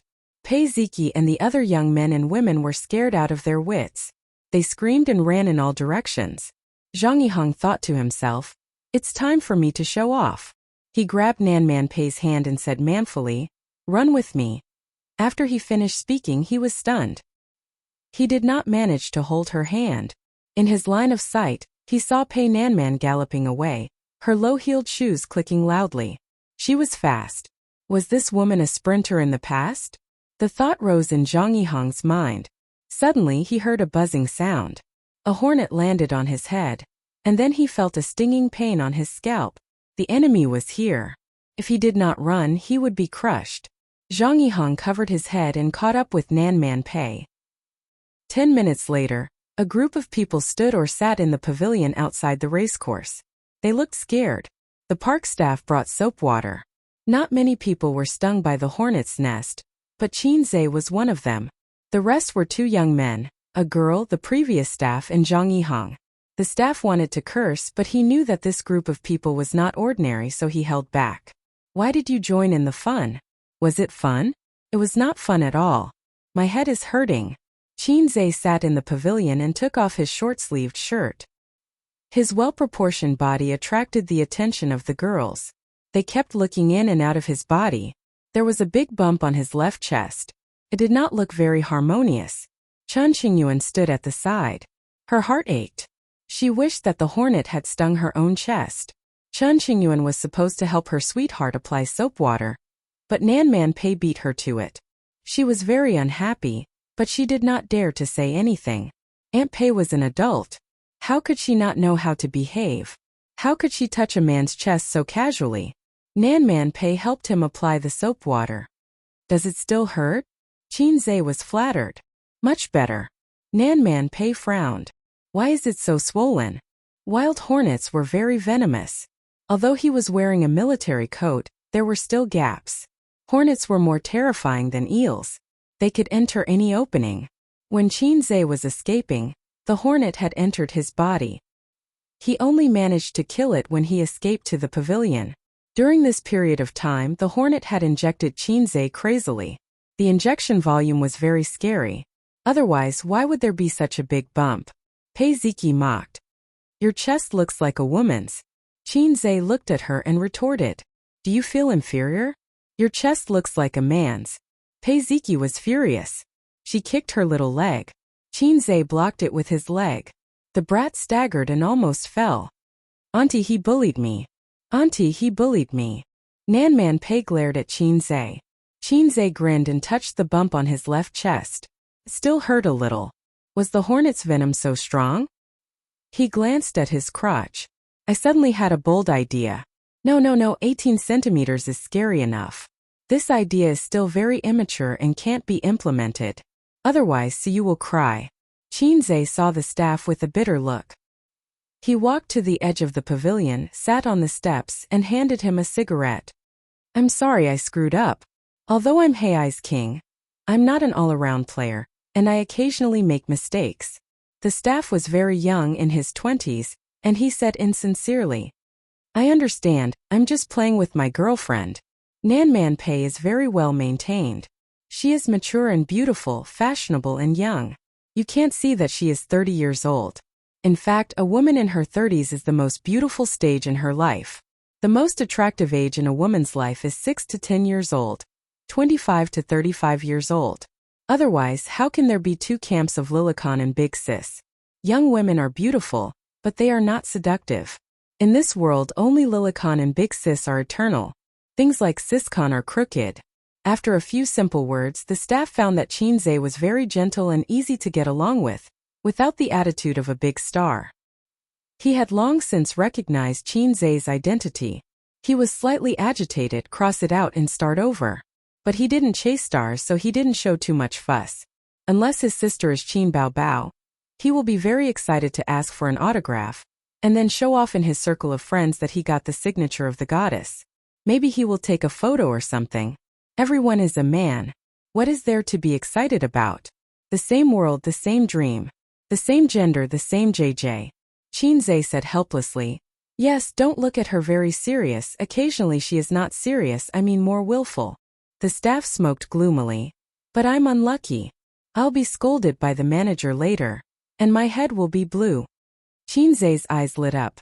Sichuan lewd? Yes. I always like the Sichuan version of Mandarin. I think it's very Western. What's so Western about it? It's really Western. It's the first time I heard the effect of a talk show in Mandarin. Brother, what's your surname? Perhaps he felt that Qinze was too down to earth. The staff threw him a little wink and laughed. The north wind blows, the autumn wind is cold. Whose wife is staying in an empty room? If you have trouble, I'll help. I live next door, my surname is Wang. Qinze laughed. The staff also laughed. Qinze lightly slapped his scalp. Speak properly. I don't live next door, but my wife's surname is Wang. Chapter 548. Zhang Yihang frowned. There was a big bump on his head and a bite on his neck. The pain was secondary. The main thing was that he had suffered an unexpected misfortune. If not for this rascal's naughtiness and insistence on poking the hornet's nest, such a terrible thing would not have happened. The hateful thing was that he only had a bump on his chest. If it had been a woman, she might have been happy for a while. She did not need to spend money on treatment and was confident of being a woman. Why did he get stung on the head? Why did he have a horn on his head? Zhang Yihang was full of anger. He said unhappily, if you have time to chat, think about how to deal with the hornet's nest. Qinze replied, the park staff has already done it. The staff member surnamed Wang nodded. My colleague will do it. Qinze shrugged. That's right. By the way, can you teach me some Sichuan Mandarin? I'll go home and tease my sister. She'll definitely laugh like a mantis shrimp. It's so cute. When old Wang heard this, he was also interested. Sure, what do you want to translate? Qinze said. I'll kill you with one punch. Old Wang was speechless. How am I supposed to translate this? Where are the people from Sichuan? Give me some pointers. Zhang Yihang hated two kinds of people the most in his life. 1. Self-righteous people who felt that they were invincible just because they had some small achievements. They looked down on everything and looked up at the sky. 2. People who commented all day long. The first post makes sense. The first post is the truth. The first post is so F*** correct. And then the number of comments was ridiculously high. He had painstakingly climbed to the first post, but the first post did not even say anything. His mentality exploded. Qinze was the former. After earning some money, he felt that he was the most powerful person in the world. In fact, he knew nothing about power. Moreover, Qinze had an ambiguous relationship with the woman he had taken a fancy to. Nanman Pei did not even soap him. He only did it for Qinze. He even had to show off when he was wiping soap. If I threw a piece of soap, would you dare to pick it up? Zhang Yihang said sarcastically. If you don't have any skills, then don't do unnecessary things. You don't even know how to poke a hornet's nest. If you cause others to be stung by a hornet, don't you know how to apologize? Qinzhe scratched his head. Didn't I say that? Hey, didn't I apologize to you guys? The boys and girls replied. He did. They are all my men. Qinzhe shrugged at Zhang Yihang. He did. Zhang Yihang was furious. He could see that Qinzhe was deliberately looking for trouble. He was the only one who didn't apologize to him. He was clearly looking down on him. Understood. Sure enough, he had an unusual relationship with Nan Manpei. This kind of person, who always went against him, was the legendary brain-dead villain. Watch me find a chance to smack him in the face. You're just a kid with no background and no power. What are you trying to do with me? Let you understand the horror of the world in minutes. Li Donglai interrupted. Qinggu is good at martial arts. He's doomed this time. Amazing skills? Zhang Yihang snorted. His laughter was full of disdain. He didn't hide his disdain. Qinzhe said, It's my fault. It's so hot today.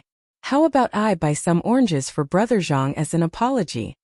All of a sudden, she became sensible. Zhang Yihang was stunned for a moment. Old Wang snorted. His laughter did not stop, and scattered laughter followed closely behind. The few little fellows could not hold it in and laughed out loud as well. Only Nan Manpei and Zhang Yihang were a little confused. What was so funny? Kids these days really didn't understand. Although they didn't understand what was so funny about buying oranges, there was definitely a hidden meaning. Zhang Yihang's face darkened. He felt that his intelligence was insulted and he was being played like a monkey. However, Nan Manpei was sitting next to him. He couldn't act too ignorant. In his mind, he sent Qinzhe to the death row and prepared to execute him after autumn. So boring. Chen Qingyun walked lightly like a deer and came to Qinzhe's side. Qinggu, let's go horseback riding. There were many fun things in the forest park, such as horseback riding, go-karting, kayaking, Easter egg shooting, and so on. There were also many scenic areas. Qinzhe turned to look at her. The deer was very beautiful, and it didn't have its hair done. Qinzhe had never ridden a horse before. He felt that he could give it a try and was about to nod. Su Jian, let's practice. Li Donglai suddenly pushed a boy next to him. It was a boy wearing glasses. He shook his head. No. Li Donglai sneered. Trash, I'll only use one hand. Do you dare? He was so aggressive that the boy's face turned ugly. Li Donglai, do you want to hit people again? You're so annoying. You never stop. The boys and girls were either persuading or complaining. Nan Manpei frowned. Donglai. Li Donglai didn't care. He straightened his neck. Coward, are you coming or not?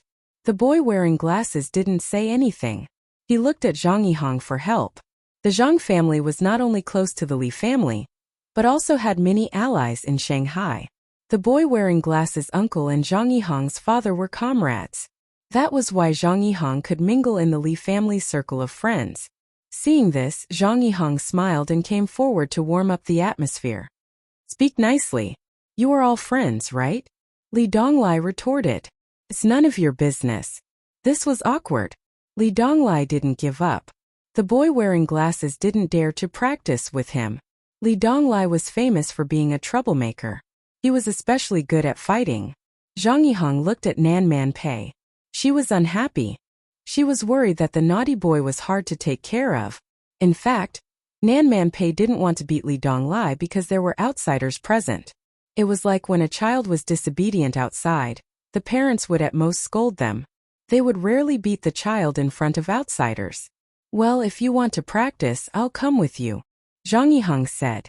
I've practiced before. Li Donglai ignored him. Zhang Yihang laughed. Forget it. I don't bully children. Li Donglai couldn't stand provocation. He glanced at the disdain in Zhang Yihang's eyes and nodded. Okay. The two left the pavilion and confronted each other on the side of the road. Pei Ziki pulled Nan Manpei's arm. Auntie, what's wrong with him? Nan Manpei patted her hand. Don't mind him. He's itching for a beating. The boys and girls in the pavilion played the role of onlookers. They were excited to watch the show. If Li Donglai's provocation was seen as a fight, then this was pure entertainment. Li Donglai lowered his waist. This was the most basic horse stance that Qinze had taught him.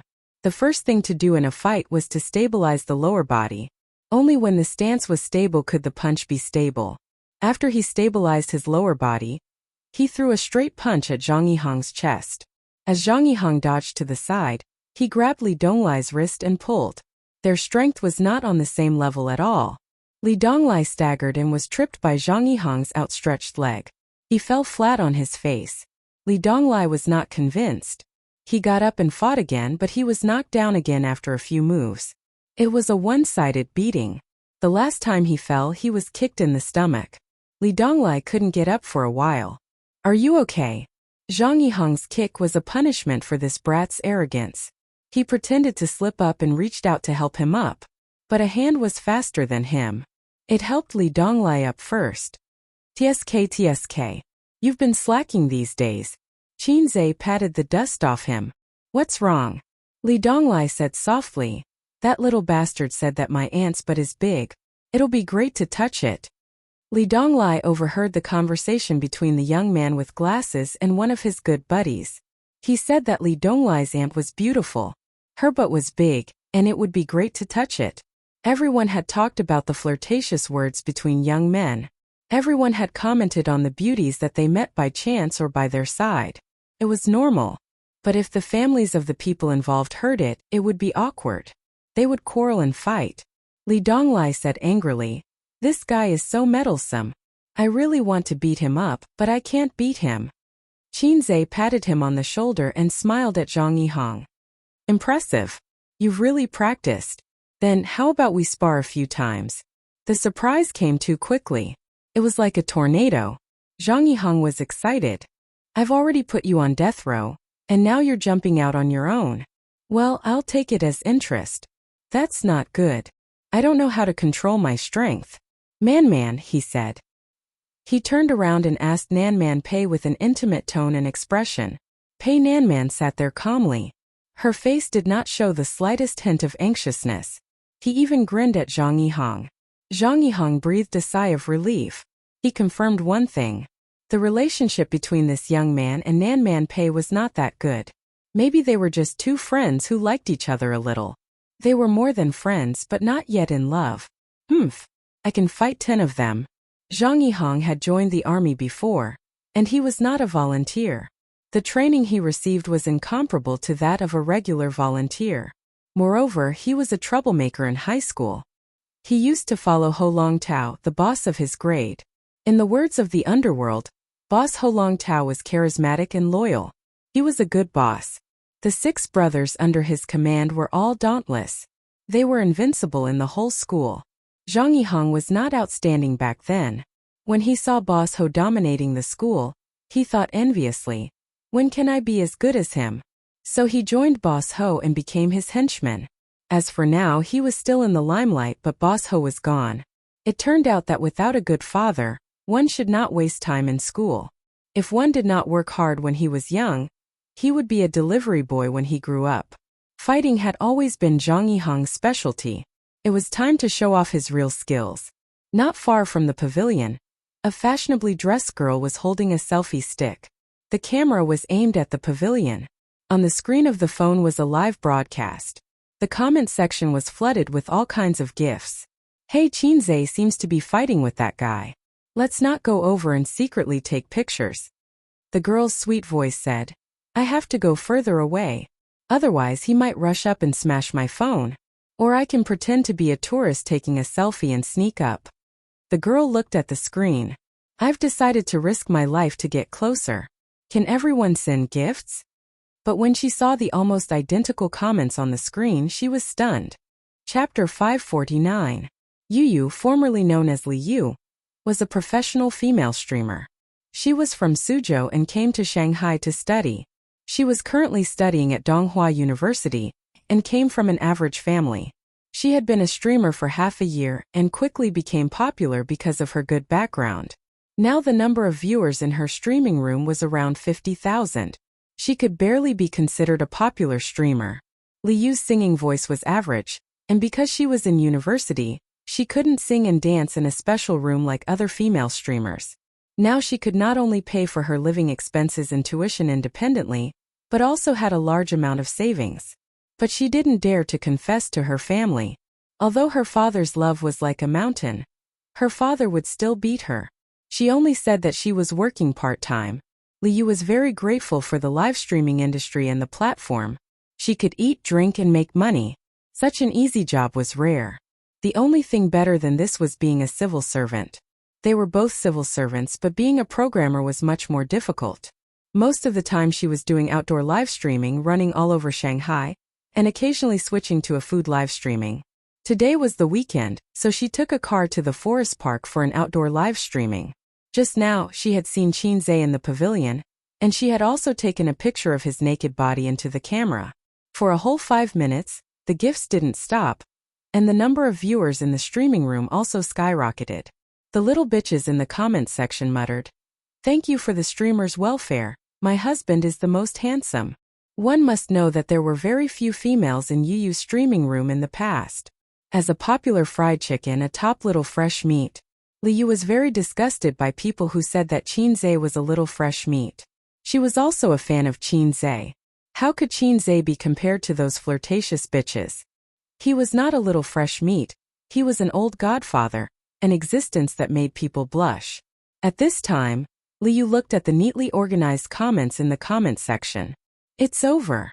The comments were more uniform than pickled cabbage. As a fan of Qin Zhe, she couldn't bear it and complained. How is it over? Can you have some confidence in Qin Zhe? The audience is laughing but not saying anything.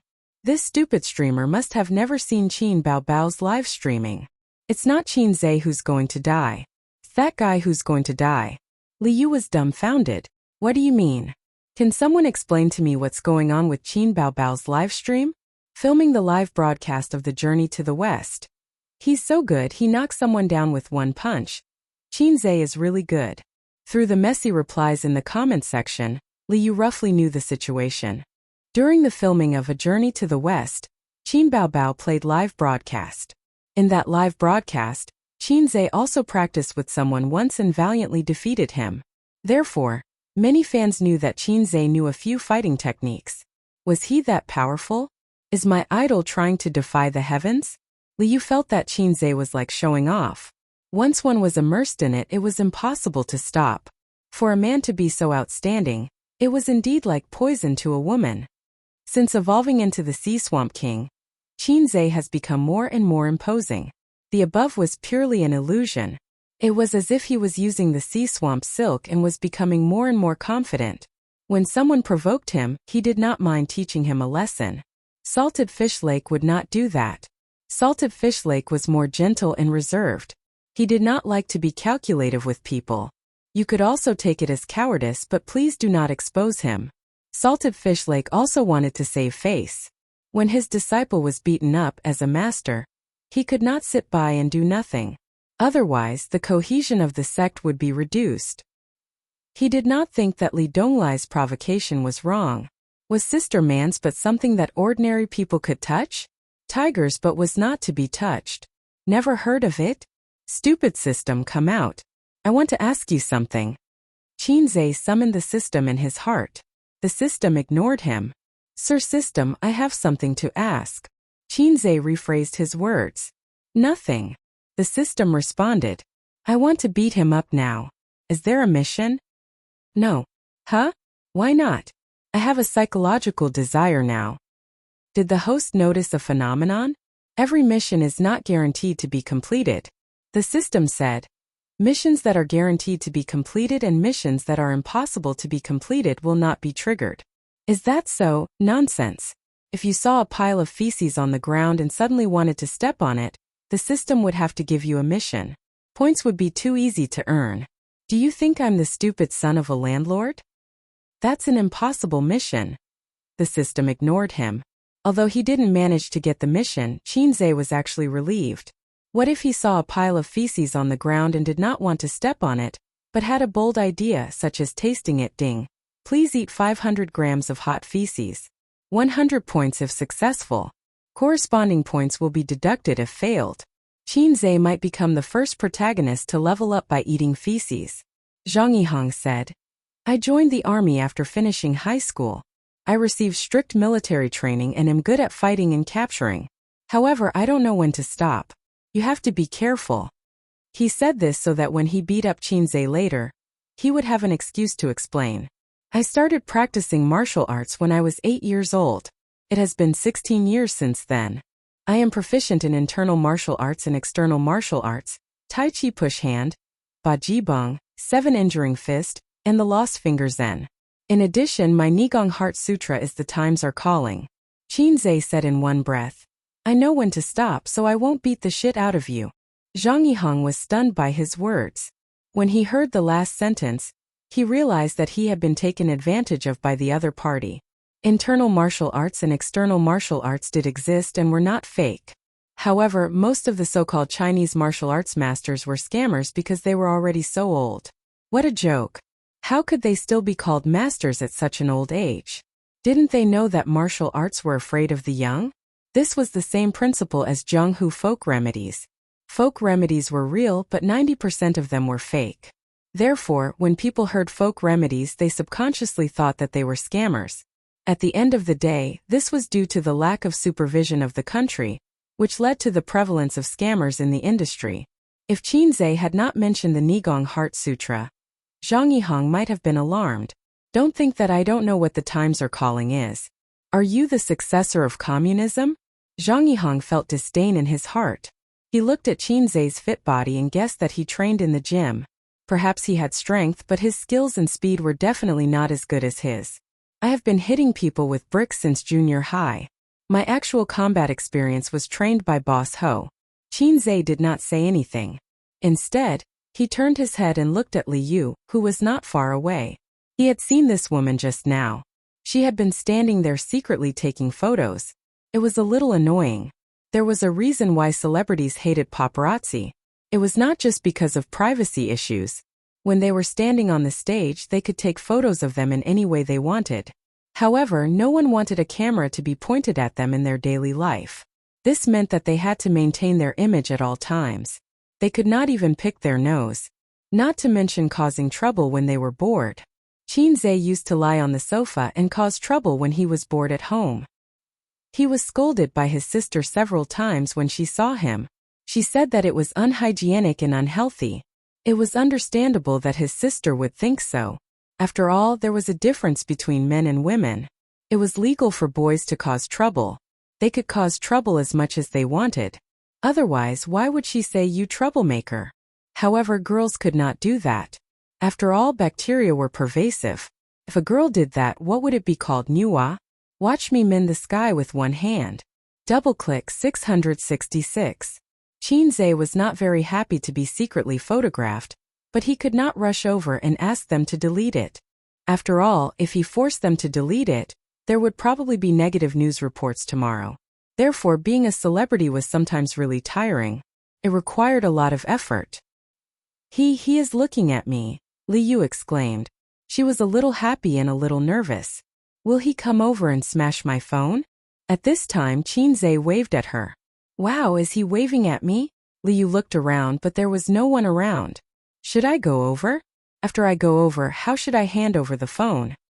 Go get close to the big boss. Host, go over quickly. Why are you in a daze? I want to see Qinze's bare face. Go, focus the camera. The comment section was full of encouragement. The audience in the live broadcast room was more excited than she was. They sent her a wave of gifts and urged her to hurry over. Li Yu trotted over with excitement and nervousness. When she approached, Qinze asked, Are you filming? After seeing the screen of the phone facing him, his smile suddenly became gentle and his tone became easygoing. You're broadcasting. He thought to himself, Damn, you're broadcasting behind my back. Can I? Li Yu asked timidly, his eyes shining brightly. Yes, Qinze said. Are you a female host? Li Yu nodded vigorously. Yes, my name is Li Yu. I'm a small host on the Salted Fish broadcasting platform. Qinze nodded and stopped her from filming. He smiled brightly and said, Hello everyone. He waved at the camera. The next moment, The comments in the comment section jumped and the screen was full of gifs. Li Yu's face was full of happiness. "Stand aside, I want to fight with my friends," Qinze said. Li Yu stood obediently by the pavilion. When she saw Nanman Pei, her eyes lit up. She immediately aimed the camera at the people in the pavilion and greeted them as if they were close friends. "Hello everyone." No one paid attention to her. The teenagers glanced at her casually. "Hey." Li Yu awkwardly moved the camera away. The eyes of the people in the pavilion made her feel the gaze of the big boss. A lively and beautiful girl like her was popular everywhere. But obviously the people in the pavilion were not so enthusiastic. Li Yu glanced at the phone. The audience in the live broadcast room was discussing the beautiful mature woman who had appeared for a moment. Some said that the two little girls were also very beautiful. Zhang Yihang was happy in his heart. "Oh, this little girl came at the right time. Isn't Qinze a big star? Watch me beat him in the live broadcast." From a physical point of view, a man in his early 30s was the peak of his body. Teenagers and young people may be energetic, but their strength was not as good as his age. Then there was experience. Experience needed to be accumulated over a long period of time. How could Qinze be the opponent of a veteran who had undergone strict training? The young boys and girls in the pavilion were watching with great interest.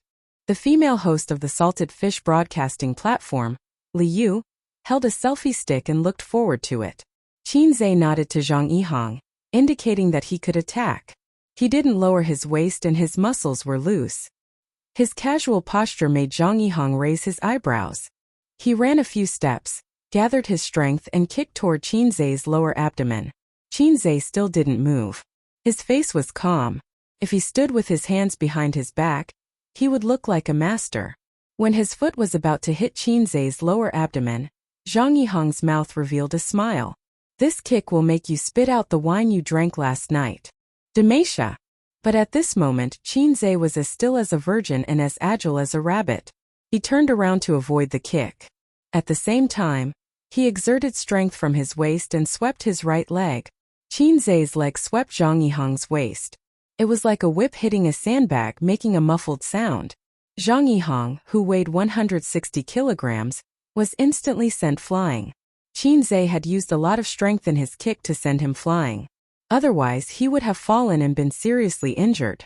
After all, he was a big shot who could break a bone porcelain cup with his bare hands. Zhang Yihang fell to the ground and curled up like a mantis shrimp. He first felt a suffocating pain, the kind that was really breathless. Then he felt a sharp pain in his left waist. "My kidney! My kidney!" Chapter 550. There were no cheers or cheers. The young boys and girls in the pavilion were a little confused. Finished? Finished? Why was it completely different from the fierce battle that he had imagined, where you gave a left hook and I gave a right hook, where you gave a black tiger a heart and I gave a monkey a peach? People usually had a few rounds of boxing. Here it was over with one kick. They knew that real fighting was very intense. There was no such thing as teleportation or dodging, but it was too fast. Everyone was a little confused. It seemed that those who were related to Qinze were especially fast, all kinds of fast. Before you could get into the zone, he would be finished with a whoosh. However, the visual effect of this kick was very shocking. A tall and sturdy man was sent flying with a bang. Nanman Pei narrowed her eyes slightly. The layman enjoyed the show, but the expert saw the naked picture. What she saw was unparalleled strength and precise and ingenious control. This ingenuity was like aged wine. It could not be achieved without a few years of practice. This kid's strength increased again? That night, if it was Qinze like this, Nanman Pei knew that she would not be able to last more than 10 moves. She would be beaten until she cried and called for her father. Was he merciful at that time, or did his strength increase again? Nanman Pei leaned towards the former. A person's fighting skills could be accumulated, but there was a limit to the growth of strength. How could he change so much in just a few months? He was not long out yet. Influenced by Qinze, Nanman Pei habitually muttered in her heart when she encountered unreasonable people or things. He was not long out yet. She had looked up Long Out Yin on the internet. He was a novel protagonist who ignored all logic and reason. He was used to describe some inconceivable or absurd things. That was what the internet said. If you don't believe me, you can do it. Unknowingly, the phrase drown you in the Huangpu River had become her own arrogant words. Pei Nanman felt a sense of loss. Liu recovered from the shock and found that the live streaming room was in an uproar. The speed of the comments was like the bullet screen. When she looked at the gifts again, she realized that her sweetheart had received more gifts than the sum of the gifts she had received in half a month of live streaming. In the eyes of tens of thousands of viewers, through the live broadcast on their mobile phones, they saw the burly man fly up and kick Qinzhe.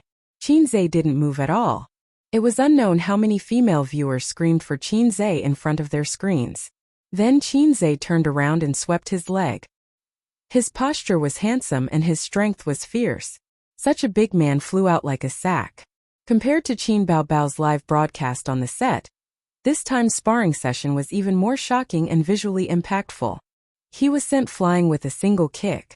I think I've learned physics for nothing. It must be fake. It really doesn't make sense. If you say that it's possible to send someone flying with a kick, it's possible. However, sweeping someone away and kicking someone away are two completely different things. But that's the truth. This isn't a movie. Is the fast shooter a monster? This fast shooter is a bit rash. What's so strange about that? Didn't you see his muscles just now? Io, this old lady's maiden heart. I really want to lick it. Quick, shoot me.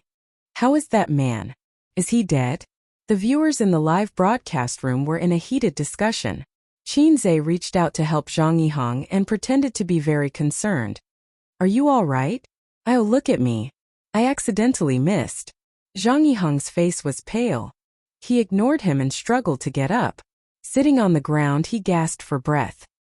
He had no time to care about what Nanman Pei would think of him. He had to recover first. When Qinzhe saw Liu coming over, he pretended to help him. Image was very important, especially for public figures. They must be great, glorious, and righteous. Otherwise, they would be easily patronized by God Hegemon. There were many dead anchors and stars who were killed because of their arrogance and lack of control. Liu cried, "Idol, you're so powerful." Qinzhe smiled and faced the camera. "Everyone, please call me Wu Dao Grandmaster in the future. It's time to change my image. I'm just a fast shooter, let it go with the wind." Qinzhe intended to take this opportunity to clear his name. Smart people always seize the opportunity to clear their names. It was so embarrassing to be called Wu Dao Grandmaster all the time. The viewers in the live broadcast room responded, "Wu Dao Grandmaster. Wu Dao Grandmaster. Wu Dao Grandmaster, I love you." Qinzhe was speechless. "I'm so stupid. Why do I always have to be entangled with a nickname? Steady aura. Steady aura." The nickname Wu Dao Grandmaster was quite naughty, so fans and onlookers liked to call Qinzhe this way. They thought it was a teasing and a nickname. What kind of nickname was this? Wu Dao Grandmaster, Prince Charming, and Little Fresh Meat were not as interesting as Wu Dao Grandmaster. This was the psychology of the masses. For example, many stars like to criticize themselves on Weibo, which could make fans laugh and like them. That was the reason. But Qinzhe really didn't like this nickname. When he introduced himself in the future, he would say, "Hello, I'm Shi Ritian. What's your name?" "I'm Wu Dao Grandmaster." Or, "Hello, I'm Qinzhe. Oh, I know you. Wu Dao Grandmaster." Inexplicably, he was given such a title. It was all Qin Baobao's fault. No matter how hard he slapped her, it wouldn't make up for his loss. He would definitely give her a good spanking when he got home. Nanman Pei walked over and stretched out her hand. "Yihang, are you okay?" Zhang Yihang's expression was terrible. He shook his head, held Nanman Pei's little hand and got up. The left side of his waist hurt badly. He had the illusion that he was being cut in half.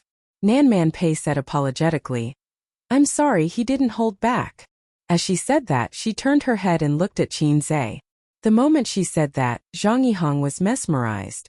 But the words she said made Zhang Yihang break down. He doesn't hold back in all aspects. I've been troubled. Zhang Yihang was speechless.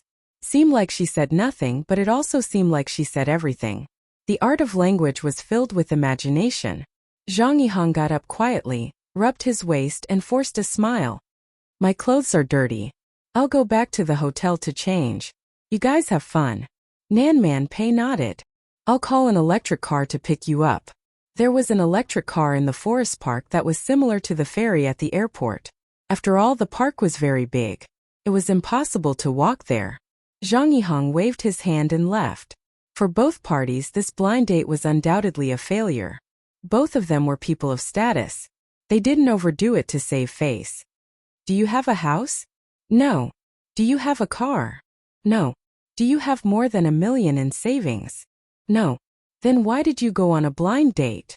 Are you a virgin? No. Then why did you go on a blind date? Only vulgar men and women would talk like this. They didn't hold back at all. Although these were the 3 essentials of a blind date: a car, a house, and money, one had to learn to hold back. In life, there were many things that could be said in a subtle way. This would not only show quality but also avoid conflict. For example, your wife gave you a green crown. Your father was furious. Your mother is seeking death. The grass in your grave is green. I invite your mother to go to Mount Wu together. The art of language was wonderful. Chen Qing'an said, Qingge, let's ride a horse. She glanced at Li Yu's mobile phone and hugged Qin Zhe's arm very schemingly. Cameraman quickly turned the camera over. I'll give you an extra drumstick tonight. Naive and sweet girls can't catch up with Prince Charming. If a girl is not scheming, how can she hook up with her sweetheart? Chen Qingyuan felt that this was an opportunity. Regardless of the consequences, she had to first set the status of intimate relationship. With so many people watching in the live broadcast room, there would definitely be screenshots. She would become Qin Ji's rumored girlfriend. It was beautiful to think about. Qin Zhe glared at her. Don't make trouble. He took back his hand. Chen Qingyuan felt wronged. Give me a hug. It doesn't cost you a penny. Only a ghost would give you a hug. Qin Zhe didn't care about gossip, but he was afraid of kneeling on the keyboard. He was afraid of being pinched to death by his sister. He was afraid that Suyu would pinch his JJ. Qin Zhe had been surviving in the cracks of his sister. This was like a man saying to a woman, give me a slap. It doesn't cost you a penny. Maybe I'll give you money. They came to the racecourse. The so-called racecourse was actually a 200-meter playground, a miniature version of the 400-meter track in the school. The track surrounded the fir trees. 2 horses, 2 trainers. Qin Zhe was pulled by Chen Qingyuan to run a circle. 20 yuan. The 2 horses trotted, and people bumped up and down on the back of the horses. Ha Qingge. Don't you think we are like the Jianghu Rangers, the Condor Heroes? Chen Qingyuan smiled brightly. I think we are like 2 children. Qin Zhe said. Why? This thing is like riding a wooden horse up and down. Now that you mention it, it does seem like it. It's not romantic at all. When riding a horse, one's buttocks couldn't sit stably. Both feet had to be on the stirrups. Even so, the person was still jolting. Riding a horse was not romantic at all. On the contrary, it was a little empty because a horse was a living thing, not a car or a bicycle. In the TV series, riding a horse in the martial arts world should be very romantic. Let's accompany the mortal world and enjoy the prosperity of the world. Reality. Let mess in the mortal world, urge horse. 1 lap was soon finished. Chen Qingyuan was not satisfied yet. Qin Zhe saw Nan Man Pei's eager expression and asked, Sister Man, do you also want to ride a horse? Nan Man Pei nodded. Qin Zhe shouted, Li Donglai, give me your coupon. I'll ride around again. Li Donglai was speechless. Could it be that Qingge has taken a fancy to my aunt? I tried so hard but ended up guarding against the wrong person? Yes, Qingge has a big sister complex. He has no interest in little girls. Someone like my aunt is more in line with his taste. On second thought, it's normal. My aunt is so beautiful. Any man will have thoughts about her. But my aunt hasn't found a partner for so many years. Obviously, she doesn't have that kind of thought. Brother Qin was probably unrequited in love. Qin Zhe and Nan Man Pei rode side by side along the track. Nan Man Pei's eyes were sparkling. There was a little girl's excitement. She's already 30 years old, but she's still so unrestrained. She's imitating other girls' expressions, but she's very beautiful and cute. Nan Man Pei experienced the pleasure of riding a horse without any distractions. Qin Zhe silently turned his head and looked at her trembling breasts. The big breasts were a little naughty. Their trembling made one's heart itch. Candwo Gil was hard. The scenery was beautiful. Qinze nodded silently. He'll ask his sister to come and ride another day. After one lap, Qinze got off the horse. Nanman Pei didn't get down. Ziki, give me your coupon. Li Donglai, who had just finished buying his coupon, came back. Pei Ziki snatched her brother's coupon and handed it to the horse trainer. Nanman Pei happily started the second lap. Li Donglai was speechless. The whole section collapsed. I want to ride a horse too. I've never ridden a horse in my life. I've never even ridden a Western horse. You degree. You. Nanman Pei ran half a lap before Li got on the horse with the help of the horse trainer. She was still holding the selfie stick. She grabbed the saddle with one hand and smiled sweetly at the camera. I'm going to ride a horse now. Okay, didn't I always show you, Qinze? You can't ignore me. The horse trainer said. Put away your phone. You can't broadcast riding a horse. Liu bargained. It's okay. The horse is so slow. The horse trainer said. No, you can't hold it with one hand. What if you fall? We are responsible for your safety. Liu looked at Qinze. She didn't know anyone here. She only spoke a few words to Qinze. Qinze smiled. Qingyuan, help me hold it? Chen Qingyuan said obediently. Okay. Chen Qingyuan ran over and took the selfie stick from Liu. Liu smiled. Thank you, little sister. Chen Qingyuan nodded and quickly ran back to Qinze. The horse trainer said, Don't squeeze the horse's belly. Don't pull the reins. After that, he gently patted the horse's butt.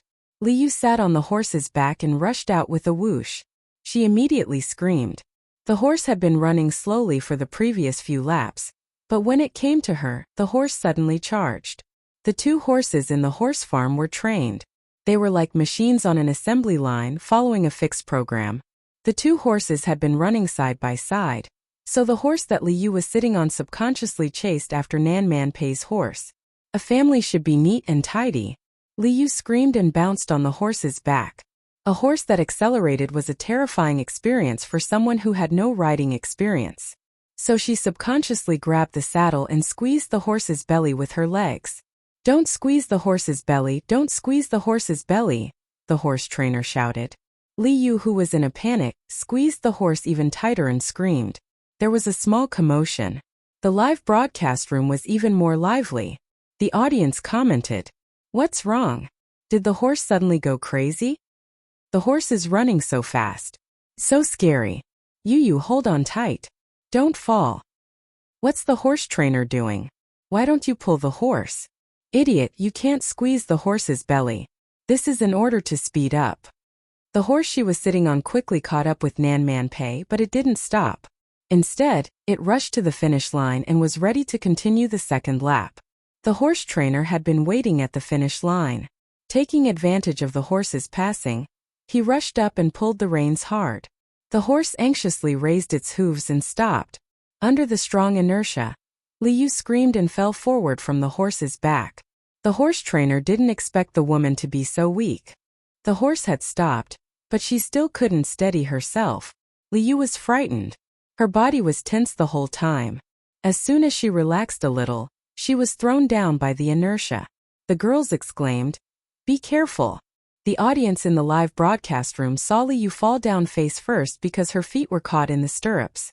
Under the watchful eyes of the crowd, a figure dashed out. Before Liu fell, he reached out and caught her, carrying her in his arms. Chapter 551. Qinze looked at the pale and frightened girl in his arms. Are you okay? The track was not wide.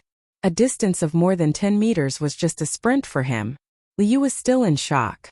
She thought she was going to fall and her heart was beating wildly. She didn't expect that someone would reach out and help her at the critical moment. When he saw that it was Qinze at this moment, a familiar line flashed in his mind. My dream lover is a peerless hero. She looked at Qinze's face in a daze, her heart beating wildly. The words were the same, but the mentality was completely different. Liu was slightly wet. Qinze helped her up and asked, Are you okay? Liu quickly shook her head, her cheeks slightly red. I'm okay. Thank you. Bao Bao was scared to death.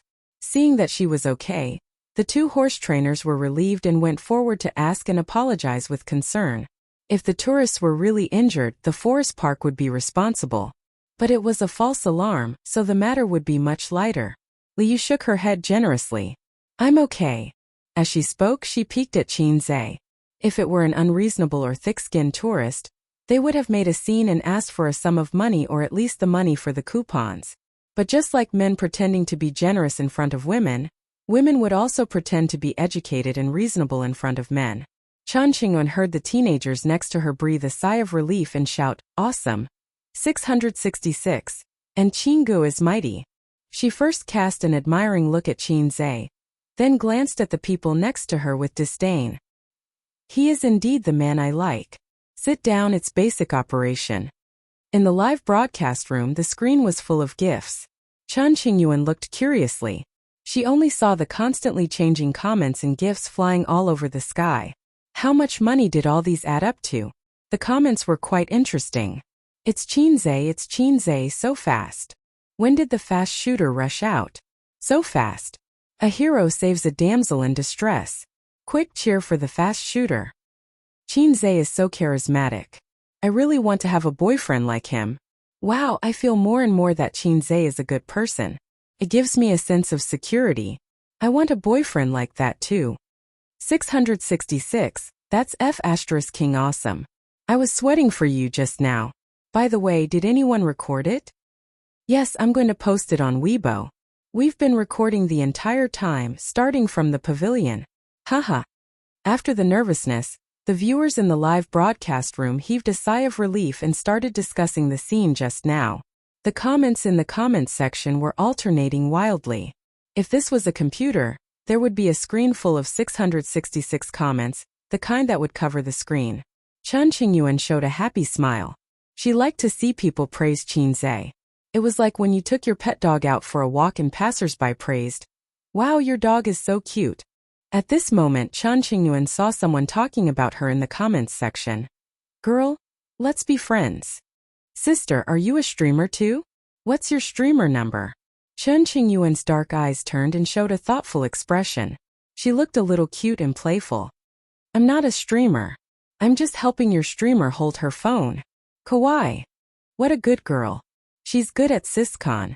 Immediately, there was another round of comments, although it was quickly pushed to the top by Qinzhe's comments. Chen Qingyuan whispered, "Let me tell you a secret." After she finished speaking, she waited for a few seconds and saw that someone in the comments section asked about the secret.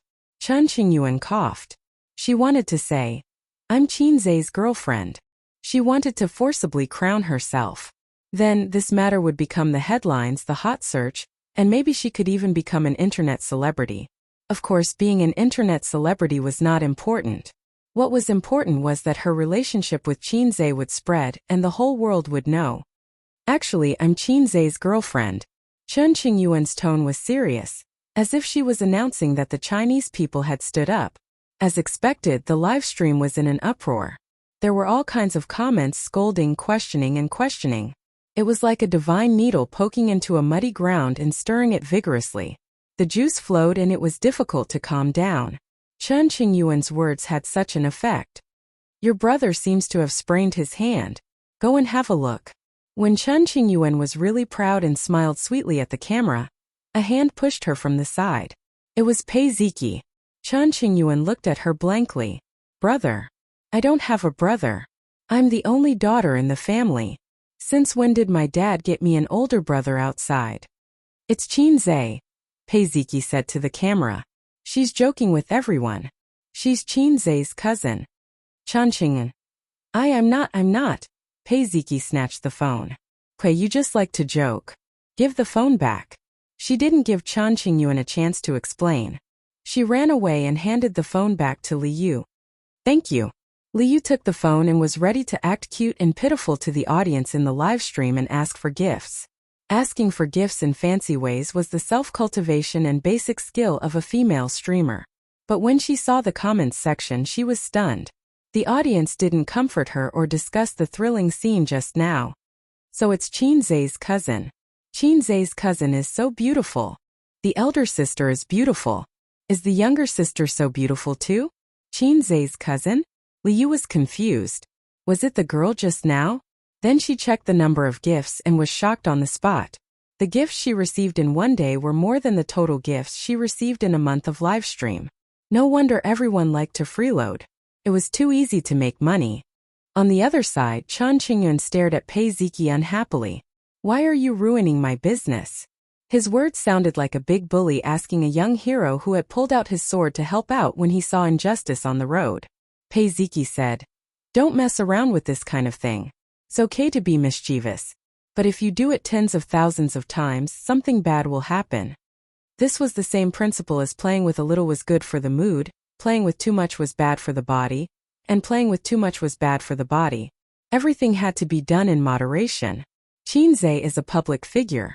His girlfriend has always been a sensitive topic. Don't be silly. It's okay if it's really his girlfriend, but you're a fake. Pei Ziki said. Believe it or not, you'll be found out tomorrow. Do you know how terrible the fans are now? Do you want to be made into a joke, be abused on the internet, and even receive threatening messages? Chan Qingyun said guiltily. It's not that bad. Pei Ziki lowered her voice. It's okay if you're found out, but don't implicate your father. Is your father's butt clean? Everyone is squatting in the toilet. His sh*t will never be clean. Chan Qingyun thought for a moment. Then I'll go back and help my father clean the sh*t on his butt first? Pei Ziki was speechless. Qinze held Nanman Pei's waist and helped her get off the horse. He asked, Sister Man, do you still want to ride? If you do, Ziki and Donglai's coupons will be renewed again. Nanman Pei shook her head. Forget it. It was a pity that they were not in the grassland. Otherwise they could ride the horse and enjoy the speed and passion. Qinze said. Oh. He was a little disappointed that he could not enjoy the moving scenery again. In addition, he suddenly understood why some people like to have sex on the horse. It was because it was too easy. The horse's power could replace the waist and save a lot of trouble. While riding the horse, he could also ride the big breasts. Nanman Pei said seriously, Qinze, were you not serious at all that night? This could easily cause misunderstandings, so Nanman Pei said it in a low voice. Due to the limited number of times that he and Nanman Pei had been alone at night, Qinze thought for a moment and understood. Yes, he answered honestly. If you go all out, how many moves can I take? Although she had expected it, Nanman Pei was still unwilling to give up and asked. Qinze wanted to say, 3 seconds. On second thought, such an answer was too merciful. Moreover, it was too quick. He was now very sensitive to anything fast. I've never tried, so I don't know, Qinze said. Have you ever met an opponent that you can't defeat? Nanman Pei asked. Being stronger than any opponent is the biggest worry in life. Qinze sighed softly. Nanman Pei rolled her eyes at him charmingly. The unexpected incident did not extinguish the teenager's interest in riding. Qinze and Nanman Pei stood outside the track, watching and chatting. Sister Man, have you seen today's headlines? Qinze lowered his voice and asked mysteriously. As he spoke, Qinze looked up at the sky. The sun was shining brightly, and there were white clouds. There was no shadow of the river crab god. I saw it. Nanman Pei nodded. How do you feel? How does your brother-in-law feel? Qinze asked. It was good to talk to smart people. They could always easily understand the meaning of your words. Nanman Pei glanced at him lightly and said in a bad mood, eating gutter oil, worrying about Nanman Pei's heart. It seemed that Sister Man was secretive and did not want to discuss it with him. Qinze could almost guess that if he continued to ask, Nanman Pei would reply, Believe it or not, I'll throw you into the Huangpu River if you talk too much. Thinking about it, Sister Man was quite arrogant. Her body was upright. After everyone had experienced the pleasure of riding a horse, the group of people went elsewhere. Qinze thought that Nanman Pei would go back. After all, she was here for a blind date. Now that the other half of the blind date had left, she had no reason to play with a group of kids. But she did not leave. Instead, she said that she wanted to drive a go-kart. The go-kart was a little far, and it would take time to wait for the electric car to pass by. So, the group of people rented the bicycles in the park. Liu happily planned to follow Qinze and get gifts. Let's go. Don't follow us, Qinze said. Anyway, we're all playing. Let's go together, okay? Liu said in a coquettish tone. No, I'll hit you again. Qinze gently knocked on her head. All right then. Liu clutched his head with a disappointed expression. After all, she was a college student. She was much more cultured than those female anchors from Dongguan. If it were them, they would shamelessly follow Qinzhe because they could earn money quickly. In that case, Qinzhe could only go back to the hotel. The two parties parted ways and rode in opposite directions. They met by chance and parted. They might not meet again in the future. Life was always like this. You would meet people one by one, and then those people would become distant scenery. Life continued to move forward. No matter if it was happy or sad, it would never stop. But Qinzhe did not know that he had gained a die-hard fan. Chapter 552. For Chen Qingyuan, Qinzhe was the most dazzling scenery she had ever seen in her 18 years of life. She was so engrossed in it that she couldn't extricate herself from it. She tried to retain it so that it would forever be a part of her life. For Nanman Pei, Qinzhe was also a scenery. It was still bright, but the color was a little bright in yellow. Thinking of this, she turned her head and looked at Qinzhe. The wind lifted his bangs, and on his angular face, there was a smell of sweat. It was a sunny day in August and it was hot. Nanman Pei regretted wearing a bra when she went out. It was uncomfortable, but if she didn't wear it, it would be heavier and more uncomfortable. Moreover, she was wearing short sleeves, and when she walked it would jump and jump. It was very naughty. She envied women with small breasts who went out unrestrained. If Qin Baobao was here, she might be able to reach a consensus with Nanman Pei. If Su Yu and Wang Zijin were here, they might join forces to fight against the two shameless women. Halfway through the ride, everyone saw a little kid sitting under the shade of a tree by the roadside, holding a dead branch in his hand. He was small and looked very lonely and bored. Pei Ziki and Li Donglai's half-brother. Why was he here alone? He looked like a punching bag. Although they hated this brother, he was still a brother. He was still young and looked like he was separated from the adults. They couldn't just sit back and watch. Li Donglai stopped the car and shouted, "Little brat, why are you here?" The little brat raised his head and looked at him. He didn't appreciate it at all. "It's none of your business." "Hey, you little brat, if I don't beat you up for a day, your skin will itch." Li Donglai stretched out his leg and kicked him lightly, knocking him over. The little brat had always been hostile to his elder brother. He felt that he had been greatly insulted and pounced over. Li Donglai stretched out his hand and pressed it against his forehead. He waved his hands and bared his teeth, but he couldn't touch him. This scene was unbearable to look at. Qinzhe coughed and said, "Donglai, don't bully children." Who knew that after Li Donglai let go of his hand, the little brat spat at him. Fortunately, Li Donglai reacted quickly and dodged it. "I'll ask Daddy to hit you," Little Wimp threatened. Spit. It was a child's signature move. Children who didn't learn this trick were unqualified children. Qinzhe recalled a story. There was a kid next door who spat at everyone he saw. His parents spoiled him. Every time someone scolded him, his parents would say, "He's still a kid." One day, a narrow-minded guy was spat on by a child. He was furious, pried open the child's mouth and spat a mouthful of phlegm. Since then the child had never spat again. However, Little Wimp was Big Boss Li's son. Who would be tired of living and dare to do this? Nanman Pei stopped the car with one foot on the ground and asked, "Why are you here? Where's your mother?" Little Wimp didn't dare to be disrespectful to Nanman Pei.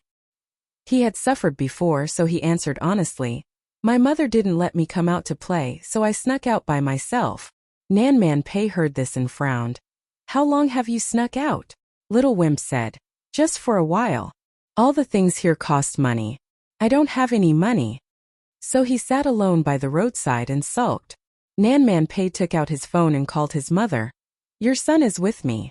Come and pick him up." From the racetrack to the go-kart track. Little Wimp shouted, "Tell me, tell me." He pulled Nanman Pei's sleeve and tiptoed to snatch the phone. Li Donglai clicked his tongue.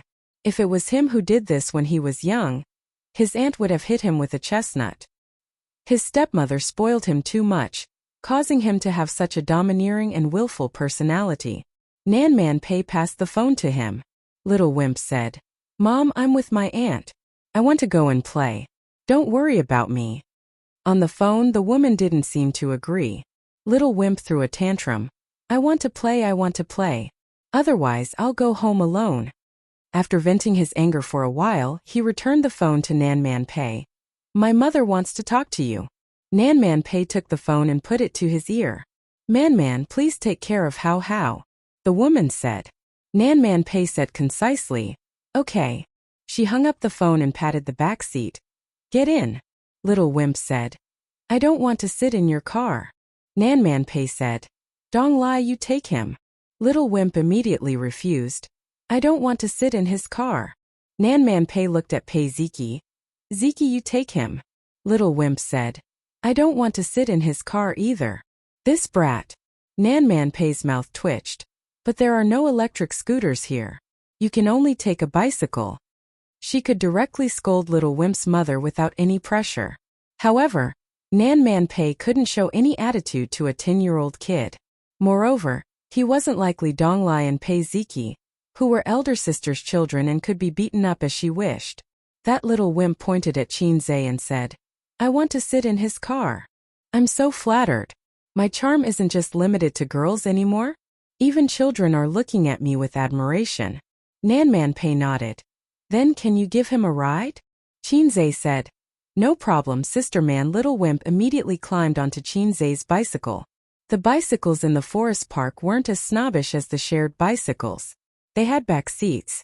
In the end, Little Wimp got on the back seat and said, Let's go. Take me to have fun. I'll put in a good word for you in front of my dad.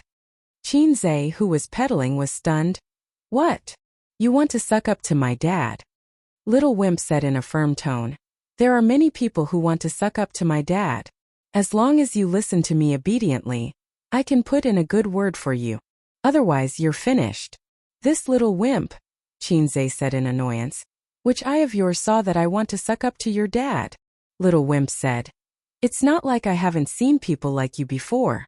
Each and every one of them wanted to give my dad a gift and ask him for help. My dad wasn't willing, so they gave me a gift. They begged me to talk to my mom, and then my mom talked to my dad. Seeing that Qin Zhe didn't say anything, Little Wimp said in disdain. What are you pretending for? Hey, this kid wants to beat me up.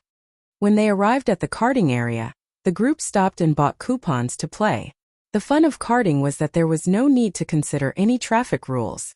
You could drive as much as you wanted and take turns in all kinds of positions. As for those who didn't know how to drive, they could experience the thrill of driving. The operation of karting was not much different from a real car. There were 5 karting cars on the track. If there were more, the track wouldn't be able to accommodate them. Qin Zhe, Nan Man Pei, Li Donglai, Pei Ziki, and Chan Qingyuan were the first to finish. Qin Zhe held the steering wheel and waited for the staff behind him to start the karting car with the key. He looked at Nan Man Pei beside him and said, Sister man, 3 laps. Let's race. Nan Man Pei raised the corner of her mouth and said, What's the bet? Qin Zhe said, If I lose, I'll sleep with you. If I win, you'll sleep with me. Nan Man Pei said, I'll sink you. Qin Zhe cut in and said, I'll sink you into the Huangpu River. Do you believe me? Nan Man Pei said, If you lose, I'll kick you. If I win, I'll let you kick me. No problem. As soon as they finished speaking, they stepped on the accelerator almost at the same time. The 2 karting cars had the same horsepower and speed. It was just a matter of who was more experienced and who could take turns better. Qin Zhe soon realized that his driving skills were not as good as Nan Man Pei's.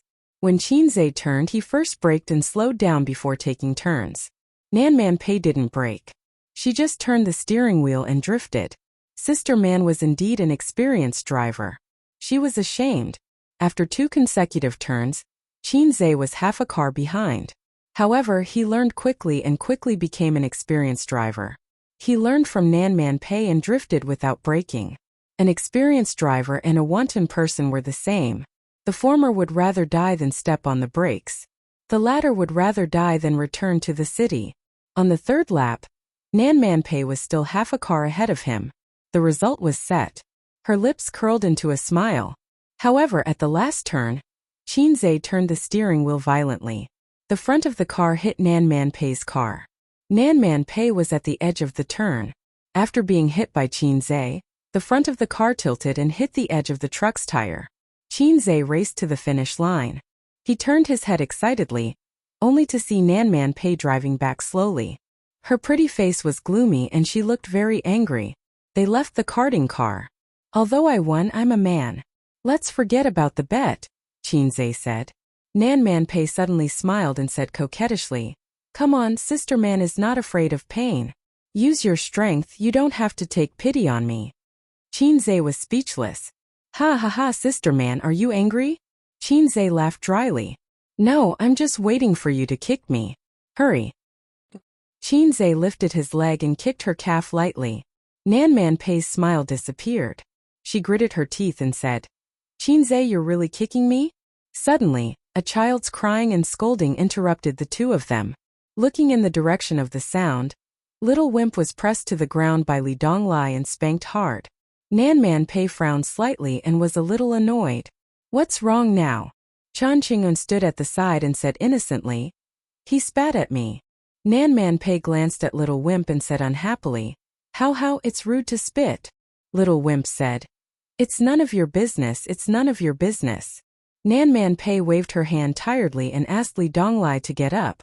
"I'm too lazy to take care of this brat. Chinze, help me look after him," she said. "Huh? Why do I have to look after him? I'm not his father or brother. Take it as an apology for kicking me just now. I'll try my best to control the burning silence aura in my body." Little Wimp laid on the ground and did not get up, crying loudly. He looked so pitiful that even Chinze could not help but feel pity for him. Why bother? Your mother is not even here, who are you crying for? Don't cry. You can't spit at people, you know? It's very rude. Chinze helped him up. Giving birth to such a brat, the parents would be worried. No, the responsibility should be on the parents. Big Boss Li did not have the skills to educate children. Whether it was this brat or Li Donglai and Pei Ziki, when they first met, their personalities were so bad that they wanted to die. It was better not to have children in the future. Chinze did not have the skills to educate children and had no experience. If he gave birth to a son and raised him wrongly, it would be painful. He would discuss it with his sister later. It would be better to have a daughter as the first child. Help me beat him up. Little Wimp pointed at Li Donglai and said to Chinze, "He's my disciple." Chinze rolled his eyes. "You should be more obedient." "Pei." Little Wimp spat at Chinze's face, quickly and accurately spraying venom. Chapter 553. At that time the spit was only a millimeter away from my face. In 0.01 seconds it would have stuck to my handsome face. What the hell, I, old Master Chin, am not dead yet, and you're already spitting at me.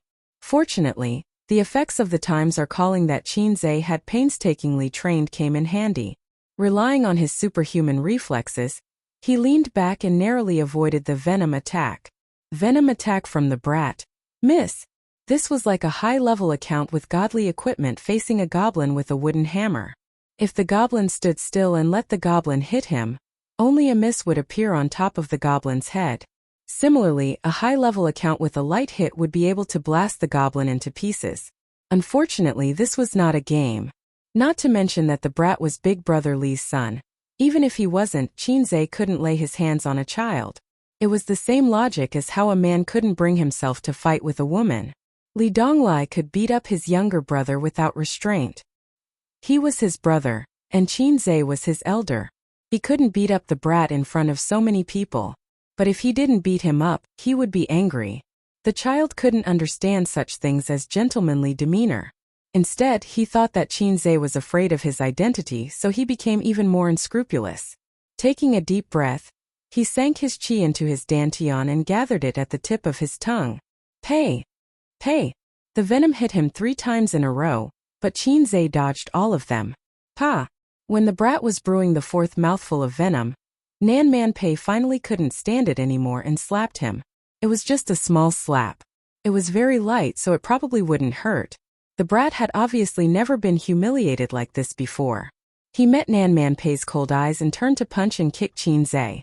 Chinze reached out his hand to block the brat's head. No matter how he punched and kicked, he couldn't touch him. "I'm going to beat you to death. I'm going to beat you to death. You dog, you are a dog. My dog. I'll ask my dad to beat you to death." Chinze's mouth twitched. This account was useless. He suggested that Big Brother Li delete his account and start from scratch. He had met a lot of naughty children. When he was in junior high school, a couple living on the same floor gave birth to a naughty child. The child was always swearing and had no manners or upbringing. Because the male owner was a middle school teacher, he often came to Qinzai's house to ask the old man, who was still a university teacher at that time, for advice and to discuss the great cause of education. That teacher might have been a good teacher, but he was obviously lacking when it came to educating his children.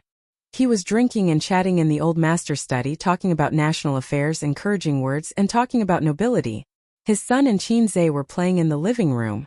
Actually, at that time, Qinzai was not very willing to play with the little brat, so his attitude was not very good. He accidentally angered the little brat, who threw things and scolded him. He even threw an apple at Qinzai's nose. Qinzai had a nosebleed at that time. At that time, Qin Bao Bao, whose cheeks had just lost their roundness and became thin and charming, heard the noise and came out. When she saw her brother, who she regarded as her exclusive property, bleeding from his nose, she immediately exploded. She gave him a violent beating. Since then, the naughty brat never came to Qinzai's house again. He was scared when he saw Qin Bao. The child was naughty and disobedient. What should she do? Just give him a beating and everything would be fine. This brat was spoiled by my stepmother. Li Donglai raised his hand and was about to slap him. Nan Man Pei stopped him. Speaking of which, she was temporarily taking care of the little brat. She was secretly taking care of the nephew who was not related to her by blood, and then letting the nephew who was related to her bully the nephew who was not related to her by blood. With her upbringing and character, she could not do such a thing. She was even too lazy to educate the little brat. What did it have to do with her whether he was ugly or not? As long as she educated Li Donglai and Pei Ziki well, she would be satisfied. Perhaps it was because his aunt and siblings were not kind people. Without his mother's support, he did not dare to be too picky. He also felt that Qinzai was the same as those who came to ask for help and did not dare to offend him. Hence he grabbed Qinzai and scolded. "You're a dog who comes to my father for help. I want my father to beat you to death." Li Donglai was furious. "I'll beat you to death." His ambition was not small. He even wanted to stand shoulder to shoulder with his father. At this time, Nan Man Pei's phone rang again. She answered. Man, Mom is not feeling well again. Jianya asked me to take her to the hospital for a checkup. Also, he received a call. There's something at the office and he has to rush over. You can bring Hao and Ziki back with you. Nan Man Pei said. You're leaving now? Yes. All right then. Nan Man Pei hung up helplessly. The old lady was really too much. She came out to play when she was not feeling well.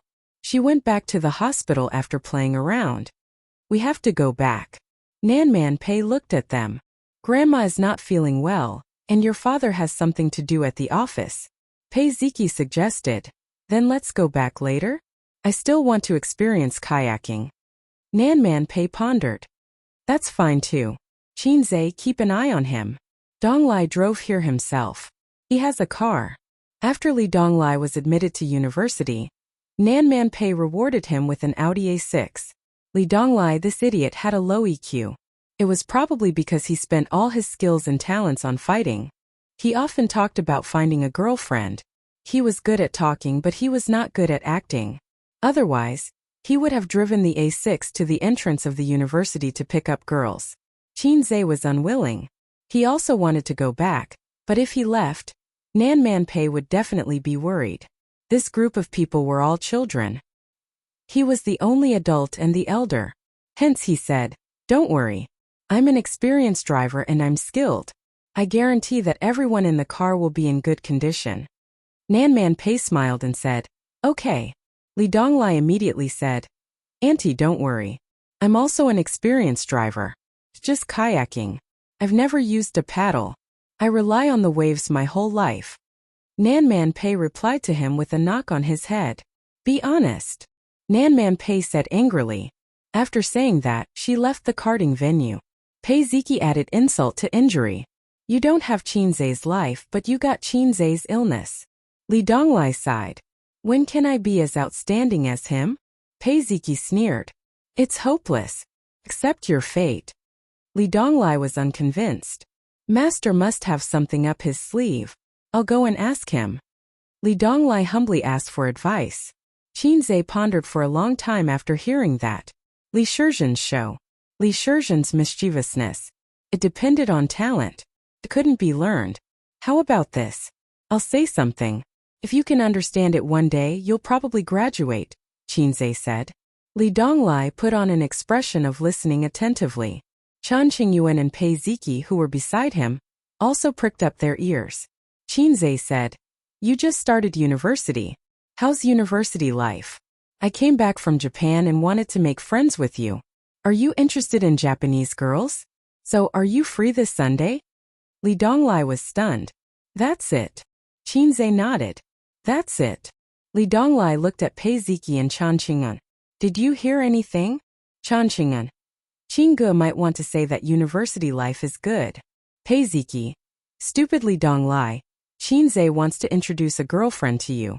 Li Donglai was pleasantly surprised. "Really, Qingge?" Qinzhe. Sigh, how lonely it was to be an expert. Everyone experienced the thrill of karting. Except for the women. Including the brat of the Li family. The brat's driving skills were a mess. He bumped all the way. Fortunately, the karting wasn't fast and there were big trucks on both sides. No matter how hard he bumped, nothing happened. For a 10-year-old child, this was a rare and excellent experience. After all, he couldn't be like the rich children abroad, driving a small car with a little girl and showing off at a young age. When he grew up, he would be even more arrogant. Under the leadership of Qinzhe, a group of people rode to the kayaking area. The little brat naturally sat in Qinzhe's car. The little brat raised his chin at a 45-degree angle. His face was full of pride and arrogance as if he was saying, "Master gets on the sedan chair." Qinzhe really wanted to beat him up. The kayak moved forward on the blue waves. The blue sky and white clouds were reflected in the water. Qinzhe sat at the front of the boat and remembered that he went to the amusement park in Xishan with his sister and experienced many exciting games such as the haunted house and roller coaster. At that time, his parents were also with him. He was forced onto the roller coaster and pendulum by his sister. When they came down, his sister vomited. Qinzhe's face was as pale as a ghost. In the haunted house, the staff jumped out at the corner to scare his sister. His sister screamed in a high decibel. Qinzhe heard the staff cursing. "Damn, you scared me." Although the light was dim, Qinzhe clearly saw the staff's body tremble. At this time, he was suddenly kicked in the waist. "Go away, I want to sit at the front of the boat," the brat ordered. "You want to get beaten up again?" Li Donglai, who was rowing the boat, scolded. "Donglai, don't be so angry." Qinzhe moved and gave the seat to the brat. When the brat grew up, whenever he recalled his childhood, he would probably say something like, "My brother loved me very much when I was young. He liked to treat me to his favorite big mouth." Qinzhe despised him in this aspect. "My sister loved me very much when I was young. She liked to treat me to her favorite big mouth." One punch for one big mouth. The system came out to show off. The system usually didn't come out. It said that it was deducing the birth, process, and destruction of the universe. It claimed that it was different from those pretentious brats who only knew how to show off with the host. If one had to give an example, it would be the difference between a celebrity and a scientist. Qinzhe tried hard to recall, but he couldn't remember the original name of the lowly system. He felt that it was looking for an excuse for its lowly status, and shamelessly gave itself the high hat of a scientific research system. "If you want to hit a big mouth, you have to ask for my permission first," Qinzhe said. "Everyone is hitting a big mouth," the system said. "Then this salted fish will have to be the enemy of the world," Qinzhe said. "What if it's a pretentious brat host that's hitting a big mouth?" the system asked. "Don't be afraid, just do it." Qinzhe finished acting cool and hugged the system's thigh. "Don't I still have you, the invincible system?" the system said. "I'm just a lowly one. This person." The system was invincible once it made fun of itself. Qinzhe said, "Are you a defective product produced by the system's supplier?" The system was angry. "Don't mess around, I was born for the great world of scientific research.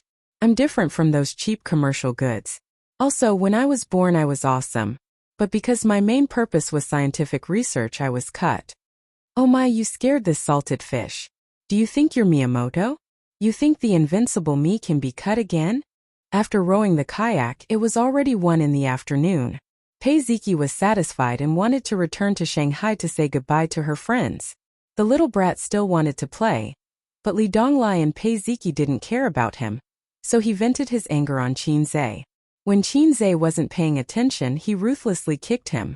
"Dog, you're a dog. Poo poo poo." Venom triple strike. Although he avoided the saliva attack, the 10-year-old brat's kick still hurt a little. Qinzhe tried to hold it in, but he couldn't. He was completely enraged. If he didn't teach him a lesson, he wouldn't know the wrath of a king. Chapter 554. When Li Donglai saw this, he could not help but want to beat his brother up. His face was burning. After all, he was a member of the Li family. He had no manners and rules at all. It was so embarrassing. "Forget it, let's go home." Qinzhe looked at the provocative little brat. The 4 of them left the forest park in an electric car and returned to the hotel. They went to the front desk to ask, found the hotel lobby manager, checked out and packed up. According to the original plan, they were going to spend the weekend in the hotel. However, he was a big boss after all. He always had endless things to do. Moreover, he was in a sensitive period recently. It was normal for there to be unexpected events. The entire penguin was under surveillance. If you don't believe me, you can change the personal information of Weixin and Cuckoo. Whoever can do it, I'll live stream myself eating sh*t. Eat a pound of sh*t. "Wait here, we'll drive over," Qinzhe said to the little brat. The little brat ignored him and stood at the entrance of the hotel. A 10-year-old child could understand a lot of things. Moreover, he was born in such a family. His vision was definitely higher than that of ordinary children. When he said that Qinzhe was a dog, he was referring to "you are the Li family's dog." This was how it was shown on TV. In fact, since Qinzhe became famous until now, the Li family had not done much. For Qinzhe and Li Jianya, this was a friendship. Of course, the little brat did not understand this. He just said what he saw on the surface without restraint. Qinzhe drove Li Donglai's Audi A6 out of the underground parking lot. When the bumper was raised, he looked back. There were no cars, so he stopped and asked the old man in the guard booth, "Sir, do you have a rope?"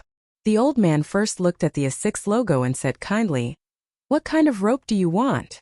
Qinzhe smiled and said, "Any kind of rope is fine." The old man said, "Yes."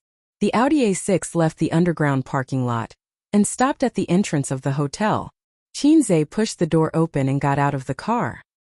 He stood beside the car like a butler and asked the young master to get in.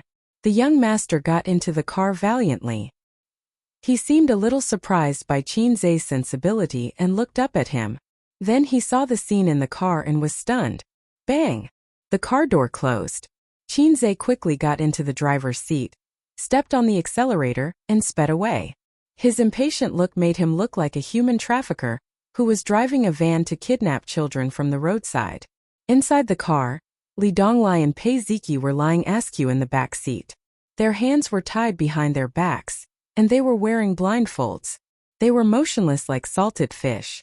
At such a young age, little Wimp had already experienced this feeling and was completely dumbfounded. Li Donglai, Peiziki. He shook Li Donglai and Peiziki, but the 2 of them seemed to have fainted and ignored his calls. "What did you do to them?" Little Wimp glared at the back of Qinzhe's head. "I didn't do anything. I just knocked him out." "Why did you knock them out?" Activating acting proficiency, Qinzhe laughed wildly. "Of course I'm going to sell it." Little Wimp. If there was a camera at this moment, it would be able to record a 10-year-old child's dumbfounded, nervous, and scared expression. A 10-year-old child facing such a sudden turn of events was a little confused. He sat in between Li Donglai and Peiziki and was stunned for a long time. I want my father to beat you to death," Little Wimp forced himself to say. Qinzhe laughed loudly, turned his head, and gave Little Wimp a wild and arrogant expression, completely like a villain in a TV drama. "Your father can't find me. Since I dared to do this, naturally I'm not afraid of your father." His acting was a little exaggerated. A real bad guy should be reserved and sinister. However, the target was a child. He acted as a reserved and calm bad guy, and it was not effective. Little Wimp was obviously frightened by his expression, and subconsciously leaned back in his seat. Qinzai's expression was ferocious, and his tone was fierce. I'm going to sell your sister and brother, not to buy them as children, but to sell their organs. Little Wimp's eyes widened. Dig your brother and sister's heart out. Dig out their eyes, dig out their intestines and sell them all. You can earn a lot of money. Qinzai laughed sinisterly. Little Wimp was scared and trembled. He said in a sobbing tone, "Don't sell them." Qinzai was stunned and his tone was still fierce. "Fine, if I don't sell them, then I'll sell you." Little Wimp cried on the spot. "Whoa! Don't sell me, don't sell me, you can sell Li Donglai and Pei Ziki. Pei Ziki can be sold as someone's wife, someone worth more than me." Oh, burp. Qinzai saw Pei Ziki's mouth twitching from the rearview mirror. He did not hesitate to sell his brother and sister. This child had a future. Qinzai said fiercely, "Shut up, if you cry again I'll tie you up like them and dig out your heart and eyes. Your mother told you before, human traffickers are inhumane." Little Wimp immediately shut up, and his little shoulders trembled. Everyone had heard a joke or a warning in their childhood.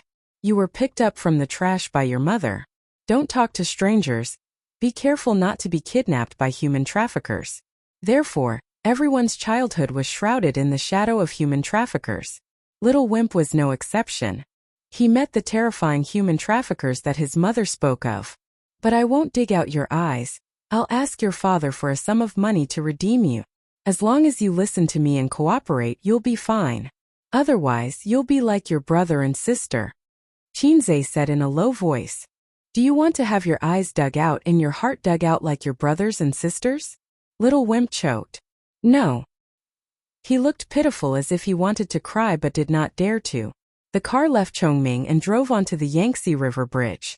Qinzai did not say anything along the way. Pei Ziki and Li Donglai quietly adjusted their positions midway. They had been lying crookedly for a long time, and they were tired. Not long after, Li Donglai's snoring sounded. He had fallen asleep. Little Wimp was in a state of nervousness and fear. His small body was straight and his eyes were slightly red. Sometimes he would look pitifully out of the window. He was probably praying in his heart that Spider-Man or Superman would come down from the sky and save him. No, at his age, he should be praying to Big Bear, Bear 2 or Xi Yang Yang. Or blah blah blah Xiao Ma Xian? What grade are you in? After crossing the Yangtze River Bridge and entering Shanghai, Qinzai could not help but strike up a conversation. Little Wimp did not react. "Do you want to have your eyes dug out?" Qinzai threatened. Third grade. Little Wimp said in a sobbing tone. "You're so small, I thought you were in kindergarten." Qinzai muttered. "Where did you go to kindergarten?" Huaqiao Kindergarten. Huaqiao Kindergarten was a famous high-class kindergarten in Shanghai. There were 7 or 8 branches. Qinzai had heard of it for more than 10 years.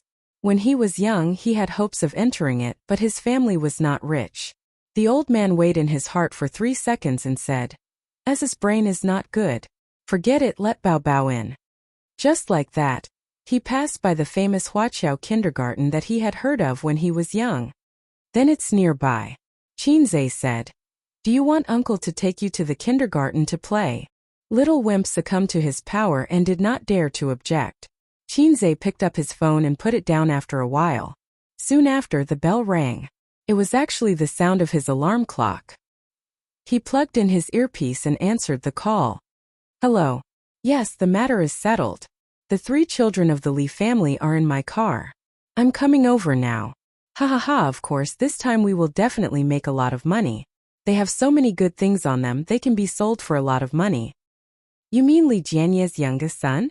He knows his place, what's wrong?" Little Wimp's ears perked up as if he was being mentioned. "Yes, I just asked. He's only 10 years old, 3rd grade. Oh, you said there's a client who's also 10 years old and wants a heart transplant?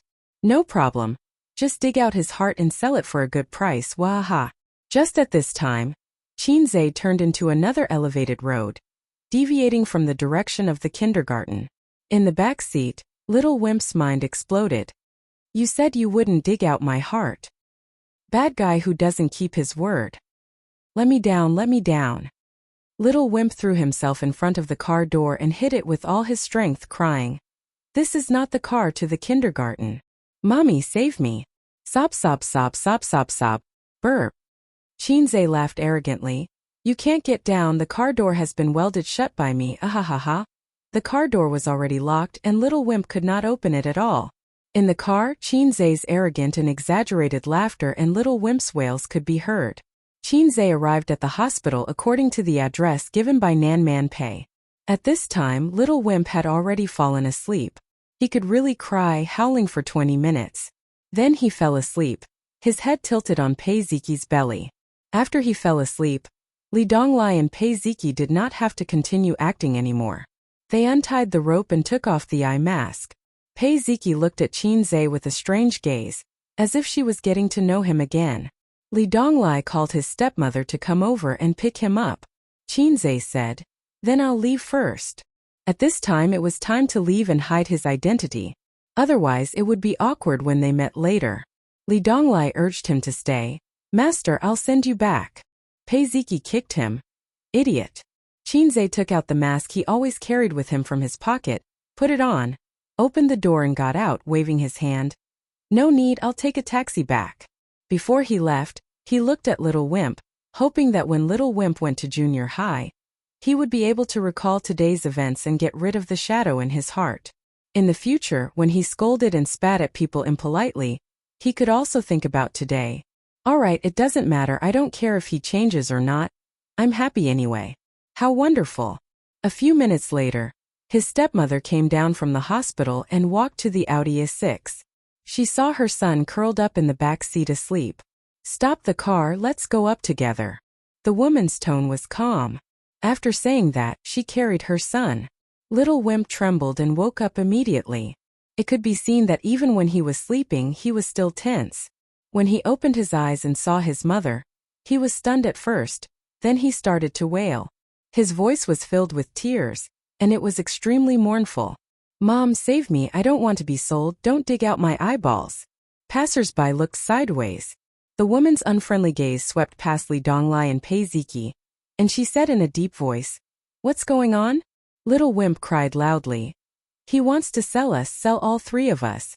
Li Donglai and Pei Ziqi were caught and dug out their eyeballs and hearts, sob, sob, sob. He buried his head in his mother's arms and cried loudly. The woman was stunned. She looked at her stepson and stepdaughter, then looked at her son and said gently, "Be good, don't cry, who is he?" He. Little Wimp couldn't call out Chinze's name at all. "The person who came with Auntie, he wants to sell me, he wants to sell me," he said. The woman comforted him. "Be good, don't cry. Turn around and look. Brother and sister are all here."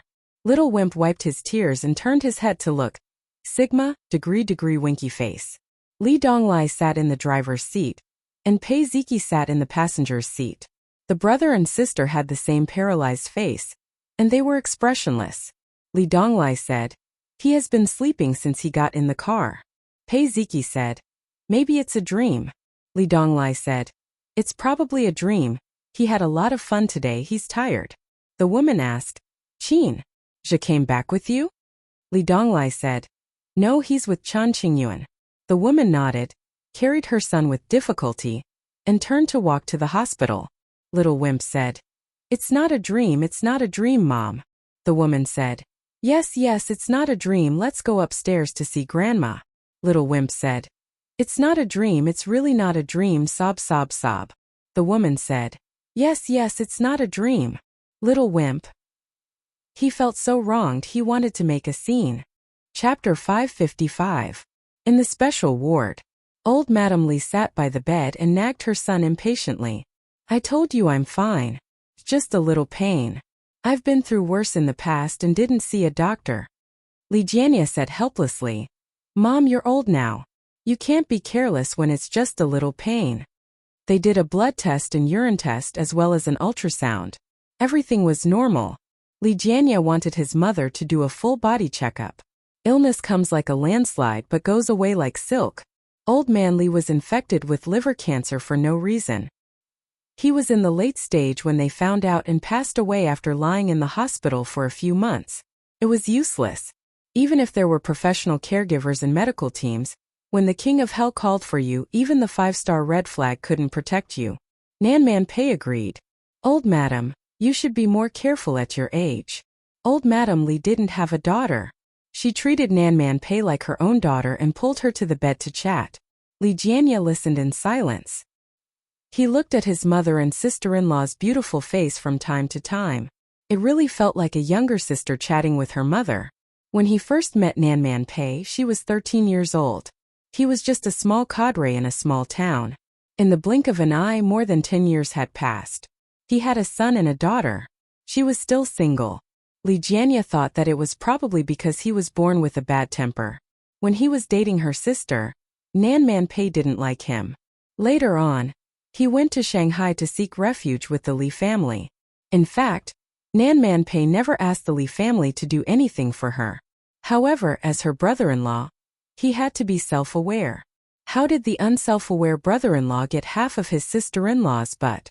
Although Li Jianya had no interest in his sister-in-law, he had to do his best to help her gain a foothold in Shanghai, regardless of whether it was for the sake of the friendship between the two families or for the sake of his wife. It was because of this that Nan Man Pei tolerated him all these years.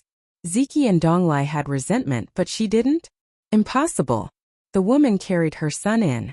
It was a little difficult for the woman to carry a 10-year-old boy, but the little brat was sobbing in his mother's arms, making her unable to harden her heart and let go of her son. Pei Ziki and Li Donglai followed behind. Seeing this, the old lady frowned. Donglai Ziki, are you bullying your brother again? Li Jianya turned a blind eye to it. During his tenure, Li Jianya was famous for his pragmatism. He was not an honest official, but he was definitely a good official who was influenced by his father. He had a good reputation in the government, but his attitude towards educating his children was thought-provoking. Li Donglai, Pei Ziki, and the little brat Li Hao had never seen their father scold them for doing something wrong, nor would he praise them for doing something good. Even when his ex-wife's children and his current wife's son were scheming against each other, he was just a bystander. Li Donglai and Pei Ziki's childhood had unlimited freedom and room for self-creation. It was not a good or bad thing. It might raise a child with a strong personality and charisma, but it might also raise a wastrel who could not do anything right. Old Master Qin was good at teaching and educating people, and he was also good at educating his children. He could reason with them and beat them with a stick. But be it Qin Zhe or Qin Bao Bao, they rarely did anything out of line in their childhood and adolescence, and they would not try things that others did not dare to try. Stealing their parents' pocket money to buy popsicles and lick them did not count. They were nailed to a certain frame and followed the rules of the frame. Look, the little brat thought it through and did not dare to do it. Sister wanted to let it go, but still did not dare to do it. It was really hard to tell which was good and which was bad. Dad, he wants to sell me and dig out my eyes and heart. The little brat cried to his father. Before Li Jianya could say anything, the old lady frowned. What's going on? Who wants to sell you? The woman hurriedly said, It's okay, Mom. Hao fell asleep on the way back and had a nightmare. He's throwing a tantrum. He had a dream. The old lady heaved a sigh of relief when she heard that. The woman smiled as if nothing had happened. Man, is Qin Zhe still in the forest park? Or did he go back to Shanghai? Nan Man Pei caught a glimpse of Li Donglai from the corner of his eye. He was slightly surprised and said, I'm not sure. Hao still wants to play in the park, so I came back first. The woman said, Oh. After sitting for a few more minutes, Nan Man Pei said, Old madam, if there's nothing else, I'll go back. The old lady urged him to stay. Stay for dinner tonight. Nan Man Pei shook his head. I'm still used to eating my own food. It suits my taste. She glanced at her nephew and niece. Li Donglai and Pei Ziki said in unison, Auntie's cooking is the best. It was so painful to lie against one's conscience. In the elevator, Nan Man Pei said, What's going on? Why is Hao crying? Who wants to betray him? Pei Ziki betrayed Qin Zhe first. It's Qin Zhe's prank. He immediately described everything that had happened. He described it vividly, and even the little brat's cries were not missed. Li Donglai said, It's so satisfying. Qin Ge has so many ideas. Nan Man Pei was speechless for a long time after hearing that. This guy used a very popular online slang, Li Shizhen's skin. He had so many ideas. To put on a show for a little kid, should he say that he was bored or had a headache? Nan Man Pei didn't put herself in Qin Zhe's shoes. If it were her being spat on and scolded by a little kid over and over again, she didn't need to say anything. She would see him at the Huangpu River tonight. Leaving the elevator, Nan Man Pei took out her mobile phone and opened a chat group. This group was not Qin Zhe's salted fish harem group. There were only 4 women in it. The meaning of its existence was to serve as a battlefield for Qin Baobao and Su Yu's quarrel. Occasionally, Wang Zijin would get involved. Nan Man Pei mostly watched. Sometimes, when she saw Su Yu being attacked by 2 women and retreating, she would jump out and give a fatal blow for her best friend. Today's chat record at noon. Cross-dressing big boss. It's so boring. The heartless little red guy hooked up with Nan Man Pei and was taken to romantic Turkey by her. A little bird. Damn brother complex, you can't live without Qin Zhe, right? Cross-dressing big boss. Yes, what's wrong? A little bird. Damn pervert sister. Cross-dressing big boss. Zijin, scold her for me, Ching Zijin. Ching Zijin. In the face of ironclad facts, any attack I make is pale and powerless. Cross-dressing big boss. A little bird. Cross-dressing big boss. Qin Zhe said that your company is going to shoot a TV series again, right? Cross-dressing big boss. Yes. A little bird. Reserve a leading role for me. Not a small supporting role but a big supporting role. Cross-dressing big boss. Okay. A little bird. You actually agreed so quickly? Then send me the show. Qin Zhe only told her that Tianfang was going to shoot a TV series and that he would still write the script, but he did not say that he and Qin Baobao would not act in it. So you thought that the siblings would still be the female lead. She couldn't wait to book a role, preferably with Qin Baobao. Cross-dressing big boss. But I have something to ask you. How much is Qin Zhe's monthly salary and bonus at Baoza Investment? A little bird. 7 million yuan. Cross-dressing big boss. So little? Shocked expression. Baoza Investment was Qin Zhe's most profitable company at present, half a notch higher than Tianfang Entertainment. As far as Qin Baobao knew, most of Baoza Investment shares were in Qin Zhe's hands, because it was the company he built single-handedly. It should be mentioned that Qin Zhe only received his salary, and no bonus every month. The money was deposited in a company account for emergency use. For example, this time when he ran away with the money. A little bird. Because now I am the major shareholder of Baoza Investment. Cross-dressing big boss. Degree. Ching Zijin. Degree. A little bird. I bought it from him a long time ago. Didn't he tell you? Cross-dressing big boss. I want to kill him. Ching Zijin. Same. A little bird. That's it. Give me the script, I will look for a role first. Cross-dressing big boss. The electronic version of the script is at the company, not at home. There are only copies at home. A little bird. Then I will come over. I can't help but want to see it. Ooh. After hesitating for a long time, Nan Man Pei chose to take a screenshot and send it to Qin Zhe.